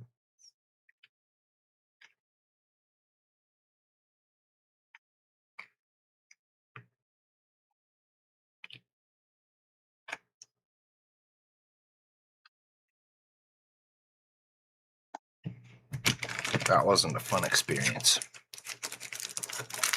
I'll just have a break.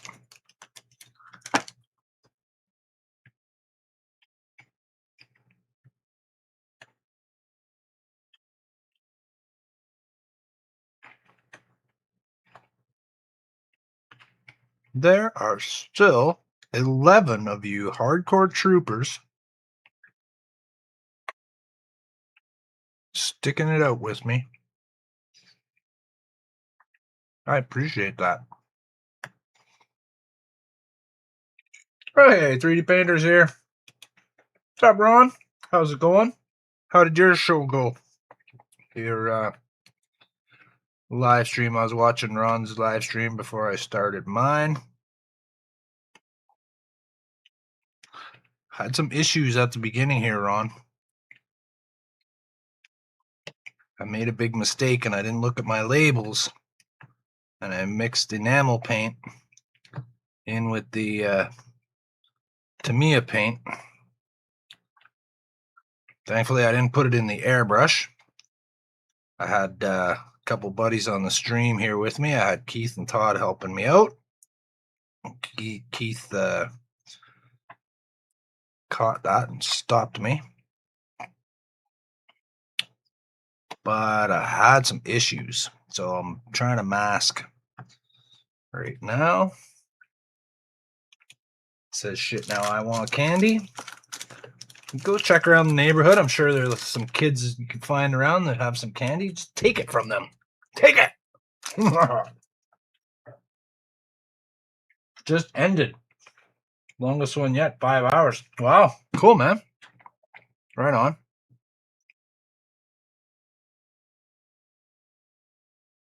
Yeah, a lot of times on the HTM streams there, we go at least 5 hours. We went 8 hours there a couple weeks ago or a couple months ago or something. We were on for like 8 hours on Friday night.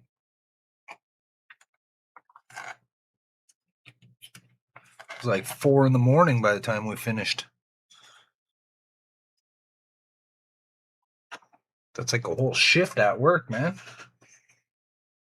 He says we have enough candy for another year or so. Yeah, that's right. You were talking about that.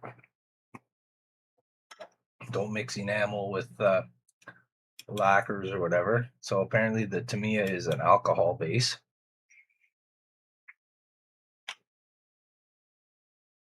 Says that's a long one, bro. Yeah, a couple weeks ago we were streaming till like 4 in the morning.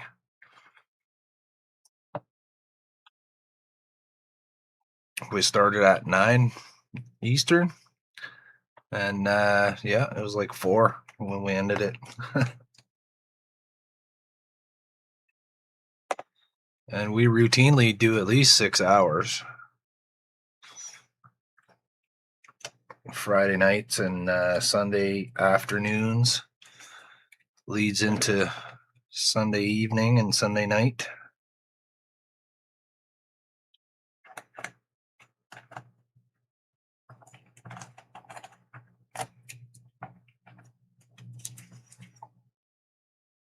So I'm going to paint this, and I got to take a little bit of time for the paint to dry. So I was watching 3D Painters stream earlier, and I saw some guitars, and I was like, hey, guitars. We started chatting about guitars. So I'm going to paint this, and then I'm going to show Ron the base I was talking about that I sort of made.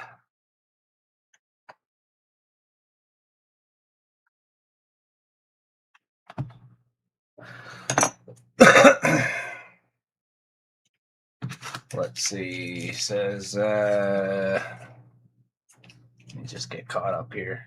Got enough candy. That's a long one. Says I was busy on my channel today, so I just kept going. Right on. Got a lot done. Your Goku guy was looking pretty cool. Is he together? Is he one piece yet? I'm gonna grab some candy for this. Yeah, I could grab some candy. Grab some candy. I'm gonna paint this, and I'll show you. I'll show you some of my guitars. Some of my guitars. Do you want to see my guitars? Hey, you guys want to see my guitars?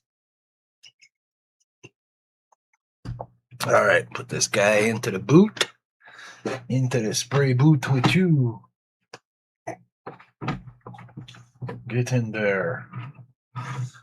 All right, so I got to pick a color for my secondary color. And I'm not going to sit around here wasting time picking colors. So I'm just going to use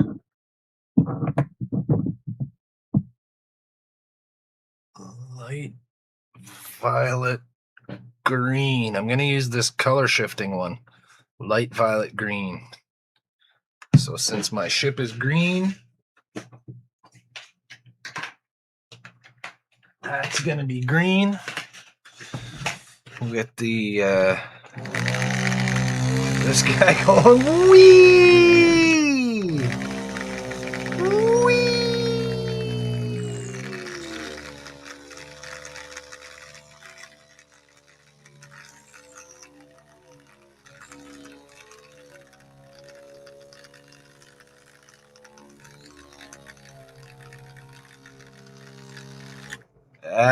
Reminds me of when I used to do tattoos.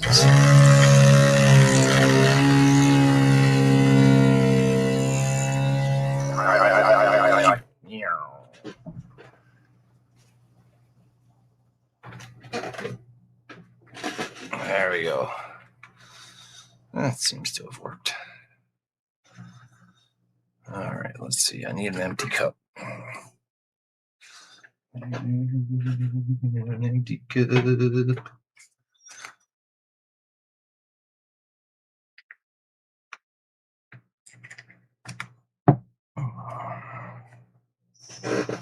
It's the tinner.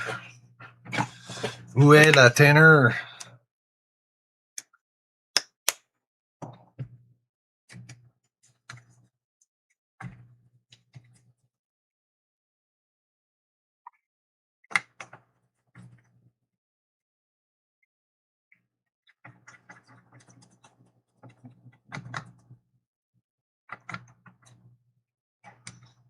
All right, so I want just a drop of blue in there.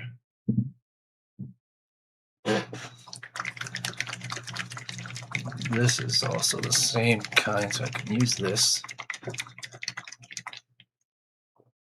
A cerulean blue.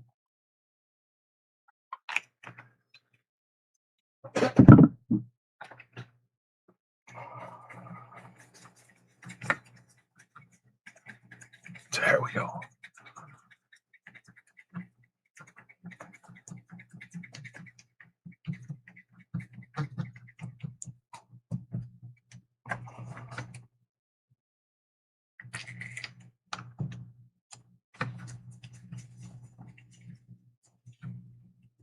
There, I've got sort of a pastel-y, sort of light purple, kind of violet going on here.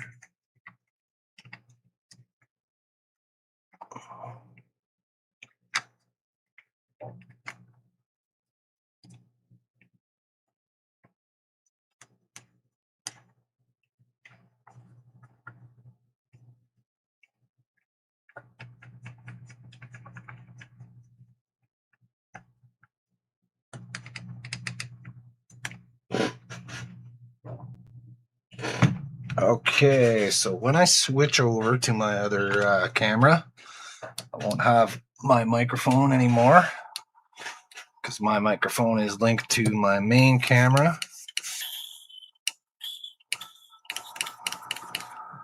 Just shoot a little cleaner through it before I start. Make sure it's spraying.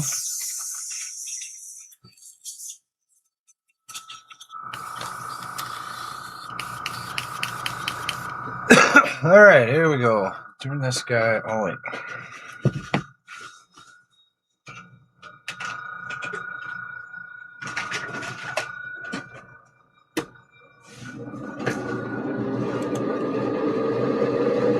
Okay.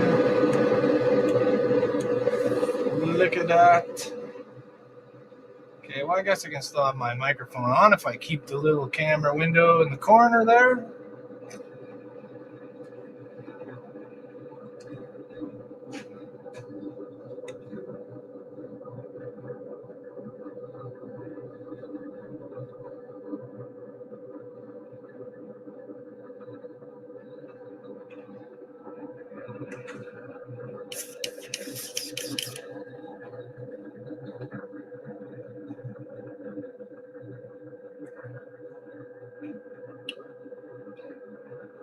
Okay, here we go.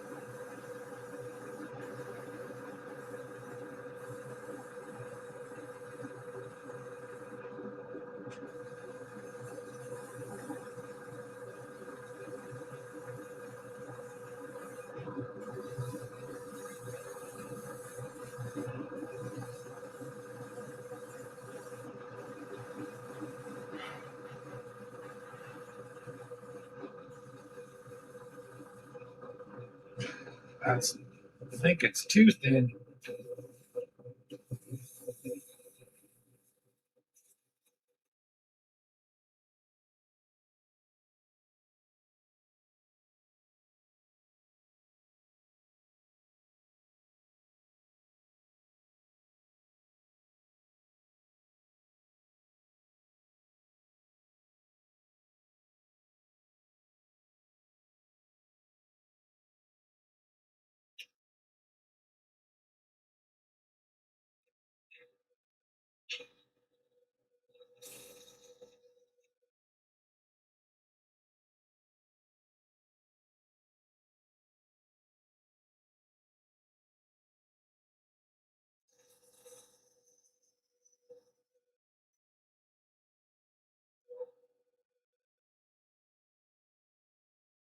Just had to build up a layer.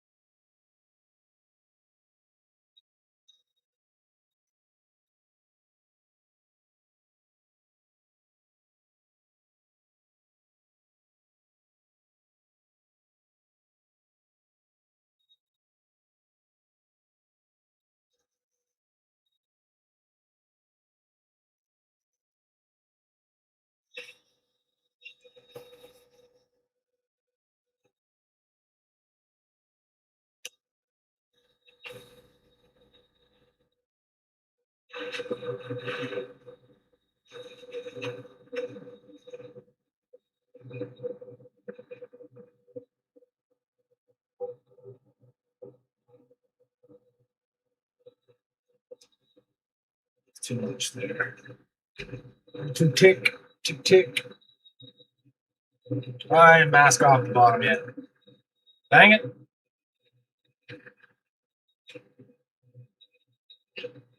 That's cool, man. Because it's still green.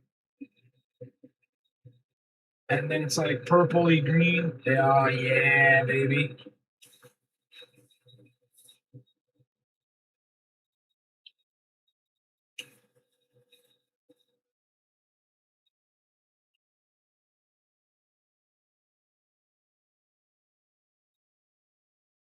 Makes it hard to see the paint going down at certain angles because it looks the same as the green I already got. But then when I turn the model, I can totally see it.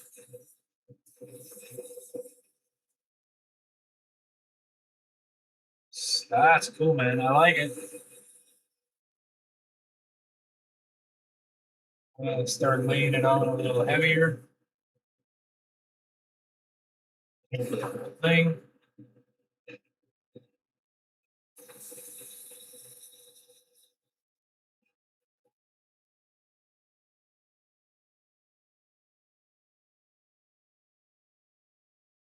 All right. I don't know how well that comes across on the camera, but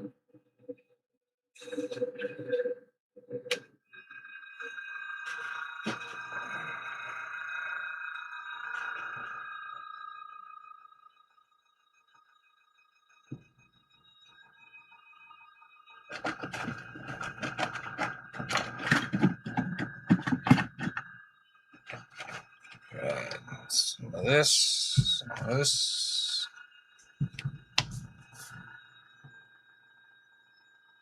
Steve says, outstanding. Where's that monkey? I want to paint something. Ron says, paint looks like it's flowing well. Yeah, that actually went really good. Had no problems with the paint there.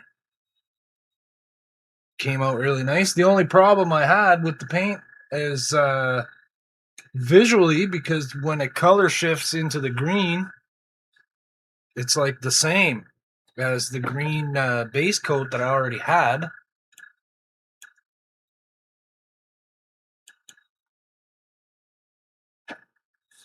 So we could see it's like kind of like it's really hard to tell. There you can see it's like a sort of a pinky violet. And then it turns like right into the nice green. I like it. I like it a lot. I like it a lot. That one is light violet green. Light violet green.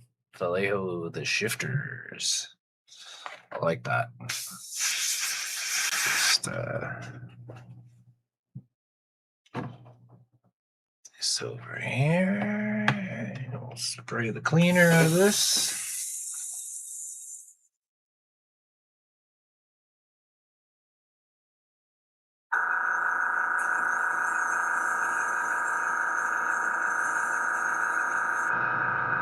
Oh, we got Howard's here. Hey, Howard. Steve says, man, I love the design. Looks great from any angle. Ready to pounce. Yeah, man. It does look cool, eh? I agree. It's an interesting ship. There's a guy right there that gave me this model. Howard. Thanks, Howard, for the model. Thanks for joining us tonight, buddy. Good to see you here. I hope you're having a good day. Ron says their shifting paints are fun. Yeah. I like color shifting paints. Always did.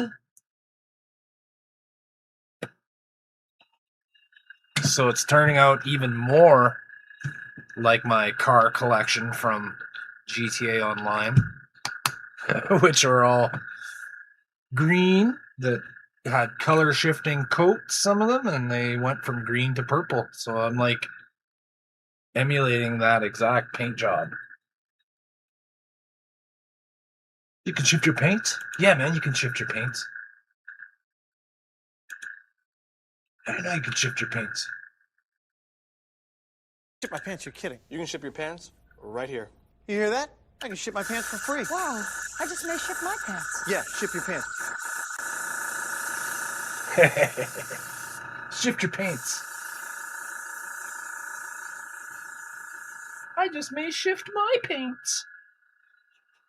But I poop from there. Okay, let's put a lid on this for now. Put this into there to just, okay, compressor. Enough. God. And as promised, Ron, I will show you my base. Ron says I play GTA 5 as well and used the color shifting paints on my cars. Right on. I had like over 230 cars in that game. Me and my brother-in-laws are in the chat here, John and Cam. We'd play online, but we'd jimmy the settings so we didn't have to play with everybody else online. It was just us, and we could focus on what we were doing. And I used to make all these races. I made like probably over 300 races, and they were like really technical, challenging races. They weren't just, left turn around a NASCAR track. They were really difficult to do, and it was fun. It was really fun. Okay, let me see if I can find a photo of something here, Ron. I'll show you. I don't have this one anymore, but this was a build that I did. Do I have this on here? Yes, I do. Do.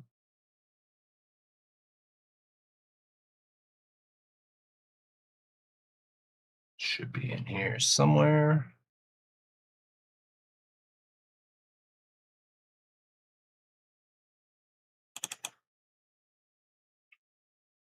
So this isn't the one, but I did make this heart-shaped ukulele for my kid. There's one of the things I've done.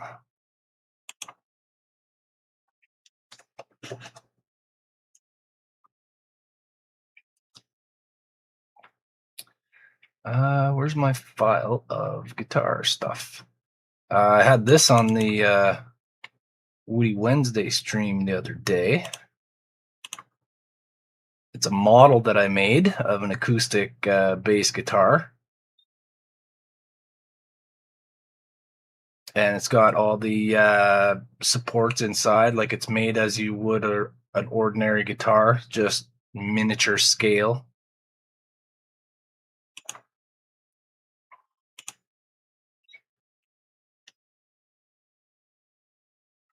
Let me see. I think I have to go out one.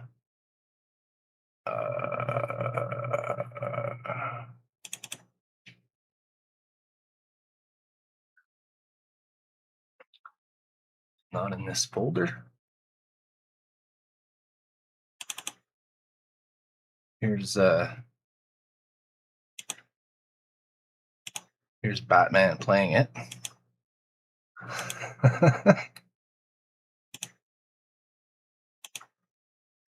There's that.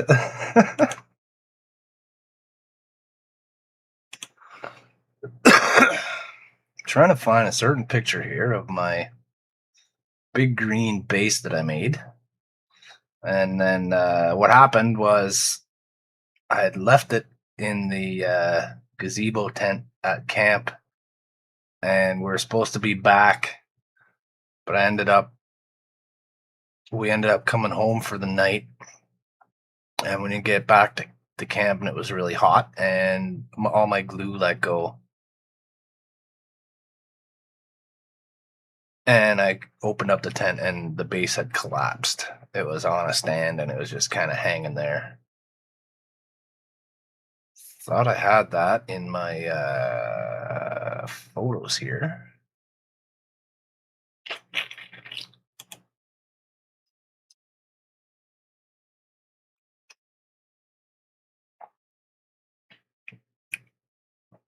I guess I gotta look on the other hard drive. Okay, can't find it. Let's get rid of Batman. Back to this.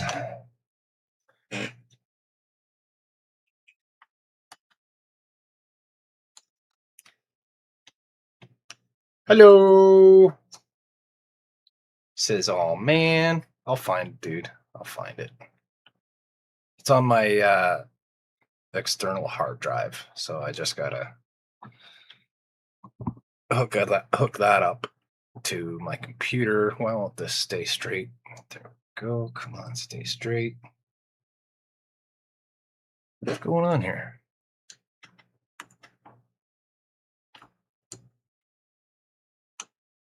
I won't stay straight. All right, so we're gonna point that way a little bit. Okay. So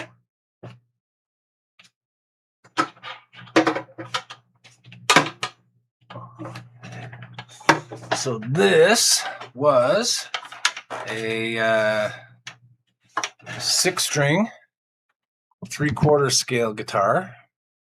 All right. So that was a 3/4 scale 6-string.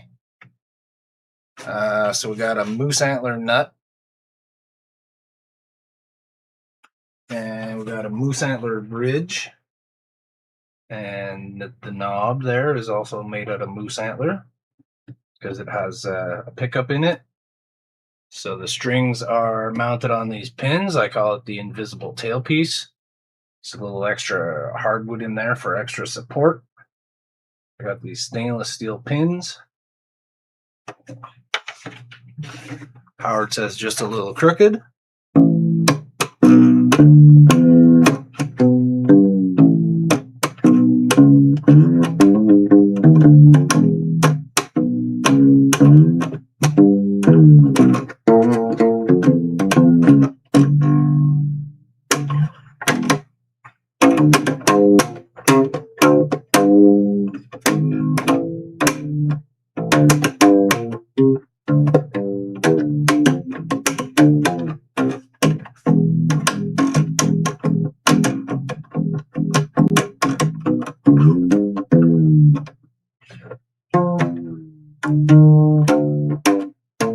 It's not in tune.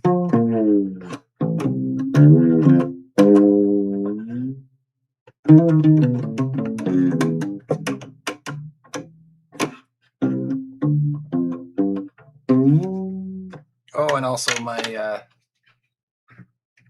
where is it? Can we see it? There we go. Also moose antler. Little diamond right there for the 12th fret marker. So yeah, that's my so that's like a little travel bass.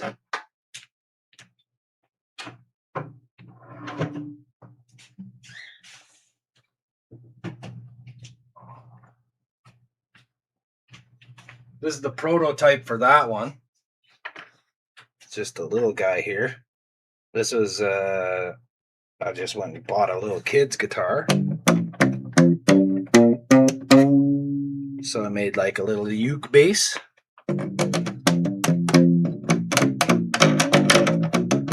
Flat wound steel strings. Don't go for that rubber stuff.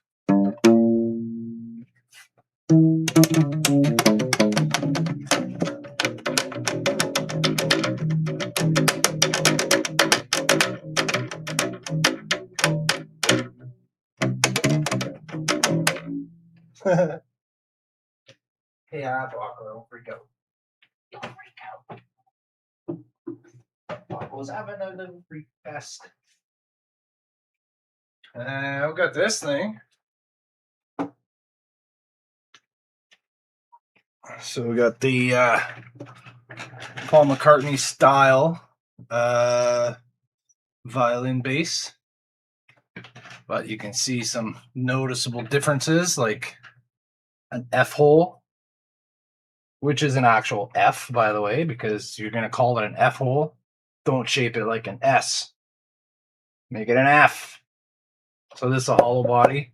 I cut that F hole. I made those pickup surrounds out of wood, and I never liked how they have that big triangular They have that big, huge triangular pick guard there with the fake mother of pearl. Never liked that, so replaced it with this because I had to replace the electronics in this. The pots weren't working.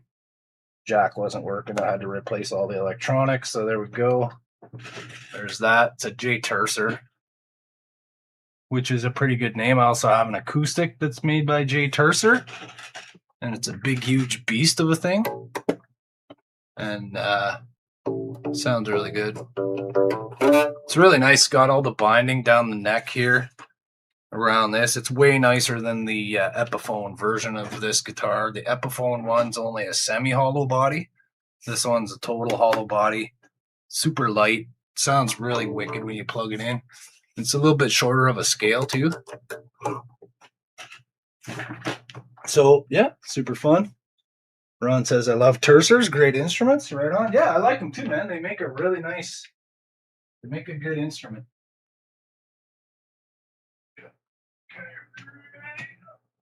There. And we got this guy.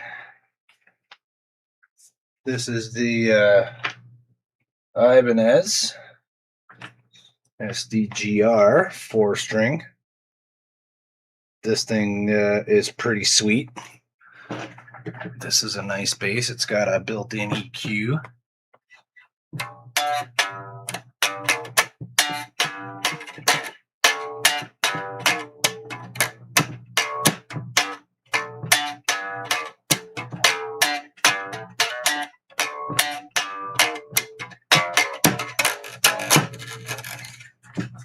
So yeah, he was gonna say Ibanez GR, but I'll show you. Well, this is my favorite bass now, but before that was my favorite.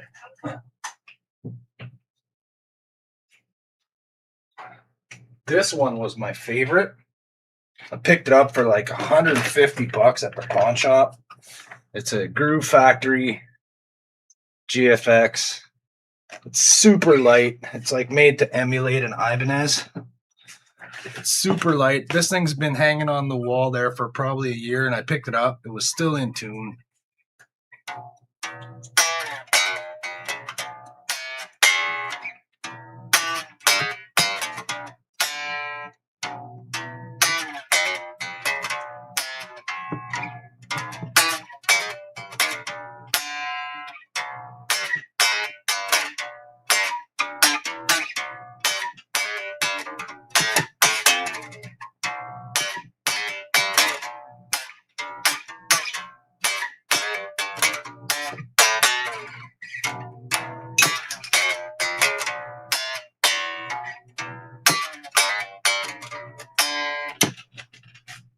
My earbud fell out of my head.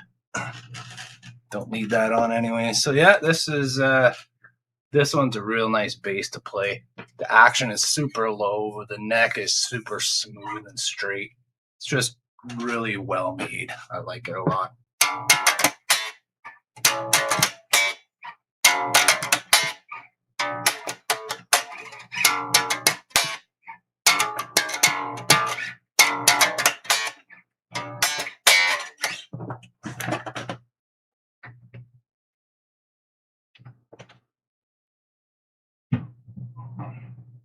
All right, let's get back to modeling.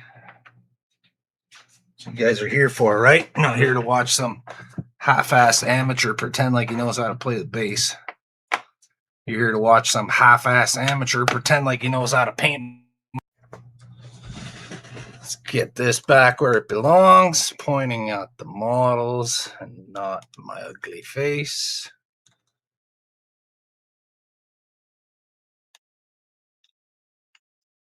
Ron says, nice set of basses, man. Yeah, it's not even all of them. Still got more. Oh, that's why that wasn't tight, because this needs to be tightened. Like so. And this needs to be tightened like so. Wait a second. What have I done?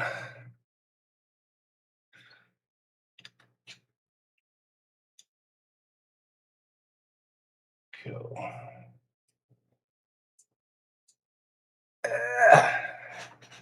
Johnny says, LOL. Johnny's got a couple nice basses too, man. Let's see. Ron says, nice set of basses, man. Very cool. Miss all my old ones. Still have my baby. Yeah, I didn't show you all of them. I didn't show you my acoustic. I didn't show you my 6-string Ibanez. That one's in the case. I got to dig it out. It's behind a bunch of shit. So we're not going there right now anyways.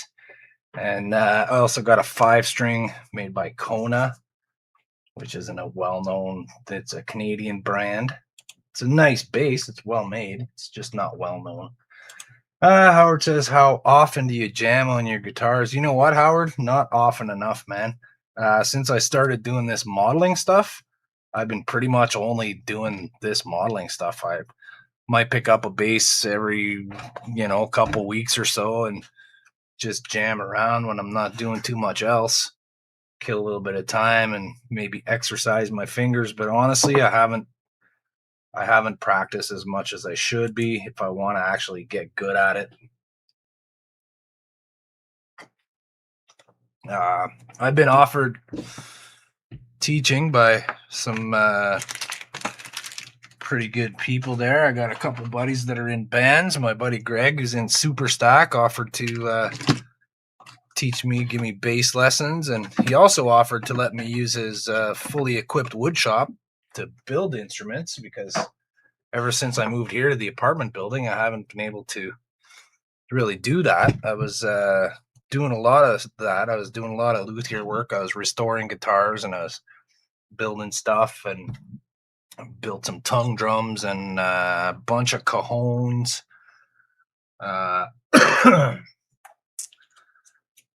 Some other stuff, yeah. So I was getting pretty heavy into that, but then we moved out of our house and we moved into the apartment here, and I can't really do that stuff in an apartment. I was doing a lot of it out at my dad's place, but then my dad passed away, so I can't do it there anymore. Did I miss a piece of tape? No, I did not. Okay, still a little bit sticky. Maybe I should wait. It's almost 11. I've been on for almost 5 hours. Ron says, Kona makes great basses. I used to own one. Oh, right on. Cool, man. Yeah, so the one I have looks pretty much exactly like the last one I showed you, only it's a 5-string. Like, they look like a matching set.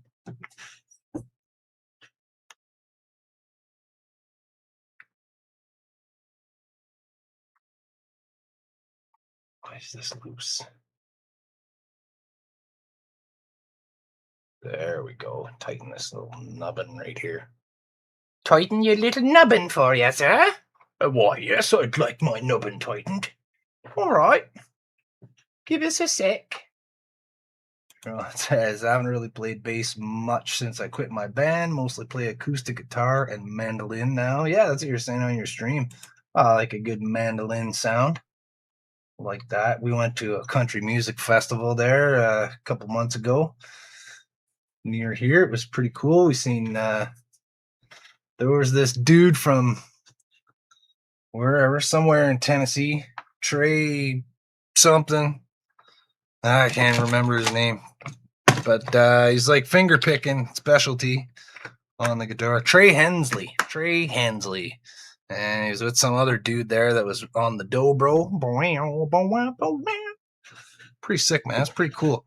Country music's not my favorite, but I'm still a fan of talent. If you're talented and you're expressing it, I don't care what you're doing. I'll listen to it and I'll respect it. As long as it's talented. If you're not, then go fuck your hat.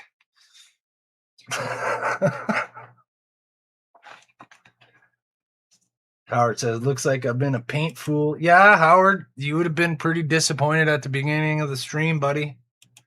I wasted a whole bottle of red and like most of a bottle of metallic blue, because I took a couple drops and I mixed my purple on just a little card with a couple drops, and I was like, oh yeah, that's beautiful. Let's make a bunch of that paint. And then when it came to making enough to paint with, I couldn't get it. I couldn't get it to look the same. It kept turning brown, and I fought with it. I had Keith helping me. I had Todd helping me, but it didn't help. It just kept getting brown and brown. I wasn't able to achieve the original color that I had gone for. Where is it? Do I even still have that little card here? It's gone. It's gone forever. But I had the coolest freaking purple. But then I couldn't duplicate it when it came to there we go, there it is. Look at that. Look at that right there. That's the purple that I wanted. Right there. That's what I was going for. But I ended up with the purple that I have under here. But this is pretty cool. So this is, you can see the glint in this. It goes from like violety purple to green. And it's so cool, man. That's just totally cool. So now I got to do the other side of it here. So let's just nestle up the neck right in the.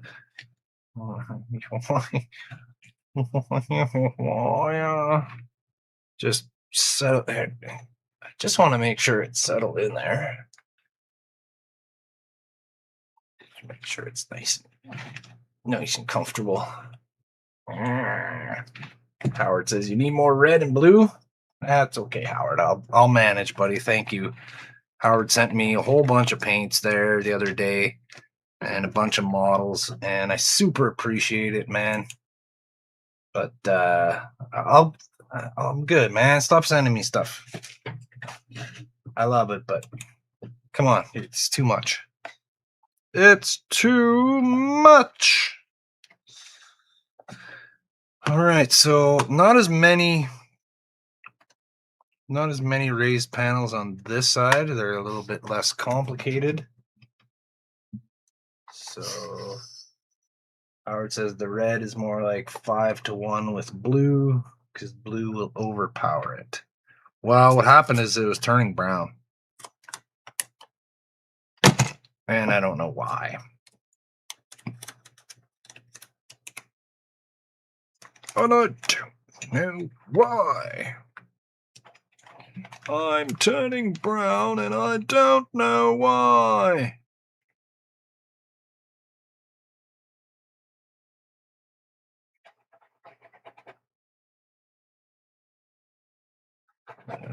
Just give it a rub.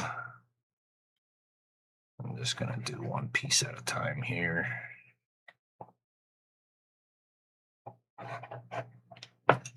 Okay.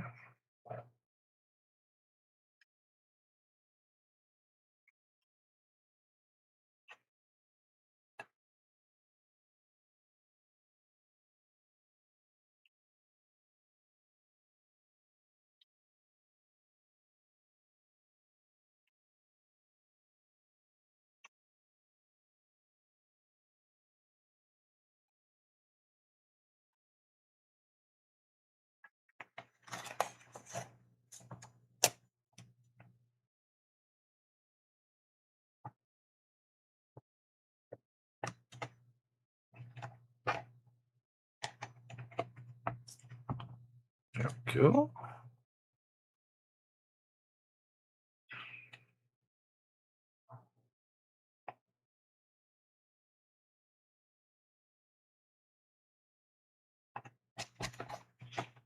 A little bit of paint peel off the side there. Let's see. Howard says, Purple Demon. Purple Demon. Over and over again. Purple Demon, Purple Demon. Purple Demon, grace us with your purple presence. Allow me to see your perpetuity and your purple presence. Camp says, if you didn't get my text, yes, I do. Okay, yeah, I did see that, buddy. Thank you. Appreciate that. Well, Maybe I'll run down after the stream if it's not too late, or I can run down. Mary's gone, so I can't send Mary down for that.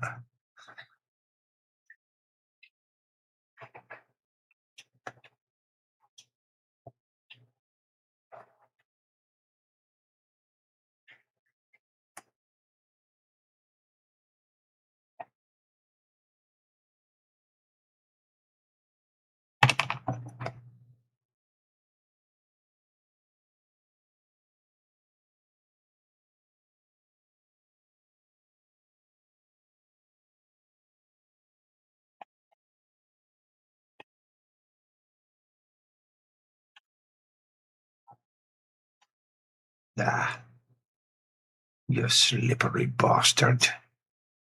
Stop slipping around.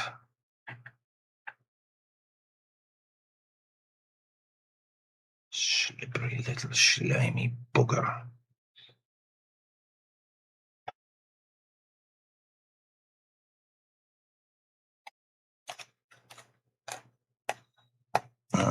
It's peeling my tape on it, or it's peeling my paint from underneath. But that's okay, because it's going to be repainted anyways. Excuse me. Thanks, Cam. If you don't see me before then.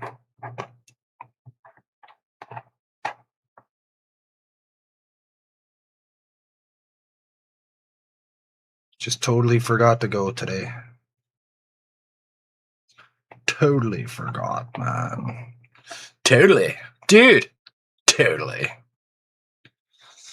Okay, so got a couple of little raised ones right here. So what I'm doing is, because if anyone hasn't been here since the beginning, there's like multiple layers of panels on this model.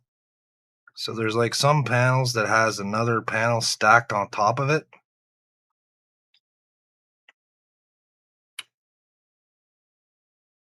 So what I have done is, I'm doing this wrong. I've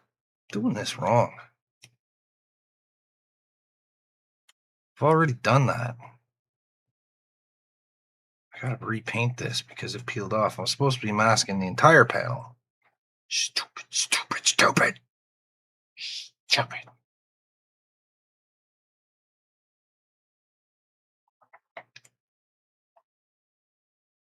So I'm gonna abandon my earlier mask that I put on the green areas, because I was gonna try to keep that, but if I gotta make more paint, I'm probably not likely to get it identical to the way it was. So we're gonna remove that, and I'm screwing this up because I'm supposed to be masking off the second highest set of panels, which needs to be painted again because it peeled a little bit on me.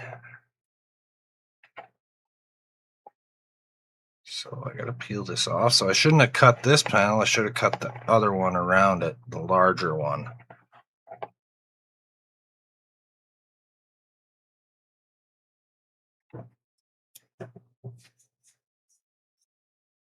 No, because I haven't painted the second color on here yet. Oh my God. I did that on the top. I haven't done it on the bottom yet.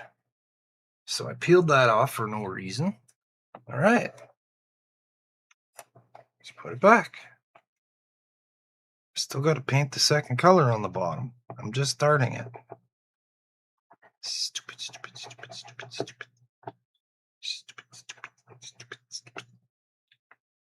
I haven't had a thinking stick in a long time. I need to stop and have a focus stick.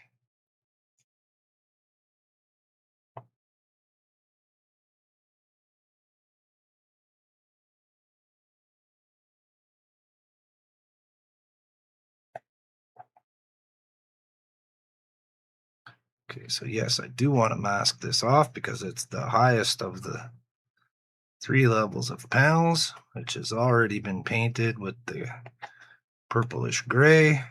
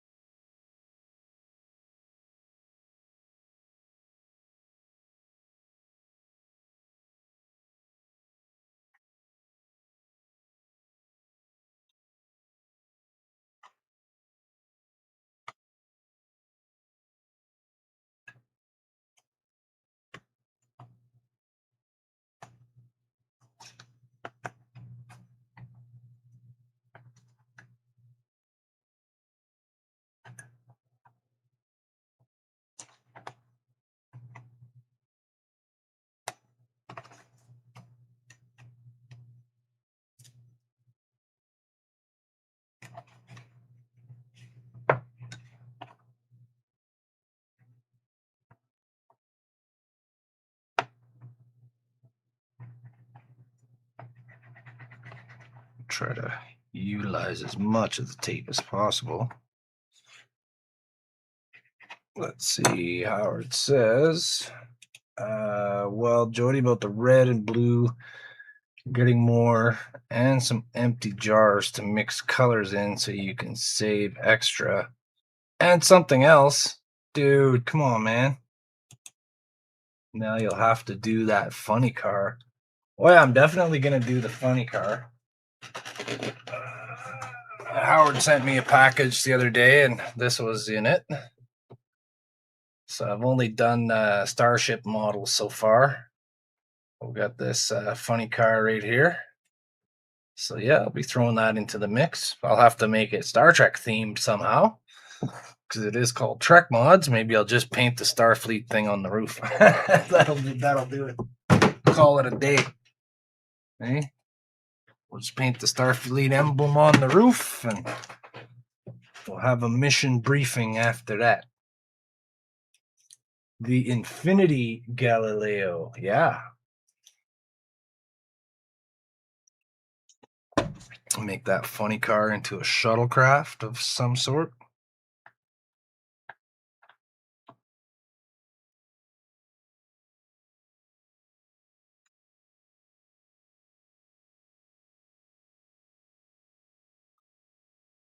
So, 3D Painter, if you're still in the chat, let me know, and I'll show you the first model that I ever made. Well, not the first one I ever made, but the first one I made when I started doing this Star Trek stuff again. Because I showed you that model guitar that I built there. I did that a few years ago. I just started doing these plastic models like 2 years ago.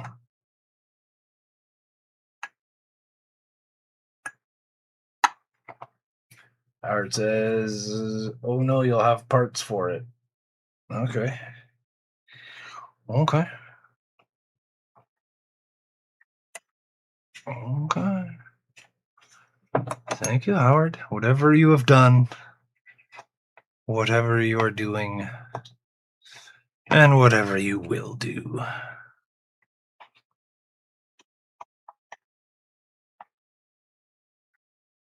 For all he has done, for all he is doing, and all he will do. We thank our great Howard.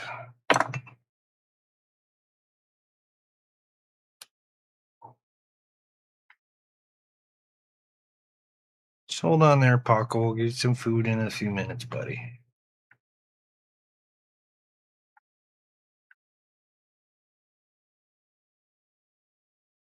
If you ask me, you could stand to go without it for a couple days, but then people might get mad at me for not feeding the dog. You gotta feed him. He'll be hungry. Dude's got 3 camel humps worth of fat stores on him.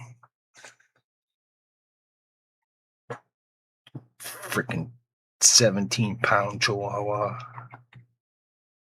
It's more like a chihuahua. What? Chihuahua. What? Yeah, that's pretty good. That's pretty good right there. I like that. A chihuahua. What?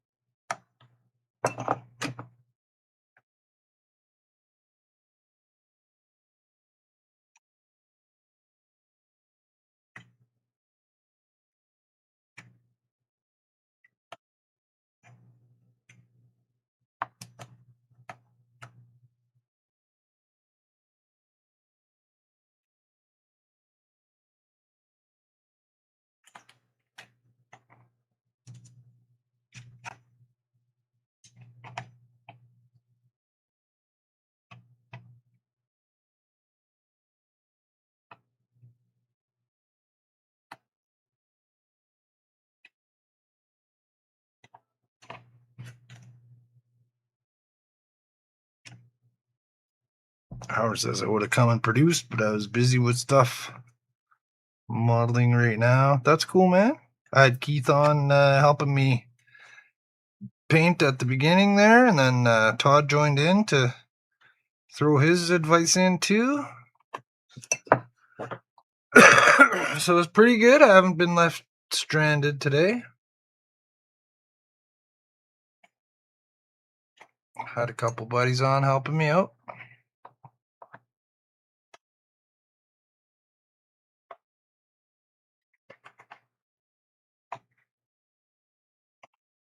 So this right here, same moose antler that I made that bridge and nut from on that base that I was showing you guys earlier. It's got like some really cool grain in it because it sat outside for a long time.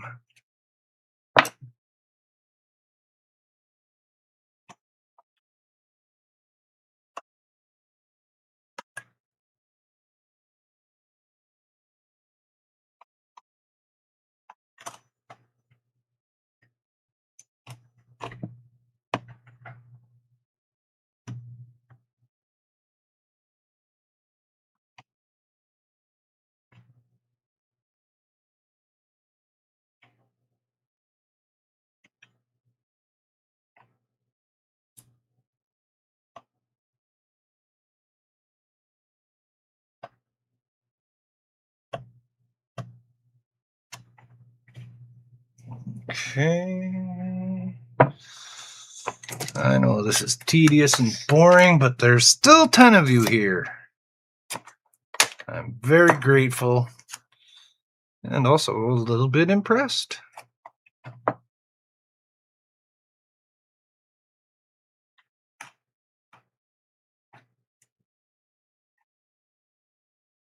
So I hope Andrew doesn't take the weekend off again next weekend, man. We've only had him like once in the last month.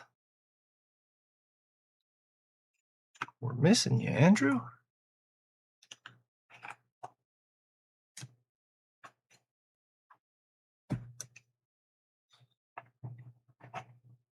In case anyone doesn't know, I'm talking about Andrew at Canadian Starships. He's usually live streaming at this time. Actually, he's finishing up right about now. He usually streams from 9 to 11 on Saturdays. I've been on here since 6.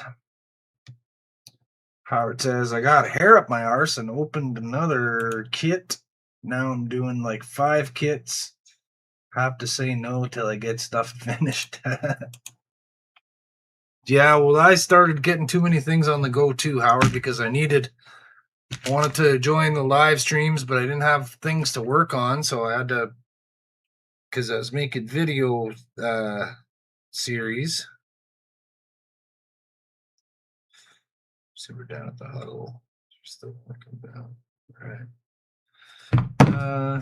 Not right now.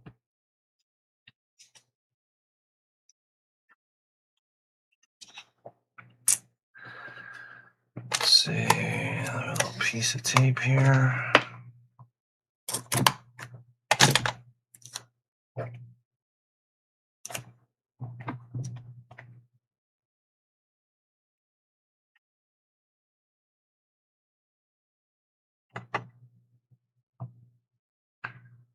Howard says, I'm surprised.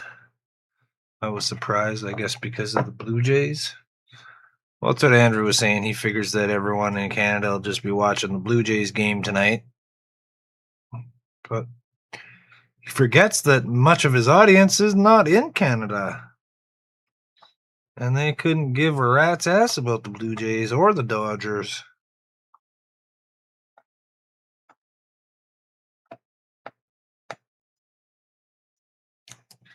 Howard says, I need to start making videos instead of saying it and procrastinating. Yeah, I got to start making more videos too. I've been focused on doing these live streams a lot, and I haven't really worked on my build series projects much. Waiting on decals for the Miranda Hornet project. And actually just got an email from the viewer that's sending me those decals. So I'll have to check that out because our post office was on strike, so there was a delay. But they should be delivering now. Well, they are because I got Howard's package yesterday and today. Todd's mixer thing. Mix a lot. Howard says, lies! Nothing but lies, he says. All right, let's see. So there's like a complicated one right there. And there's like a couple of little ones right here. Okay, be right back. My dog's starving. Gonna feed my dog. The doggy do. Doggy do.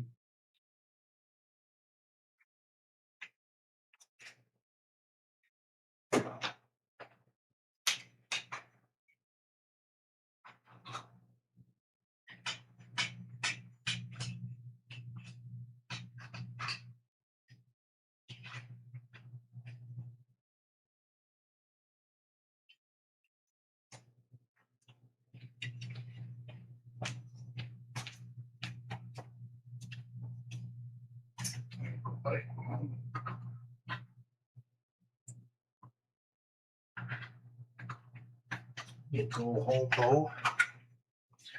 Home, boyo.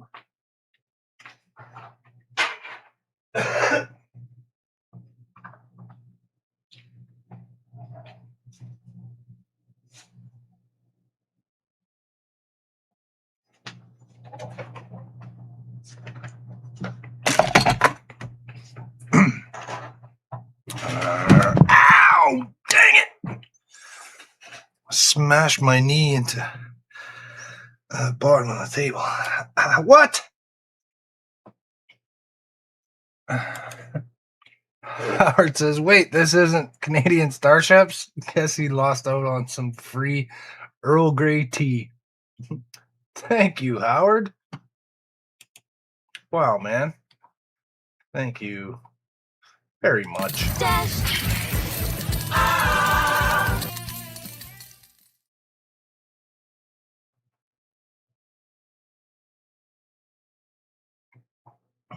I don't have the other one. Oh my God, you've been dashed. You bastards! I don't have the you've been dashed one here, but nonetheless, Howard, thank you so much, man. You do more than I deserve more than anyone deserves to help support Trek Mods here, man. If it wasn't for you, I wouldn't have all these models and fancy tools and stuff. You don't have to do super chats to me, buddy. You've already done more than enough. Oh, other Howard's here too. He says that's okay. Dash is okay. Yeah, man. Dash is a good dude. But like I said, you don't have to do that. I still haven't even figured out how to get that. I have to link my bank account to my YouTube thing and figure out how to get that money, because there's a couple $100 sitting in there right now, and I don't even know how to get it yet.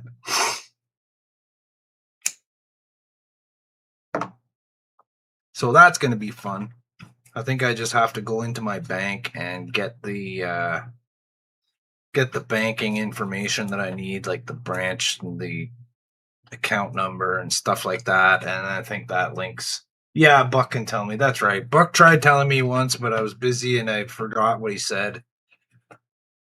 He told me, and then I forgot. Buck says he has his link to his PayPal, but I don't see any options in there to link it to my PayPal. The only option it gives me is to link it to a bank account. PayPal's not an option for mine.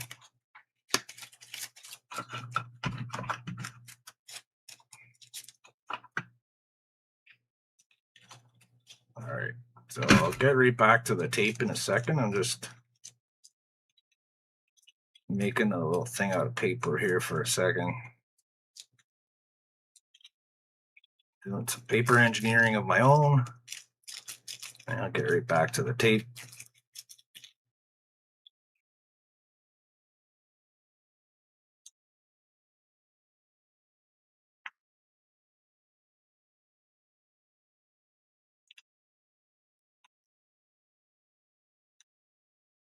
Thanks again, Howard. That's cool, man.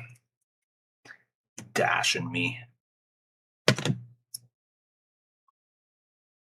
Steve says 3-4 for the Jays. 1 out, top of the ninth. Thanks, Steve. Thanks, buddy.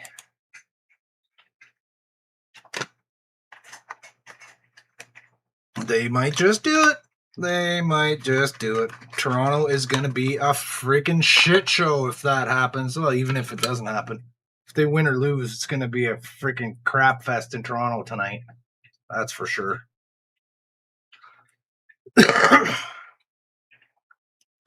I lived in Toronto for exactly 2 years to the day.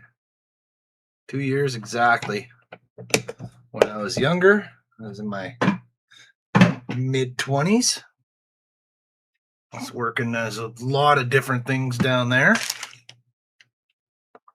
One of the jobs I had when I was living down there was location security for the film studio called Panther Film Services.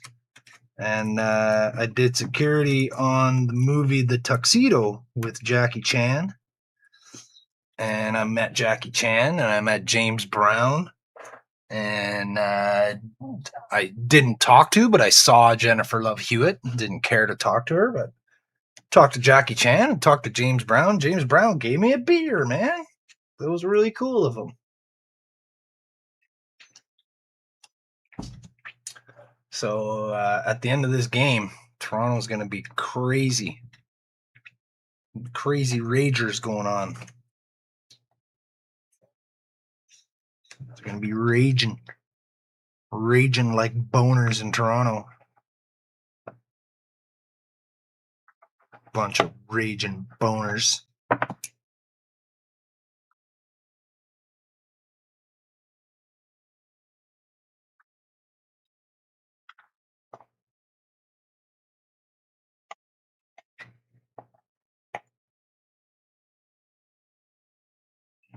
This off of here. Peely. I'm appealing. So there's this one here that's weird. It's like a raised panel, but it's got like secondary lines on it. I'm going to mask that off anyways. It's tied now. What? What? Uh-oh. Is it going to be another double game like it was last week?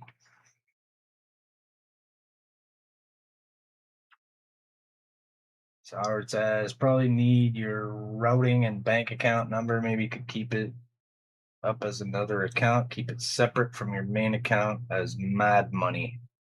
Mad Money? Mad, you say? Well, whatever money ends up in there, Howard, from mainly you, but anybody else that is generous enough and wants to help out Trek Mods can hit me up with a super chat or hit the join button and become a member. But anything that ends up in there is going to go towards getting us to Wonderfest, because this year Mary did it all, man. Like, I didn't even think I was going to ever get a chance to go to Wonderfest. I wasn't planning on going. I wasn't even going to bother trying, but Mary, out of the blue, man, surprised me and said, you know what, we can do this. And she said, I've been secretly saving up for, because she found out about Wonderfest from me watching you guys all on stream. And everyone kept talking about Wonderfest. She said, what's Wonderfest? And I told her what it was. And we watched a couple videos on YouTube. And then a couple weeks later, she says, you know what, we can probably go. I was like, no. She's like, yeah. And I was like, no.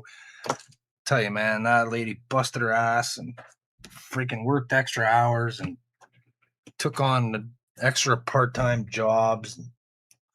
So when people were asking me, are you bringing your wife to Wonderfest? I was like, no, man, she's freaking bringing me. She's bringing me to Wonderfest. I did all the driving, but she brought me.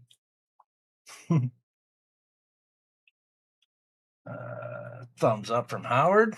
Says I should have sent you panel liner. I got panel liner, Howard. I got a couple of options here. I got the Tamiya one. What's this one? Carbon black. I think that's paint. High flow acrylic. I'm not sure what that is. It's different from all the other paints, but I don't know. I thought it was panel liner.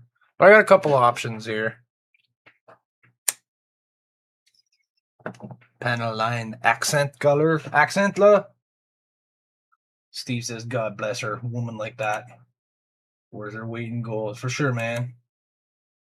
Yeah, I'm pretty lucky. My wife's pretty awesome. She's really cool. She has a great sense of humor. She's really nice to like everyone, not just me. She's nice to everybody. I haven't met everyone I've met since I met Mary that knows her. They all love her. I haven't met anyone that doesn't like Mary. Even Ian liked her. He might have just been scared, but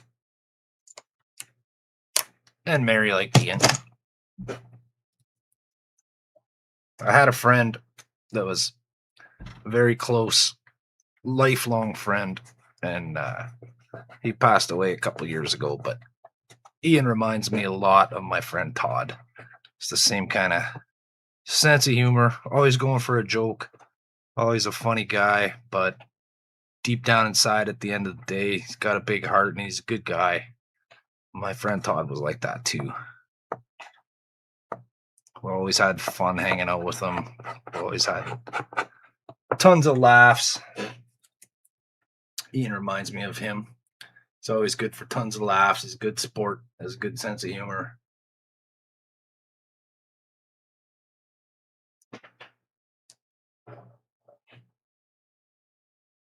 He's a good guy. But Mary sure gave him the gears at Wonderfest.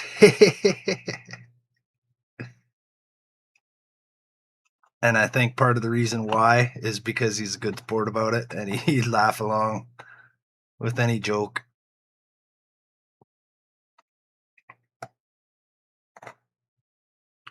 And yeah, Mary loved my friend Todd just as much as I did.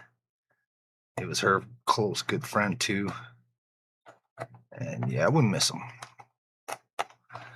We miss him. He's a good dude.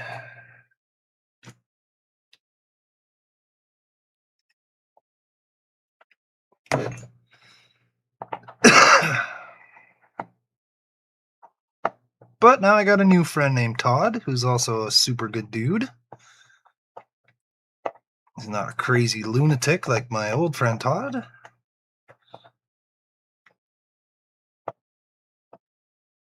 So his nickname that he gave himself, he would introduce himself as Retod.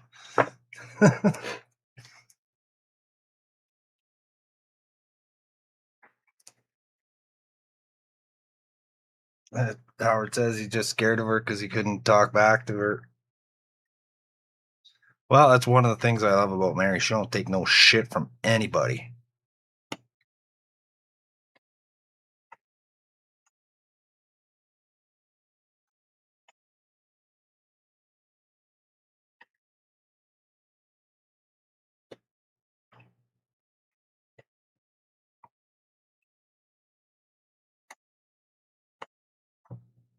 She's stronger than all of us put together.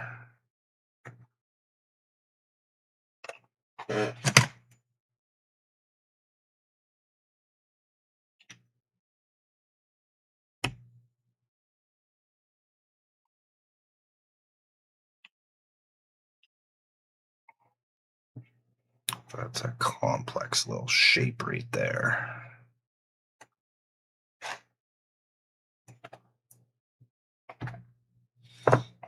All right, good enough. Oh, we got 8 people left. We're dropping off.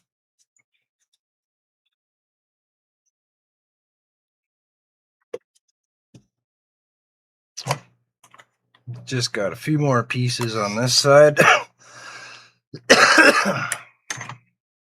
One right here.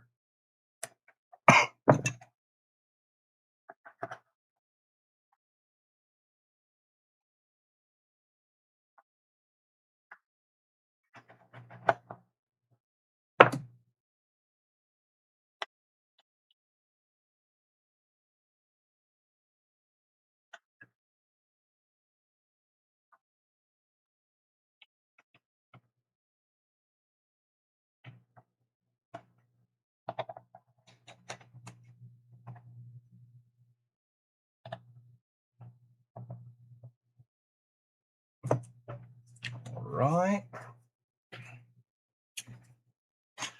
I'll get pretty quick at this.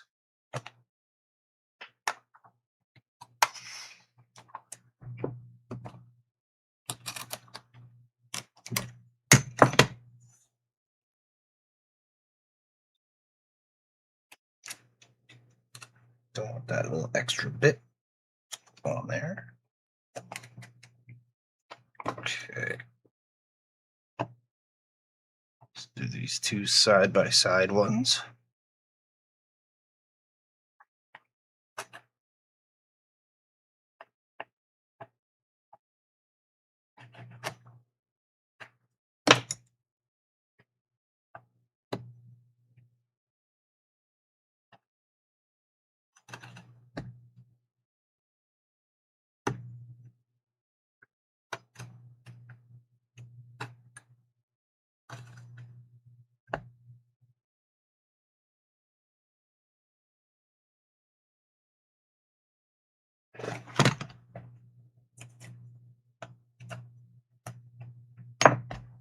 Like that.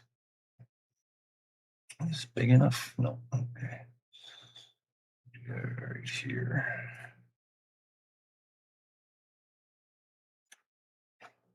There we go.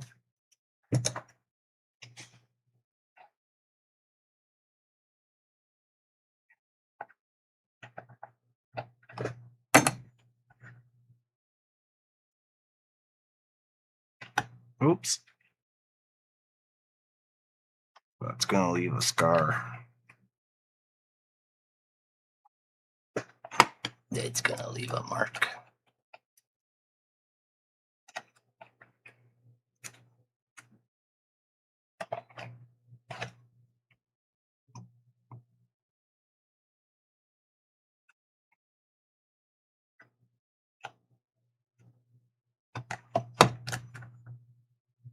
Ah, you bastard. You didn't stay on there.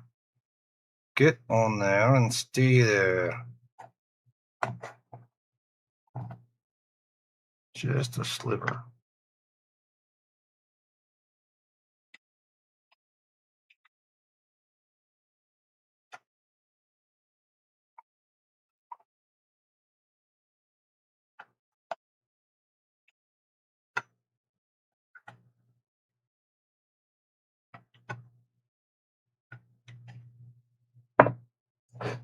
The Jays win! Jays win! The Jays win! No? They haven't won yet? Did they win yet? Are they doing it? Are they winning?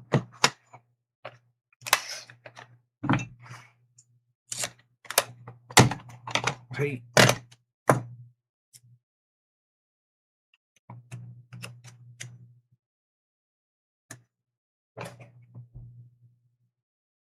Oh, I can get all three of those pieces.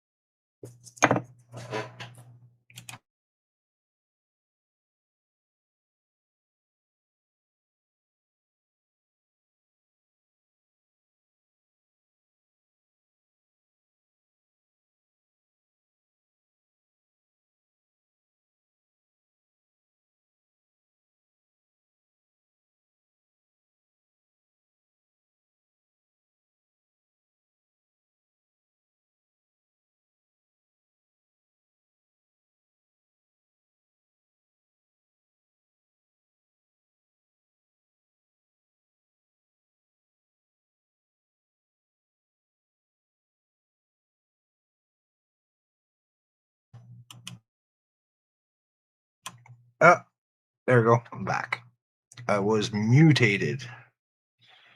My mic was mutated.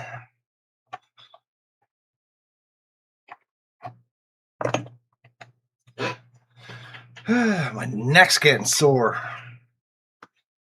Been doing this 5.5 hours.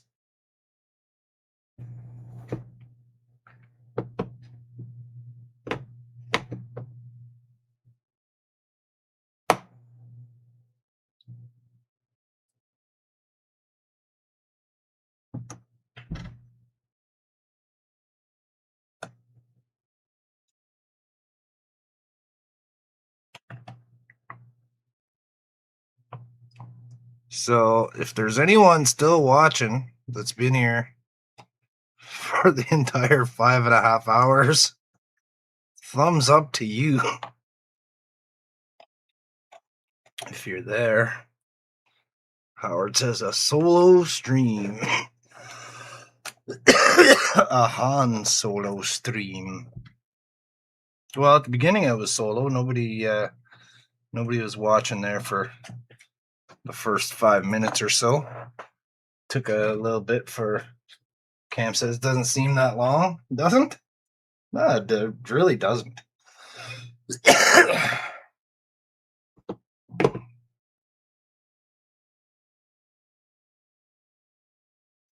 It helps me to not smoke.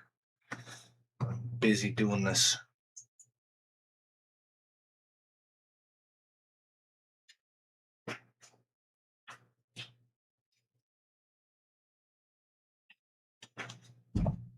Okay, so 2, 3 more spots right here. Oh, there's a couple diamonds right there.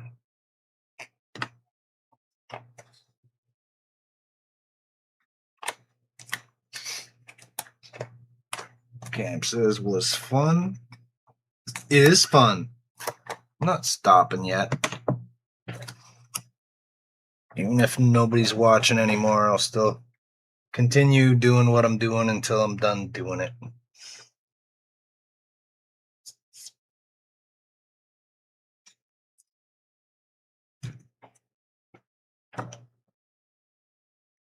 All right. Now I'm done with the focus stick. I can get focused.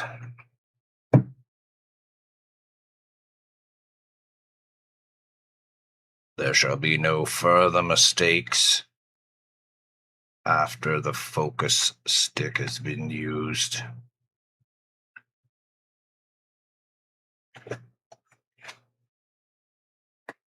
See? Perfection.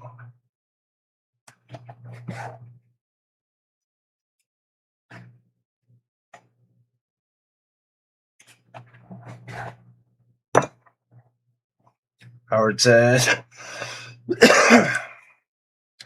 heck, last night I felt like I barely got anything done aside from my underwater adventure in talking. Yeah, your mics were a little garbly there last night.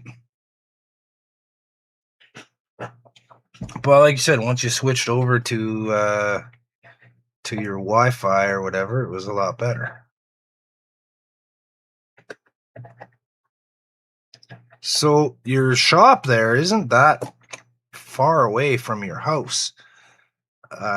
You should be able to get a internet wire out from your house to your shop there, so that you can have your router right outside, out in the shed.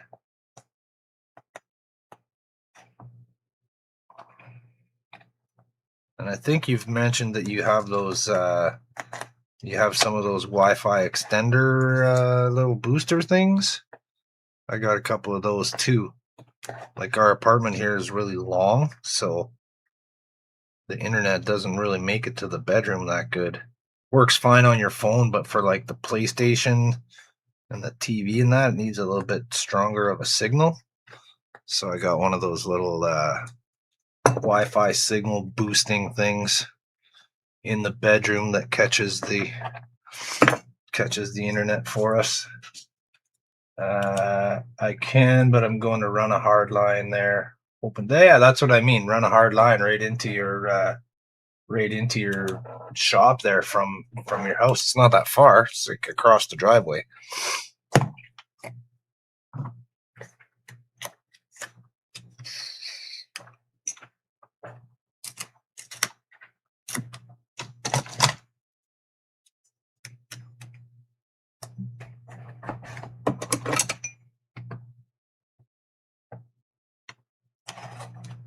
Just move that over a smidge. There we go. It's a little close on the edge.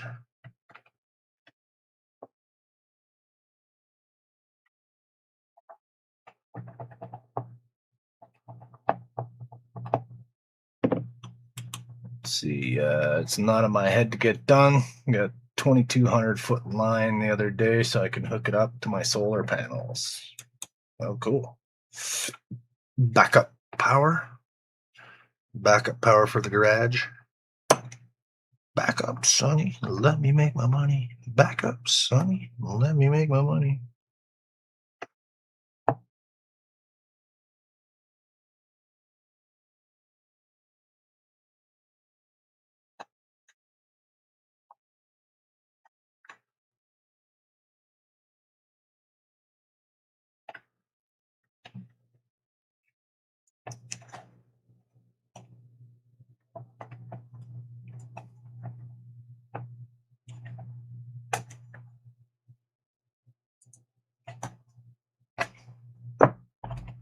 I asked my German friend if anybody was watching my stream, and he said no.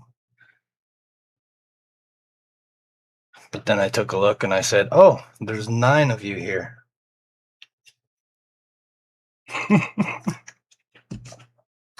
That was a stretch. Could you feel my dad joke arms reaching out into the dad joke darkness to try to get that one?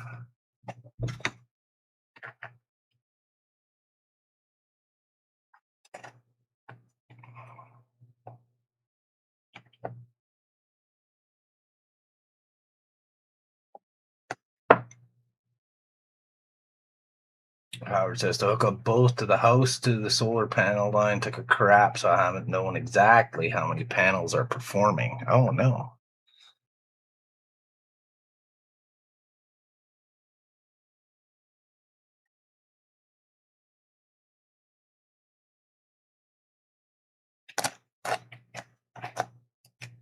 Oh no. Come on.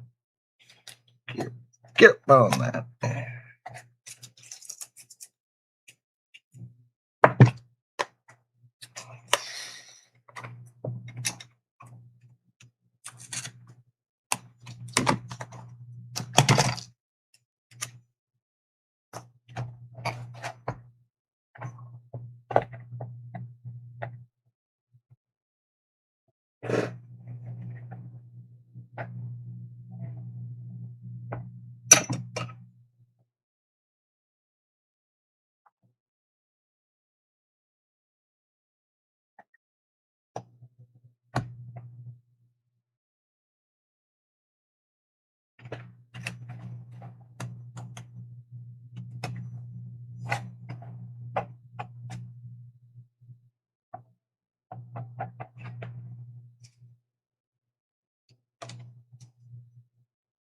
Okay. Missed this one over here.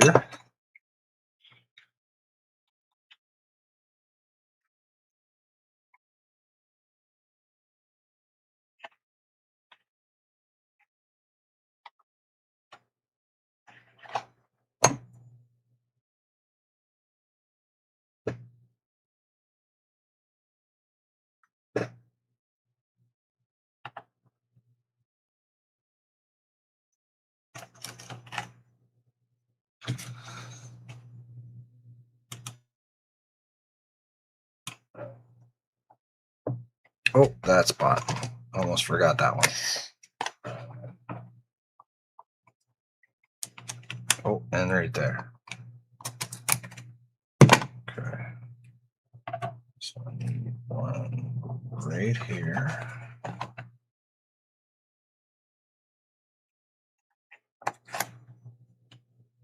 And I need some of it right here.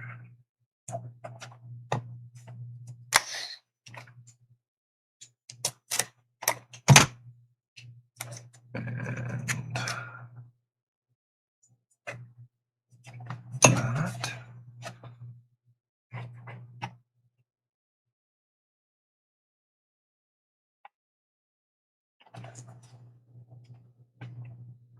that.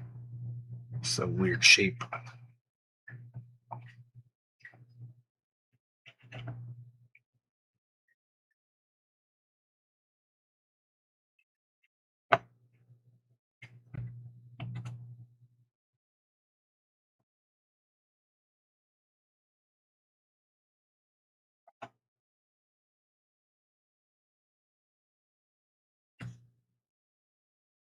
Howard says, oh, noes.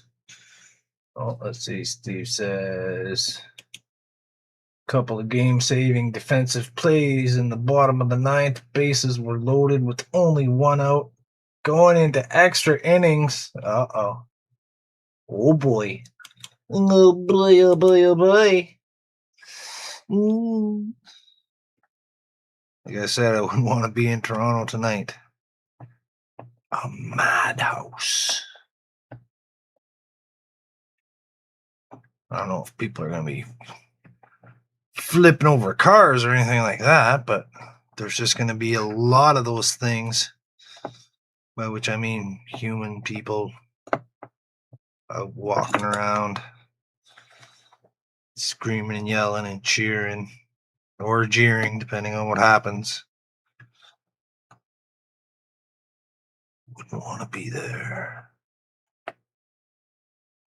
Didn't mind Wonderfest. It wasn't too bad. Like, there's enough people there, but people are sort of spread out. And everyone's so nice. Everyone there I met at Wonderfest was so just nice. Cool and friendly. And it was cool. No jerks at Wonderfest. At least not until I got there. Like, even the cops, they had, I guess, Louisville police or whatever as the security guards. They were so cool. I guess they get the nerd security guards that are into all that stuff. And they were just looking at all the models and everybody's costumes. They're just so nice.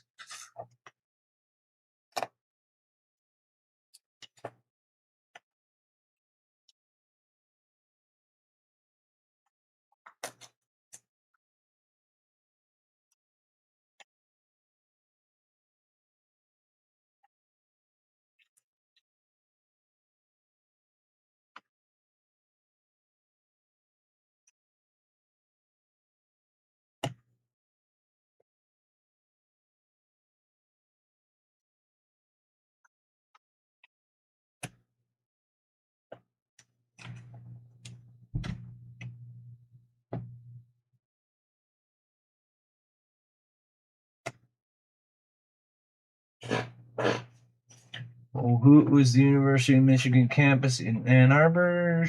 Shoot, they would be freaking out when they win stuff like that. That's crazy kitties. Yeah, a lot of sports fans around the world can get out of control sometimes when it comes to their sporting event of choice. Like, it's just a game. Come on, it's only a game. People freak out when you talk bad about their team or if the team doesn't win or whatever. I love teasing hockey fans about how crappy the Maple Leafs are. They never win. It's too shitty. They do good at the beginning and then they just fall downhill or whatever. NHL's kind of rigged though against Canadian teams. The refs make bad calls. A lot of stuff is overlooked. But yeah, the Leafs are fun to tease. Heard on the radio there once they were advertising for this bar and they said, we got the hockey game on and come on down and watch the Leafs on the big screen, and a special promotion every time the Maple Leafs score, we give out prizes and free drinks. And I was like, excellent idea. You'll never have to give out prizes and drinks. You get everyone in the bar, and you don't have to give anything away for free because you only win when the Leafs score. I thought that was funny. All right, so this one's gonna be painted. All right, so we're done. We're masked. Masked off. I'm gonna get this wire out of the way. Let's put it up here and give it a twist.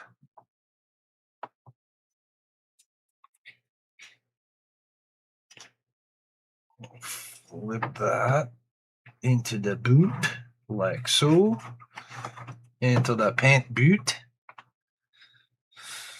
All right, let's see. Where's my paint?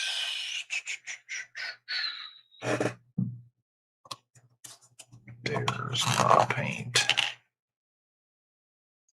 Yeah, I gotta add a little more paint.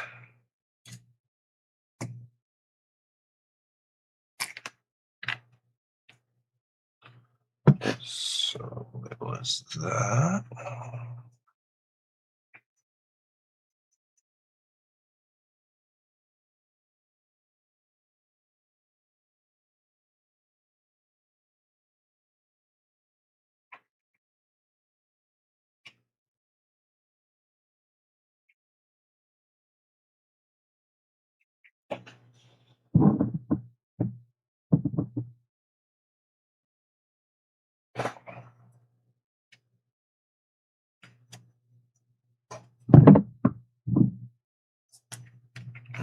drop of blue. One drop.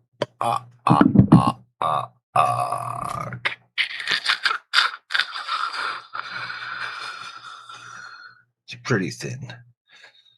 Might be a little too thin, so I'm not gonna add any more thinner. Like it the way it is. Oh, like it a lot. Turn on la compression. Ah, mon petit la compression là. Esti. Ah. Montez tout là dans mon tabernacle. Tabernacle. Okay.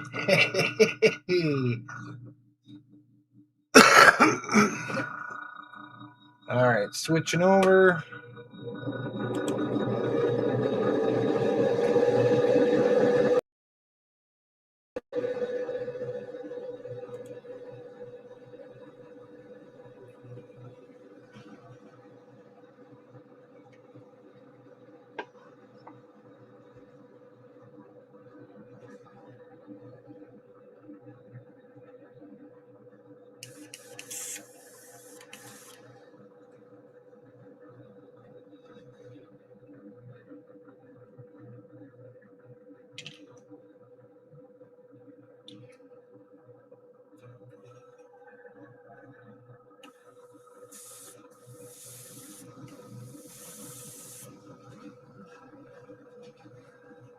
All right, here we go.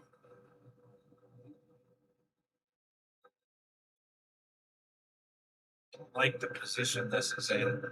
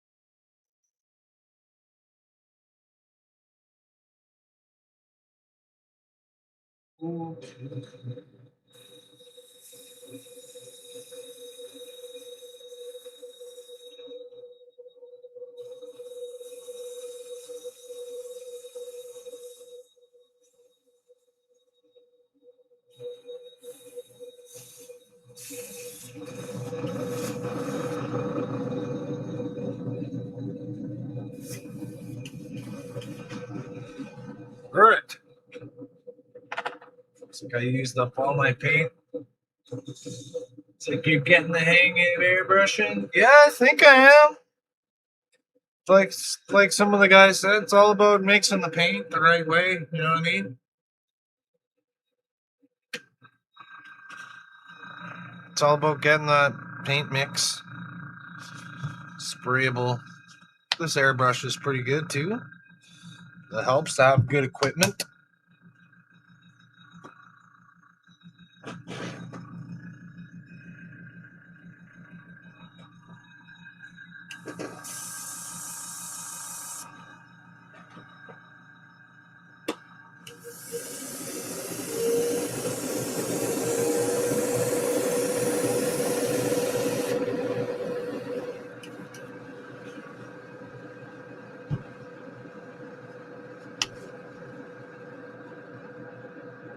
Hey, Sick Jim's back.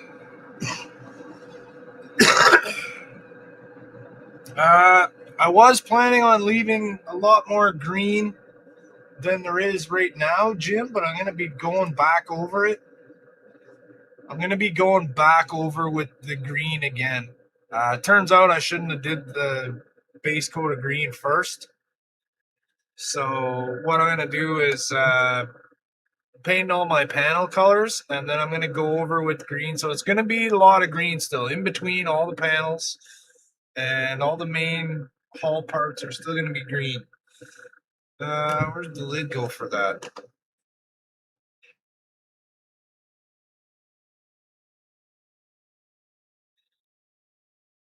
Lost my top.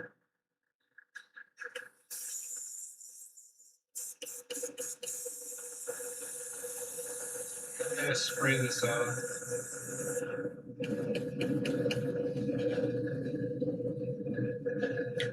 I made myself one of those airbrush cleaning pots.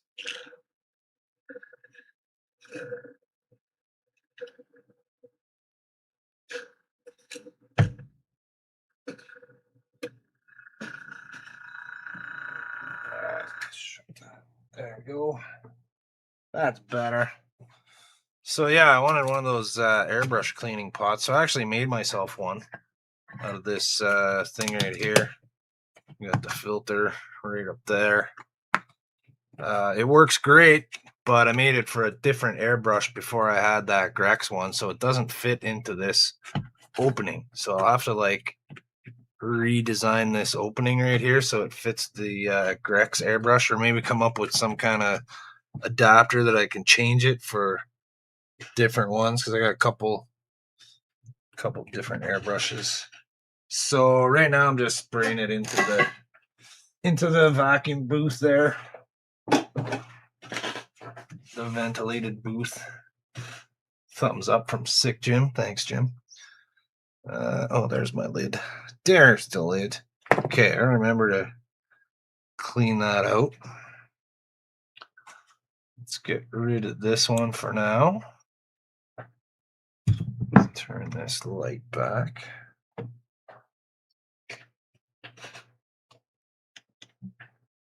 So the paint that I just sprayed on there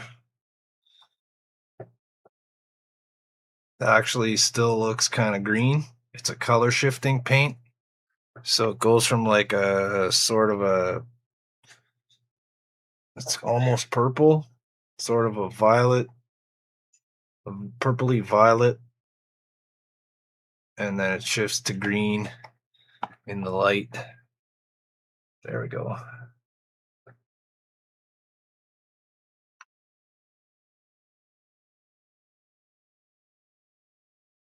So it's still going to look very, very green, depending on how you look at it. So I got these panels masked off, basically the color you see here. kind of a purpley gray, which is also tinting a little bit green. Some details there, so I'm going to mask that off and paint around again. I should have painted these ones while I had the airbrush out. Before I clean it, I'll do that. Back to the spray booth.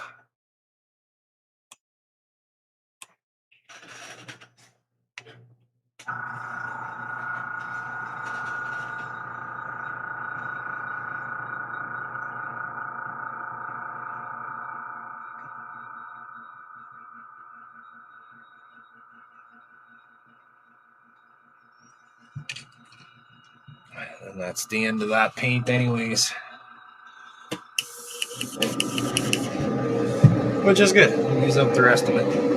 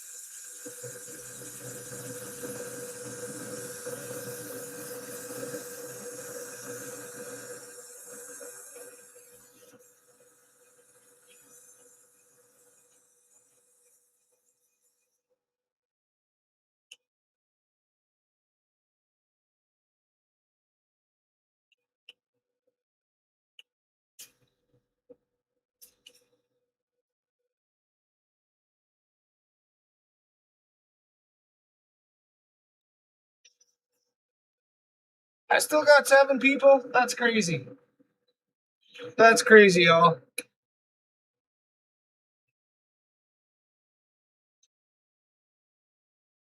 There's still 7 of you watching this? You guys are awesome, man.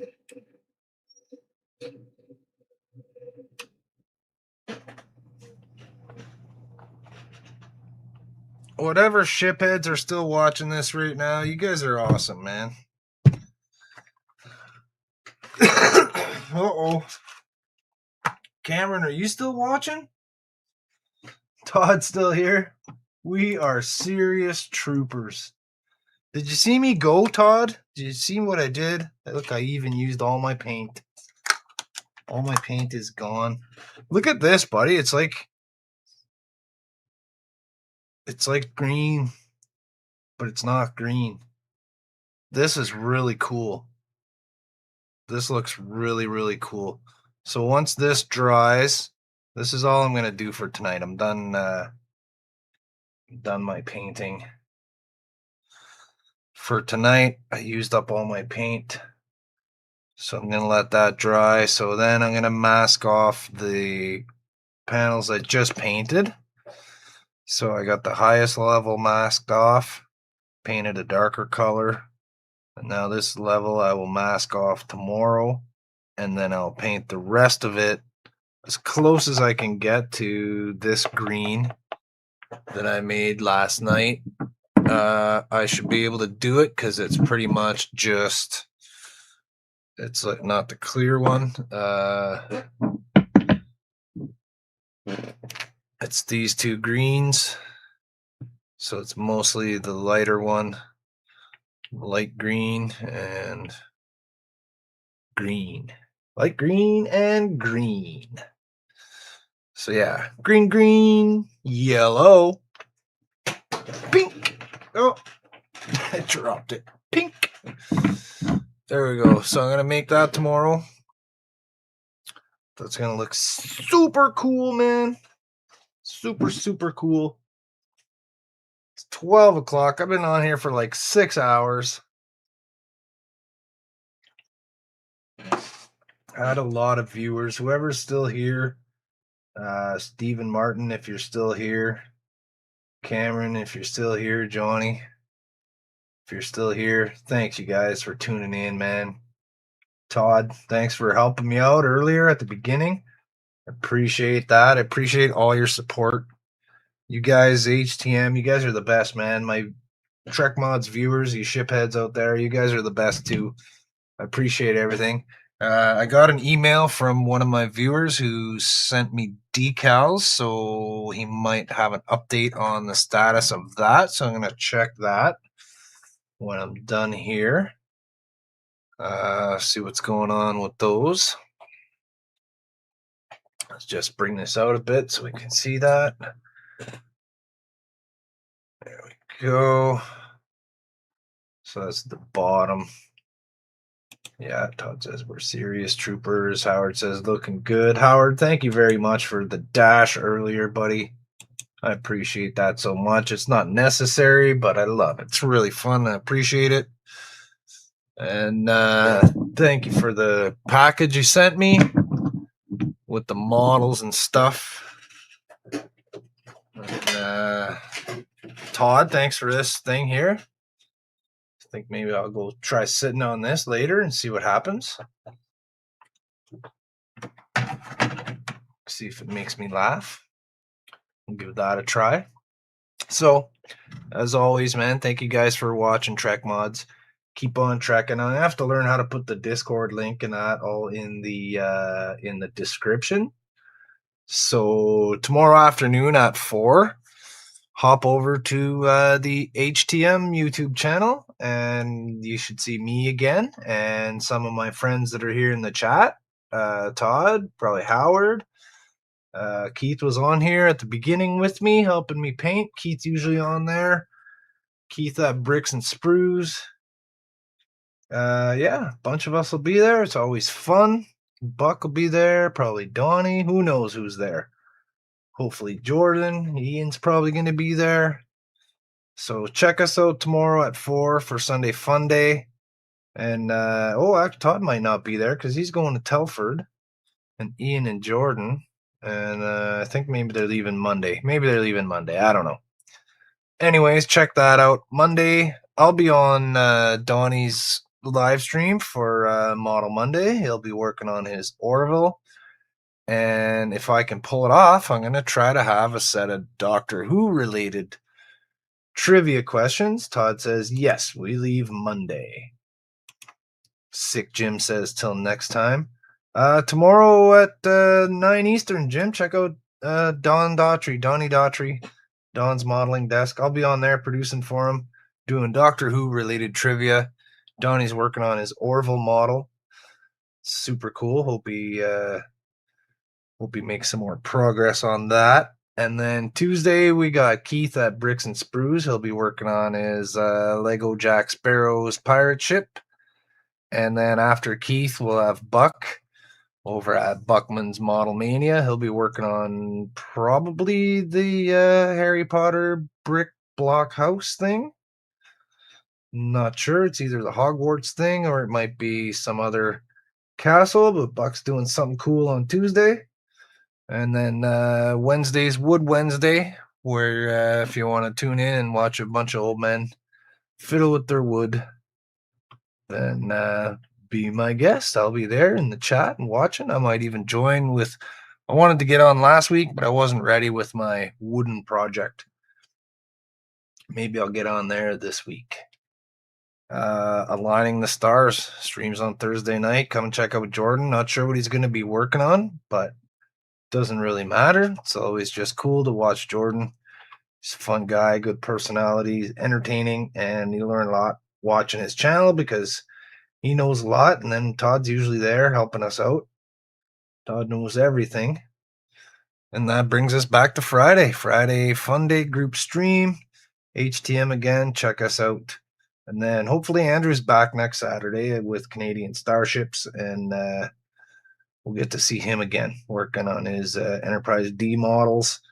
So until then, I wonder if I can, let me see if I can do this. I'm going to try something new here. Hold on. Stupid.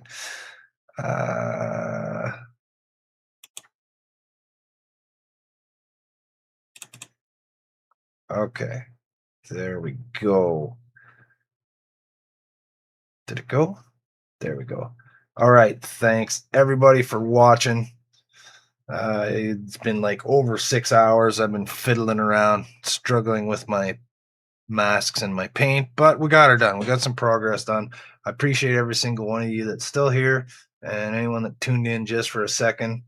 So keep on trekking and roll that beautiful starship footage.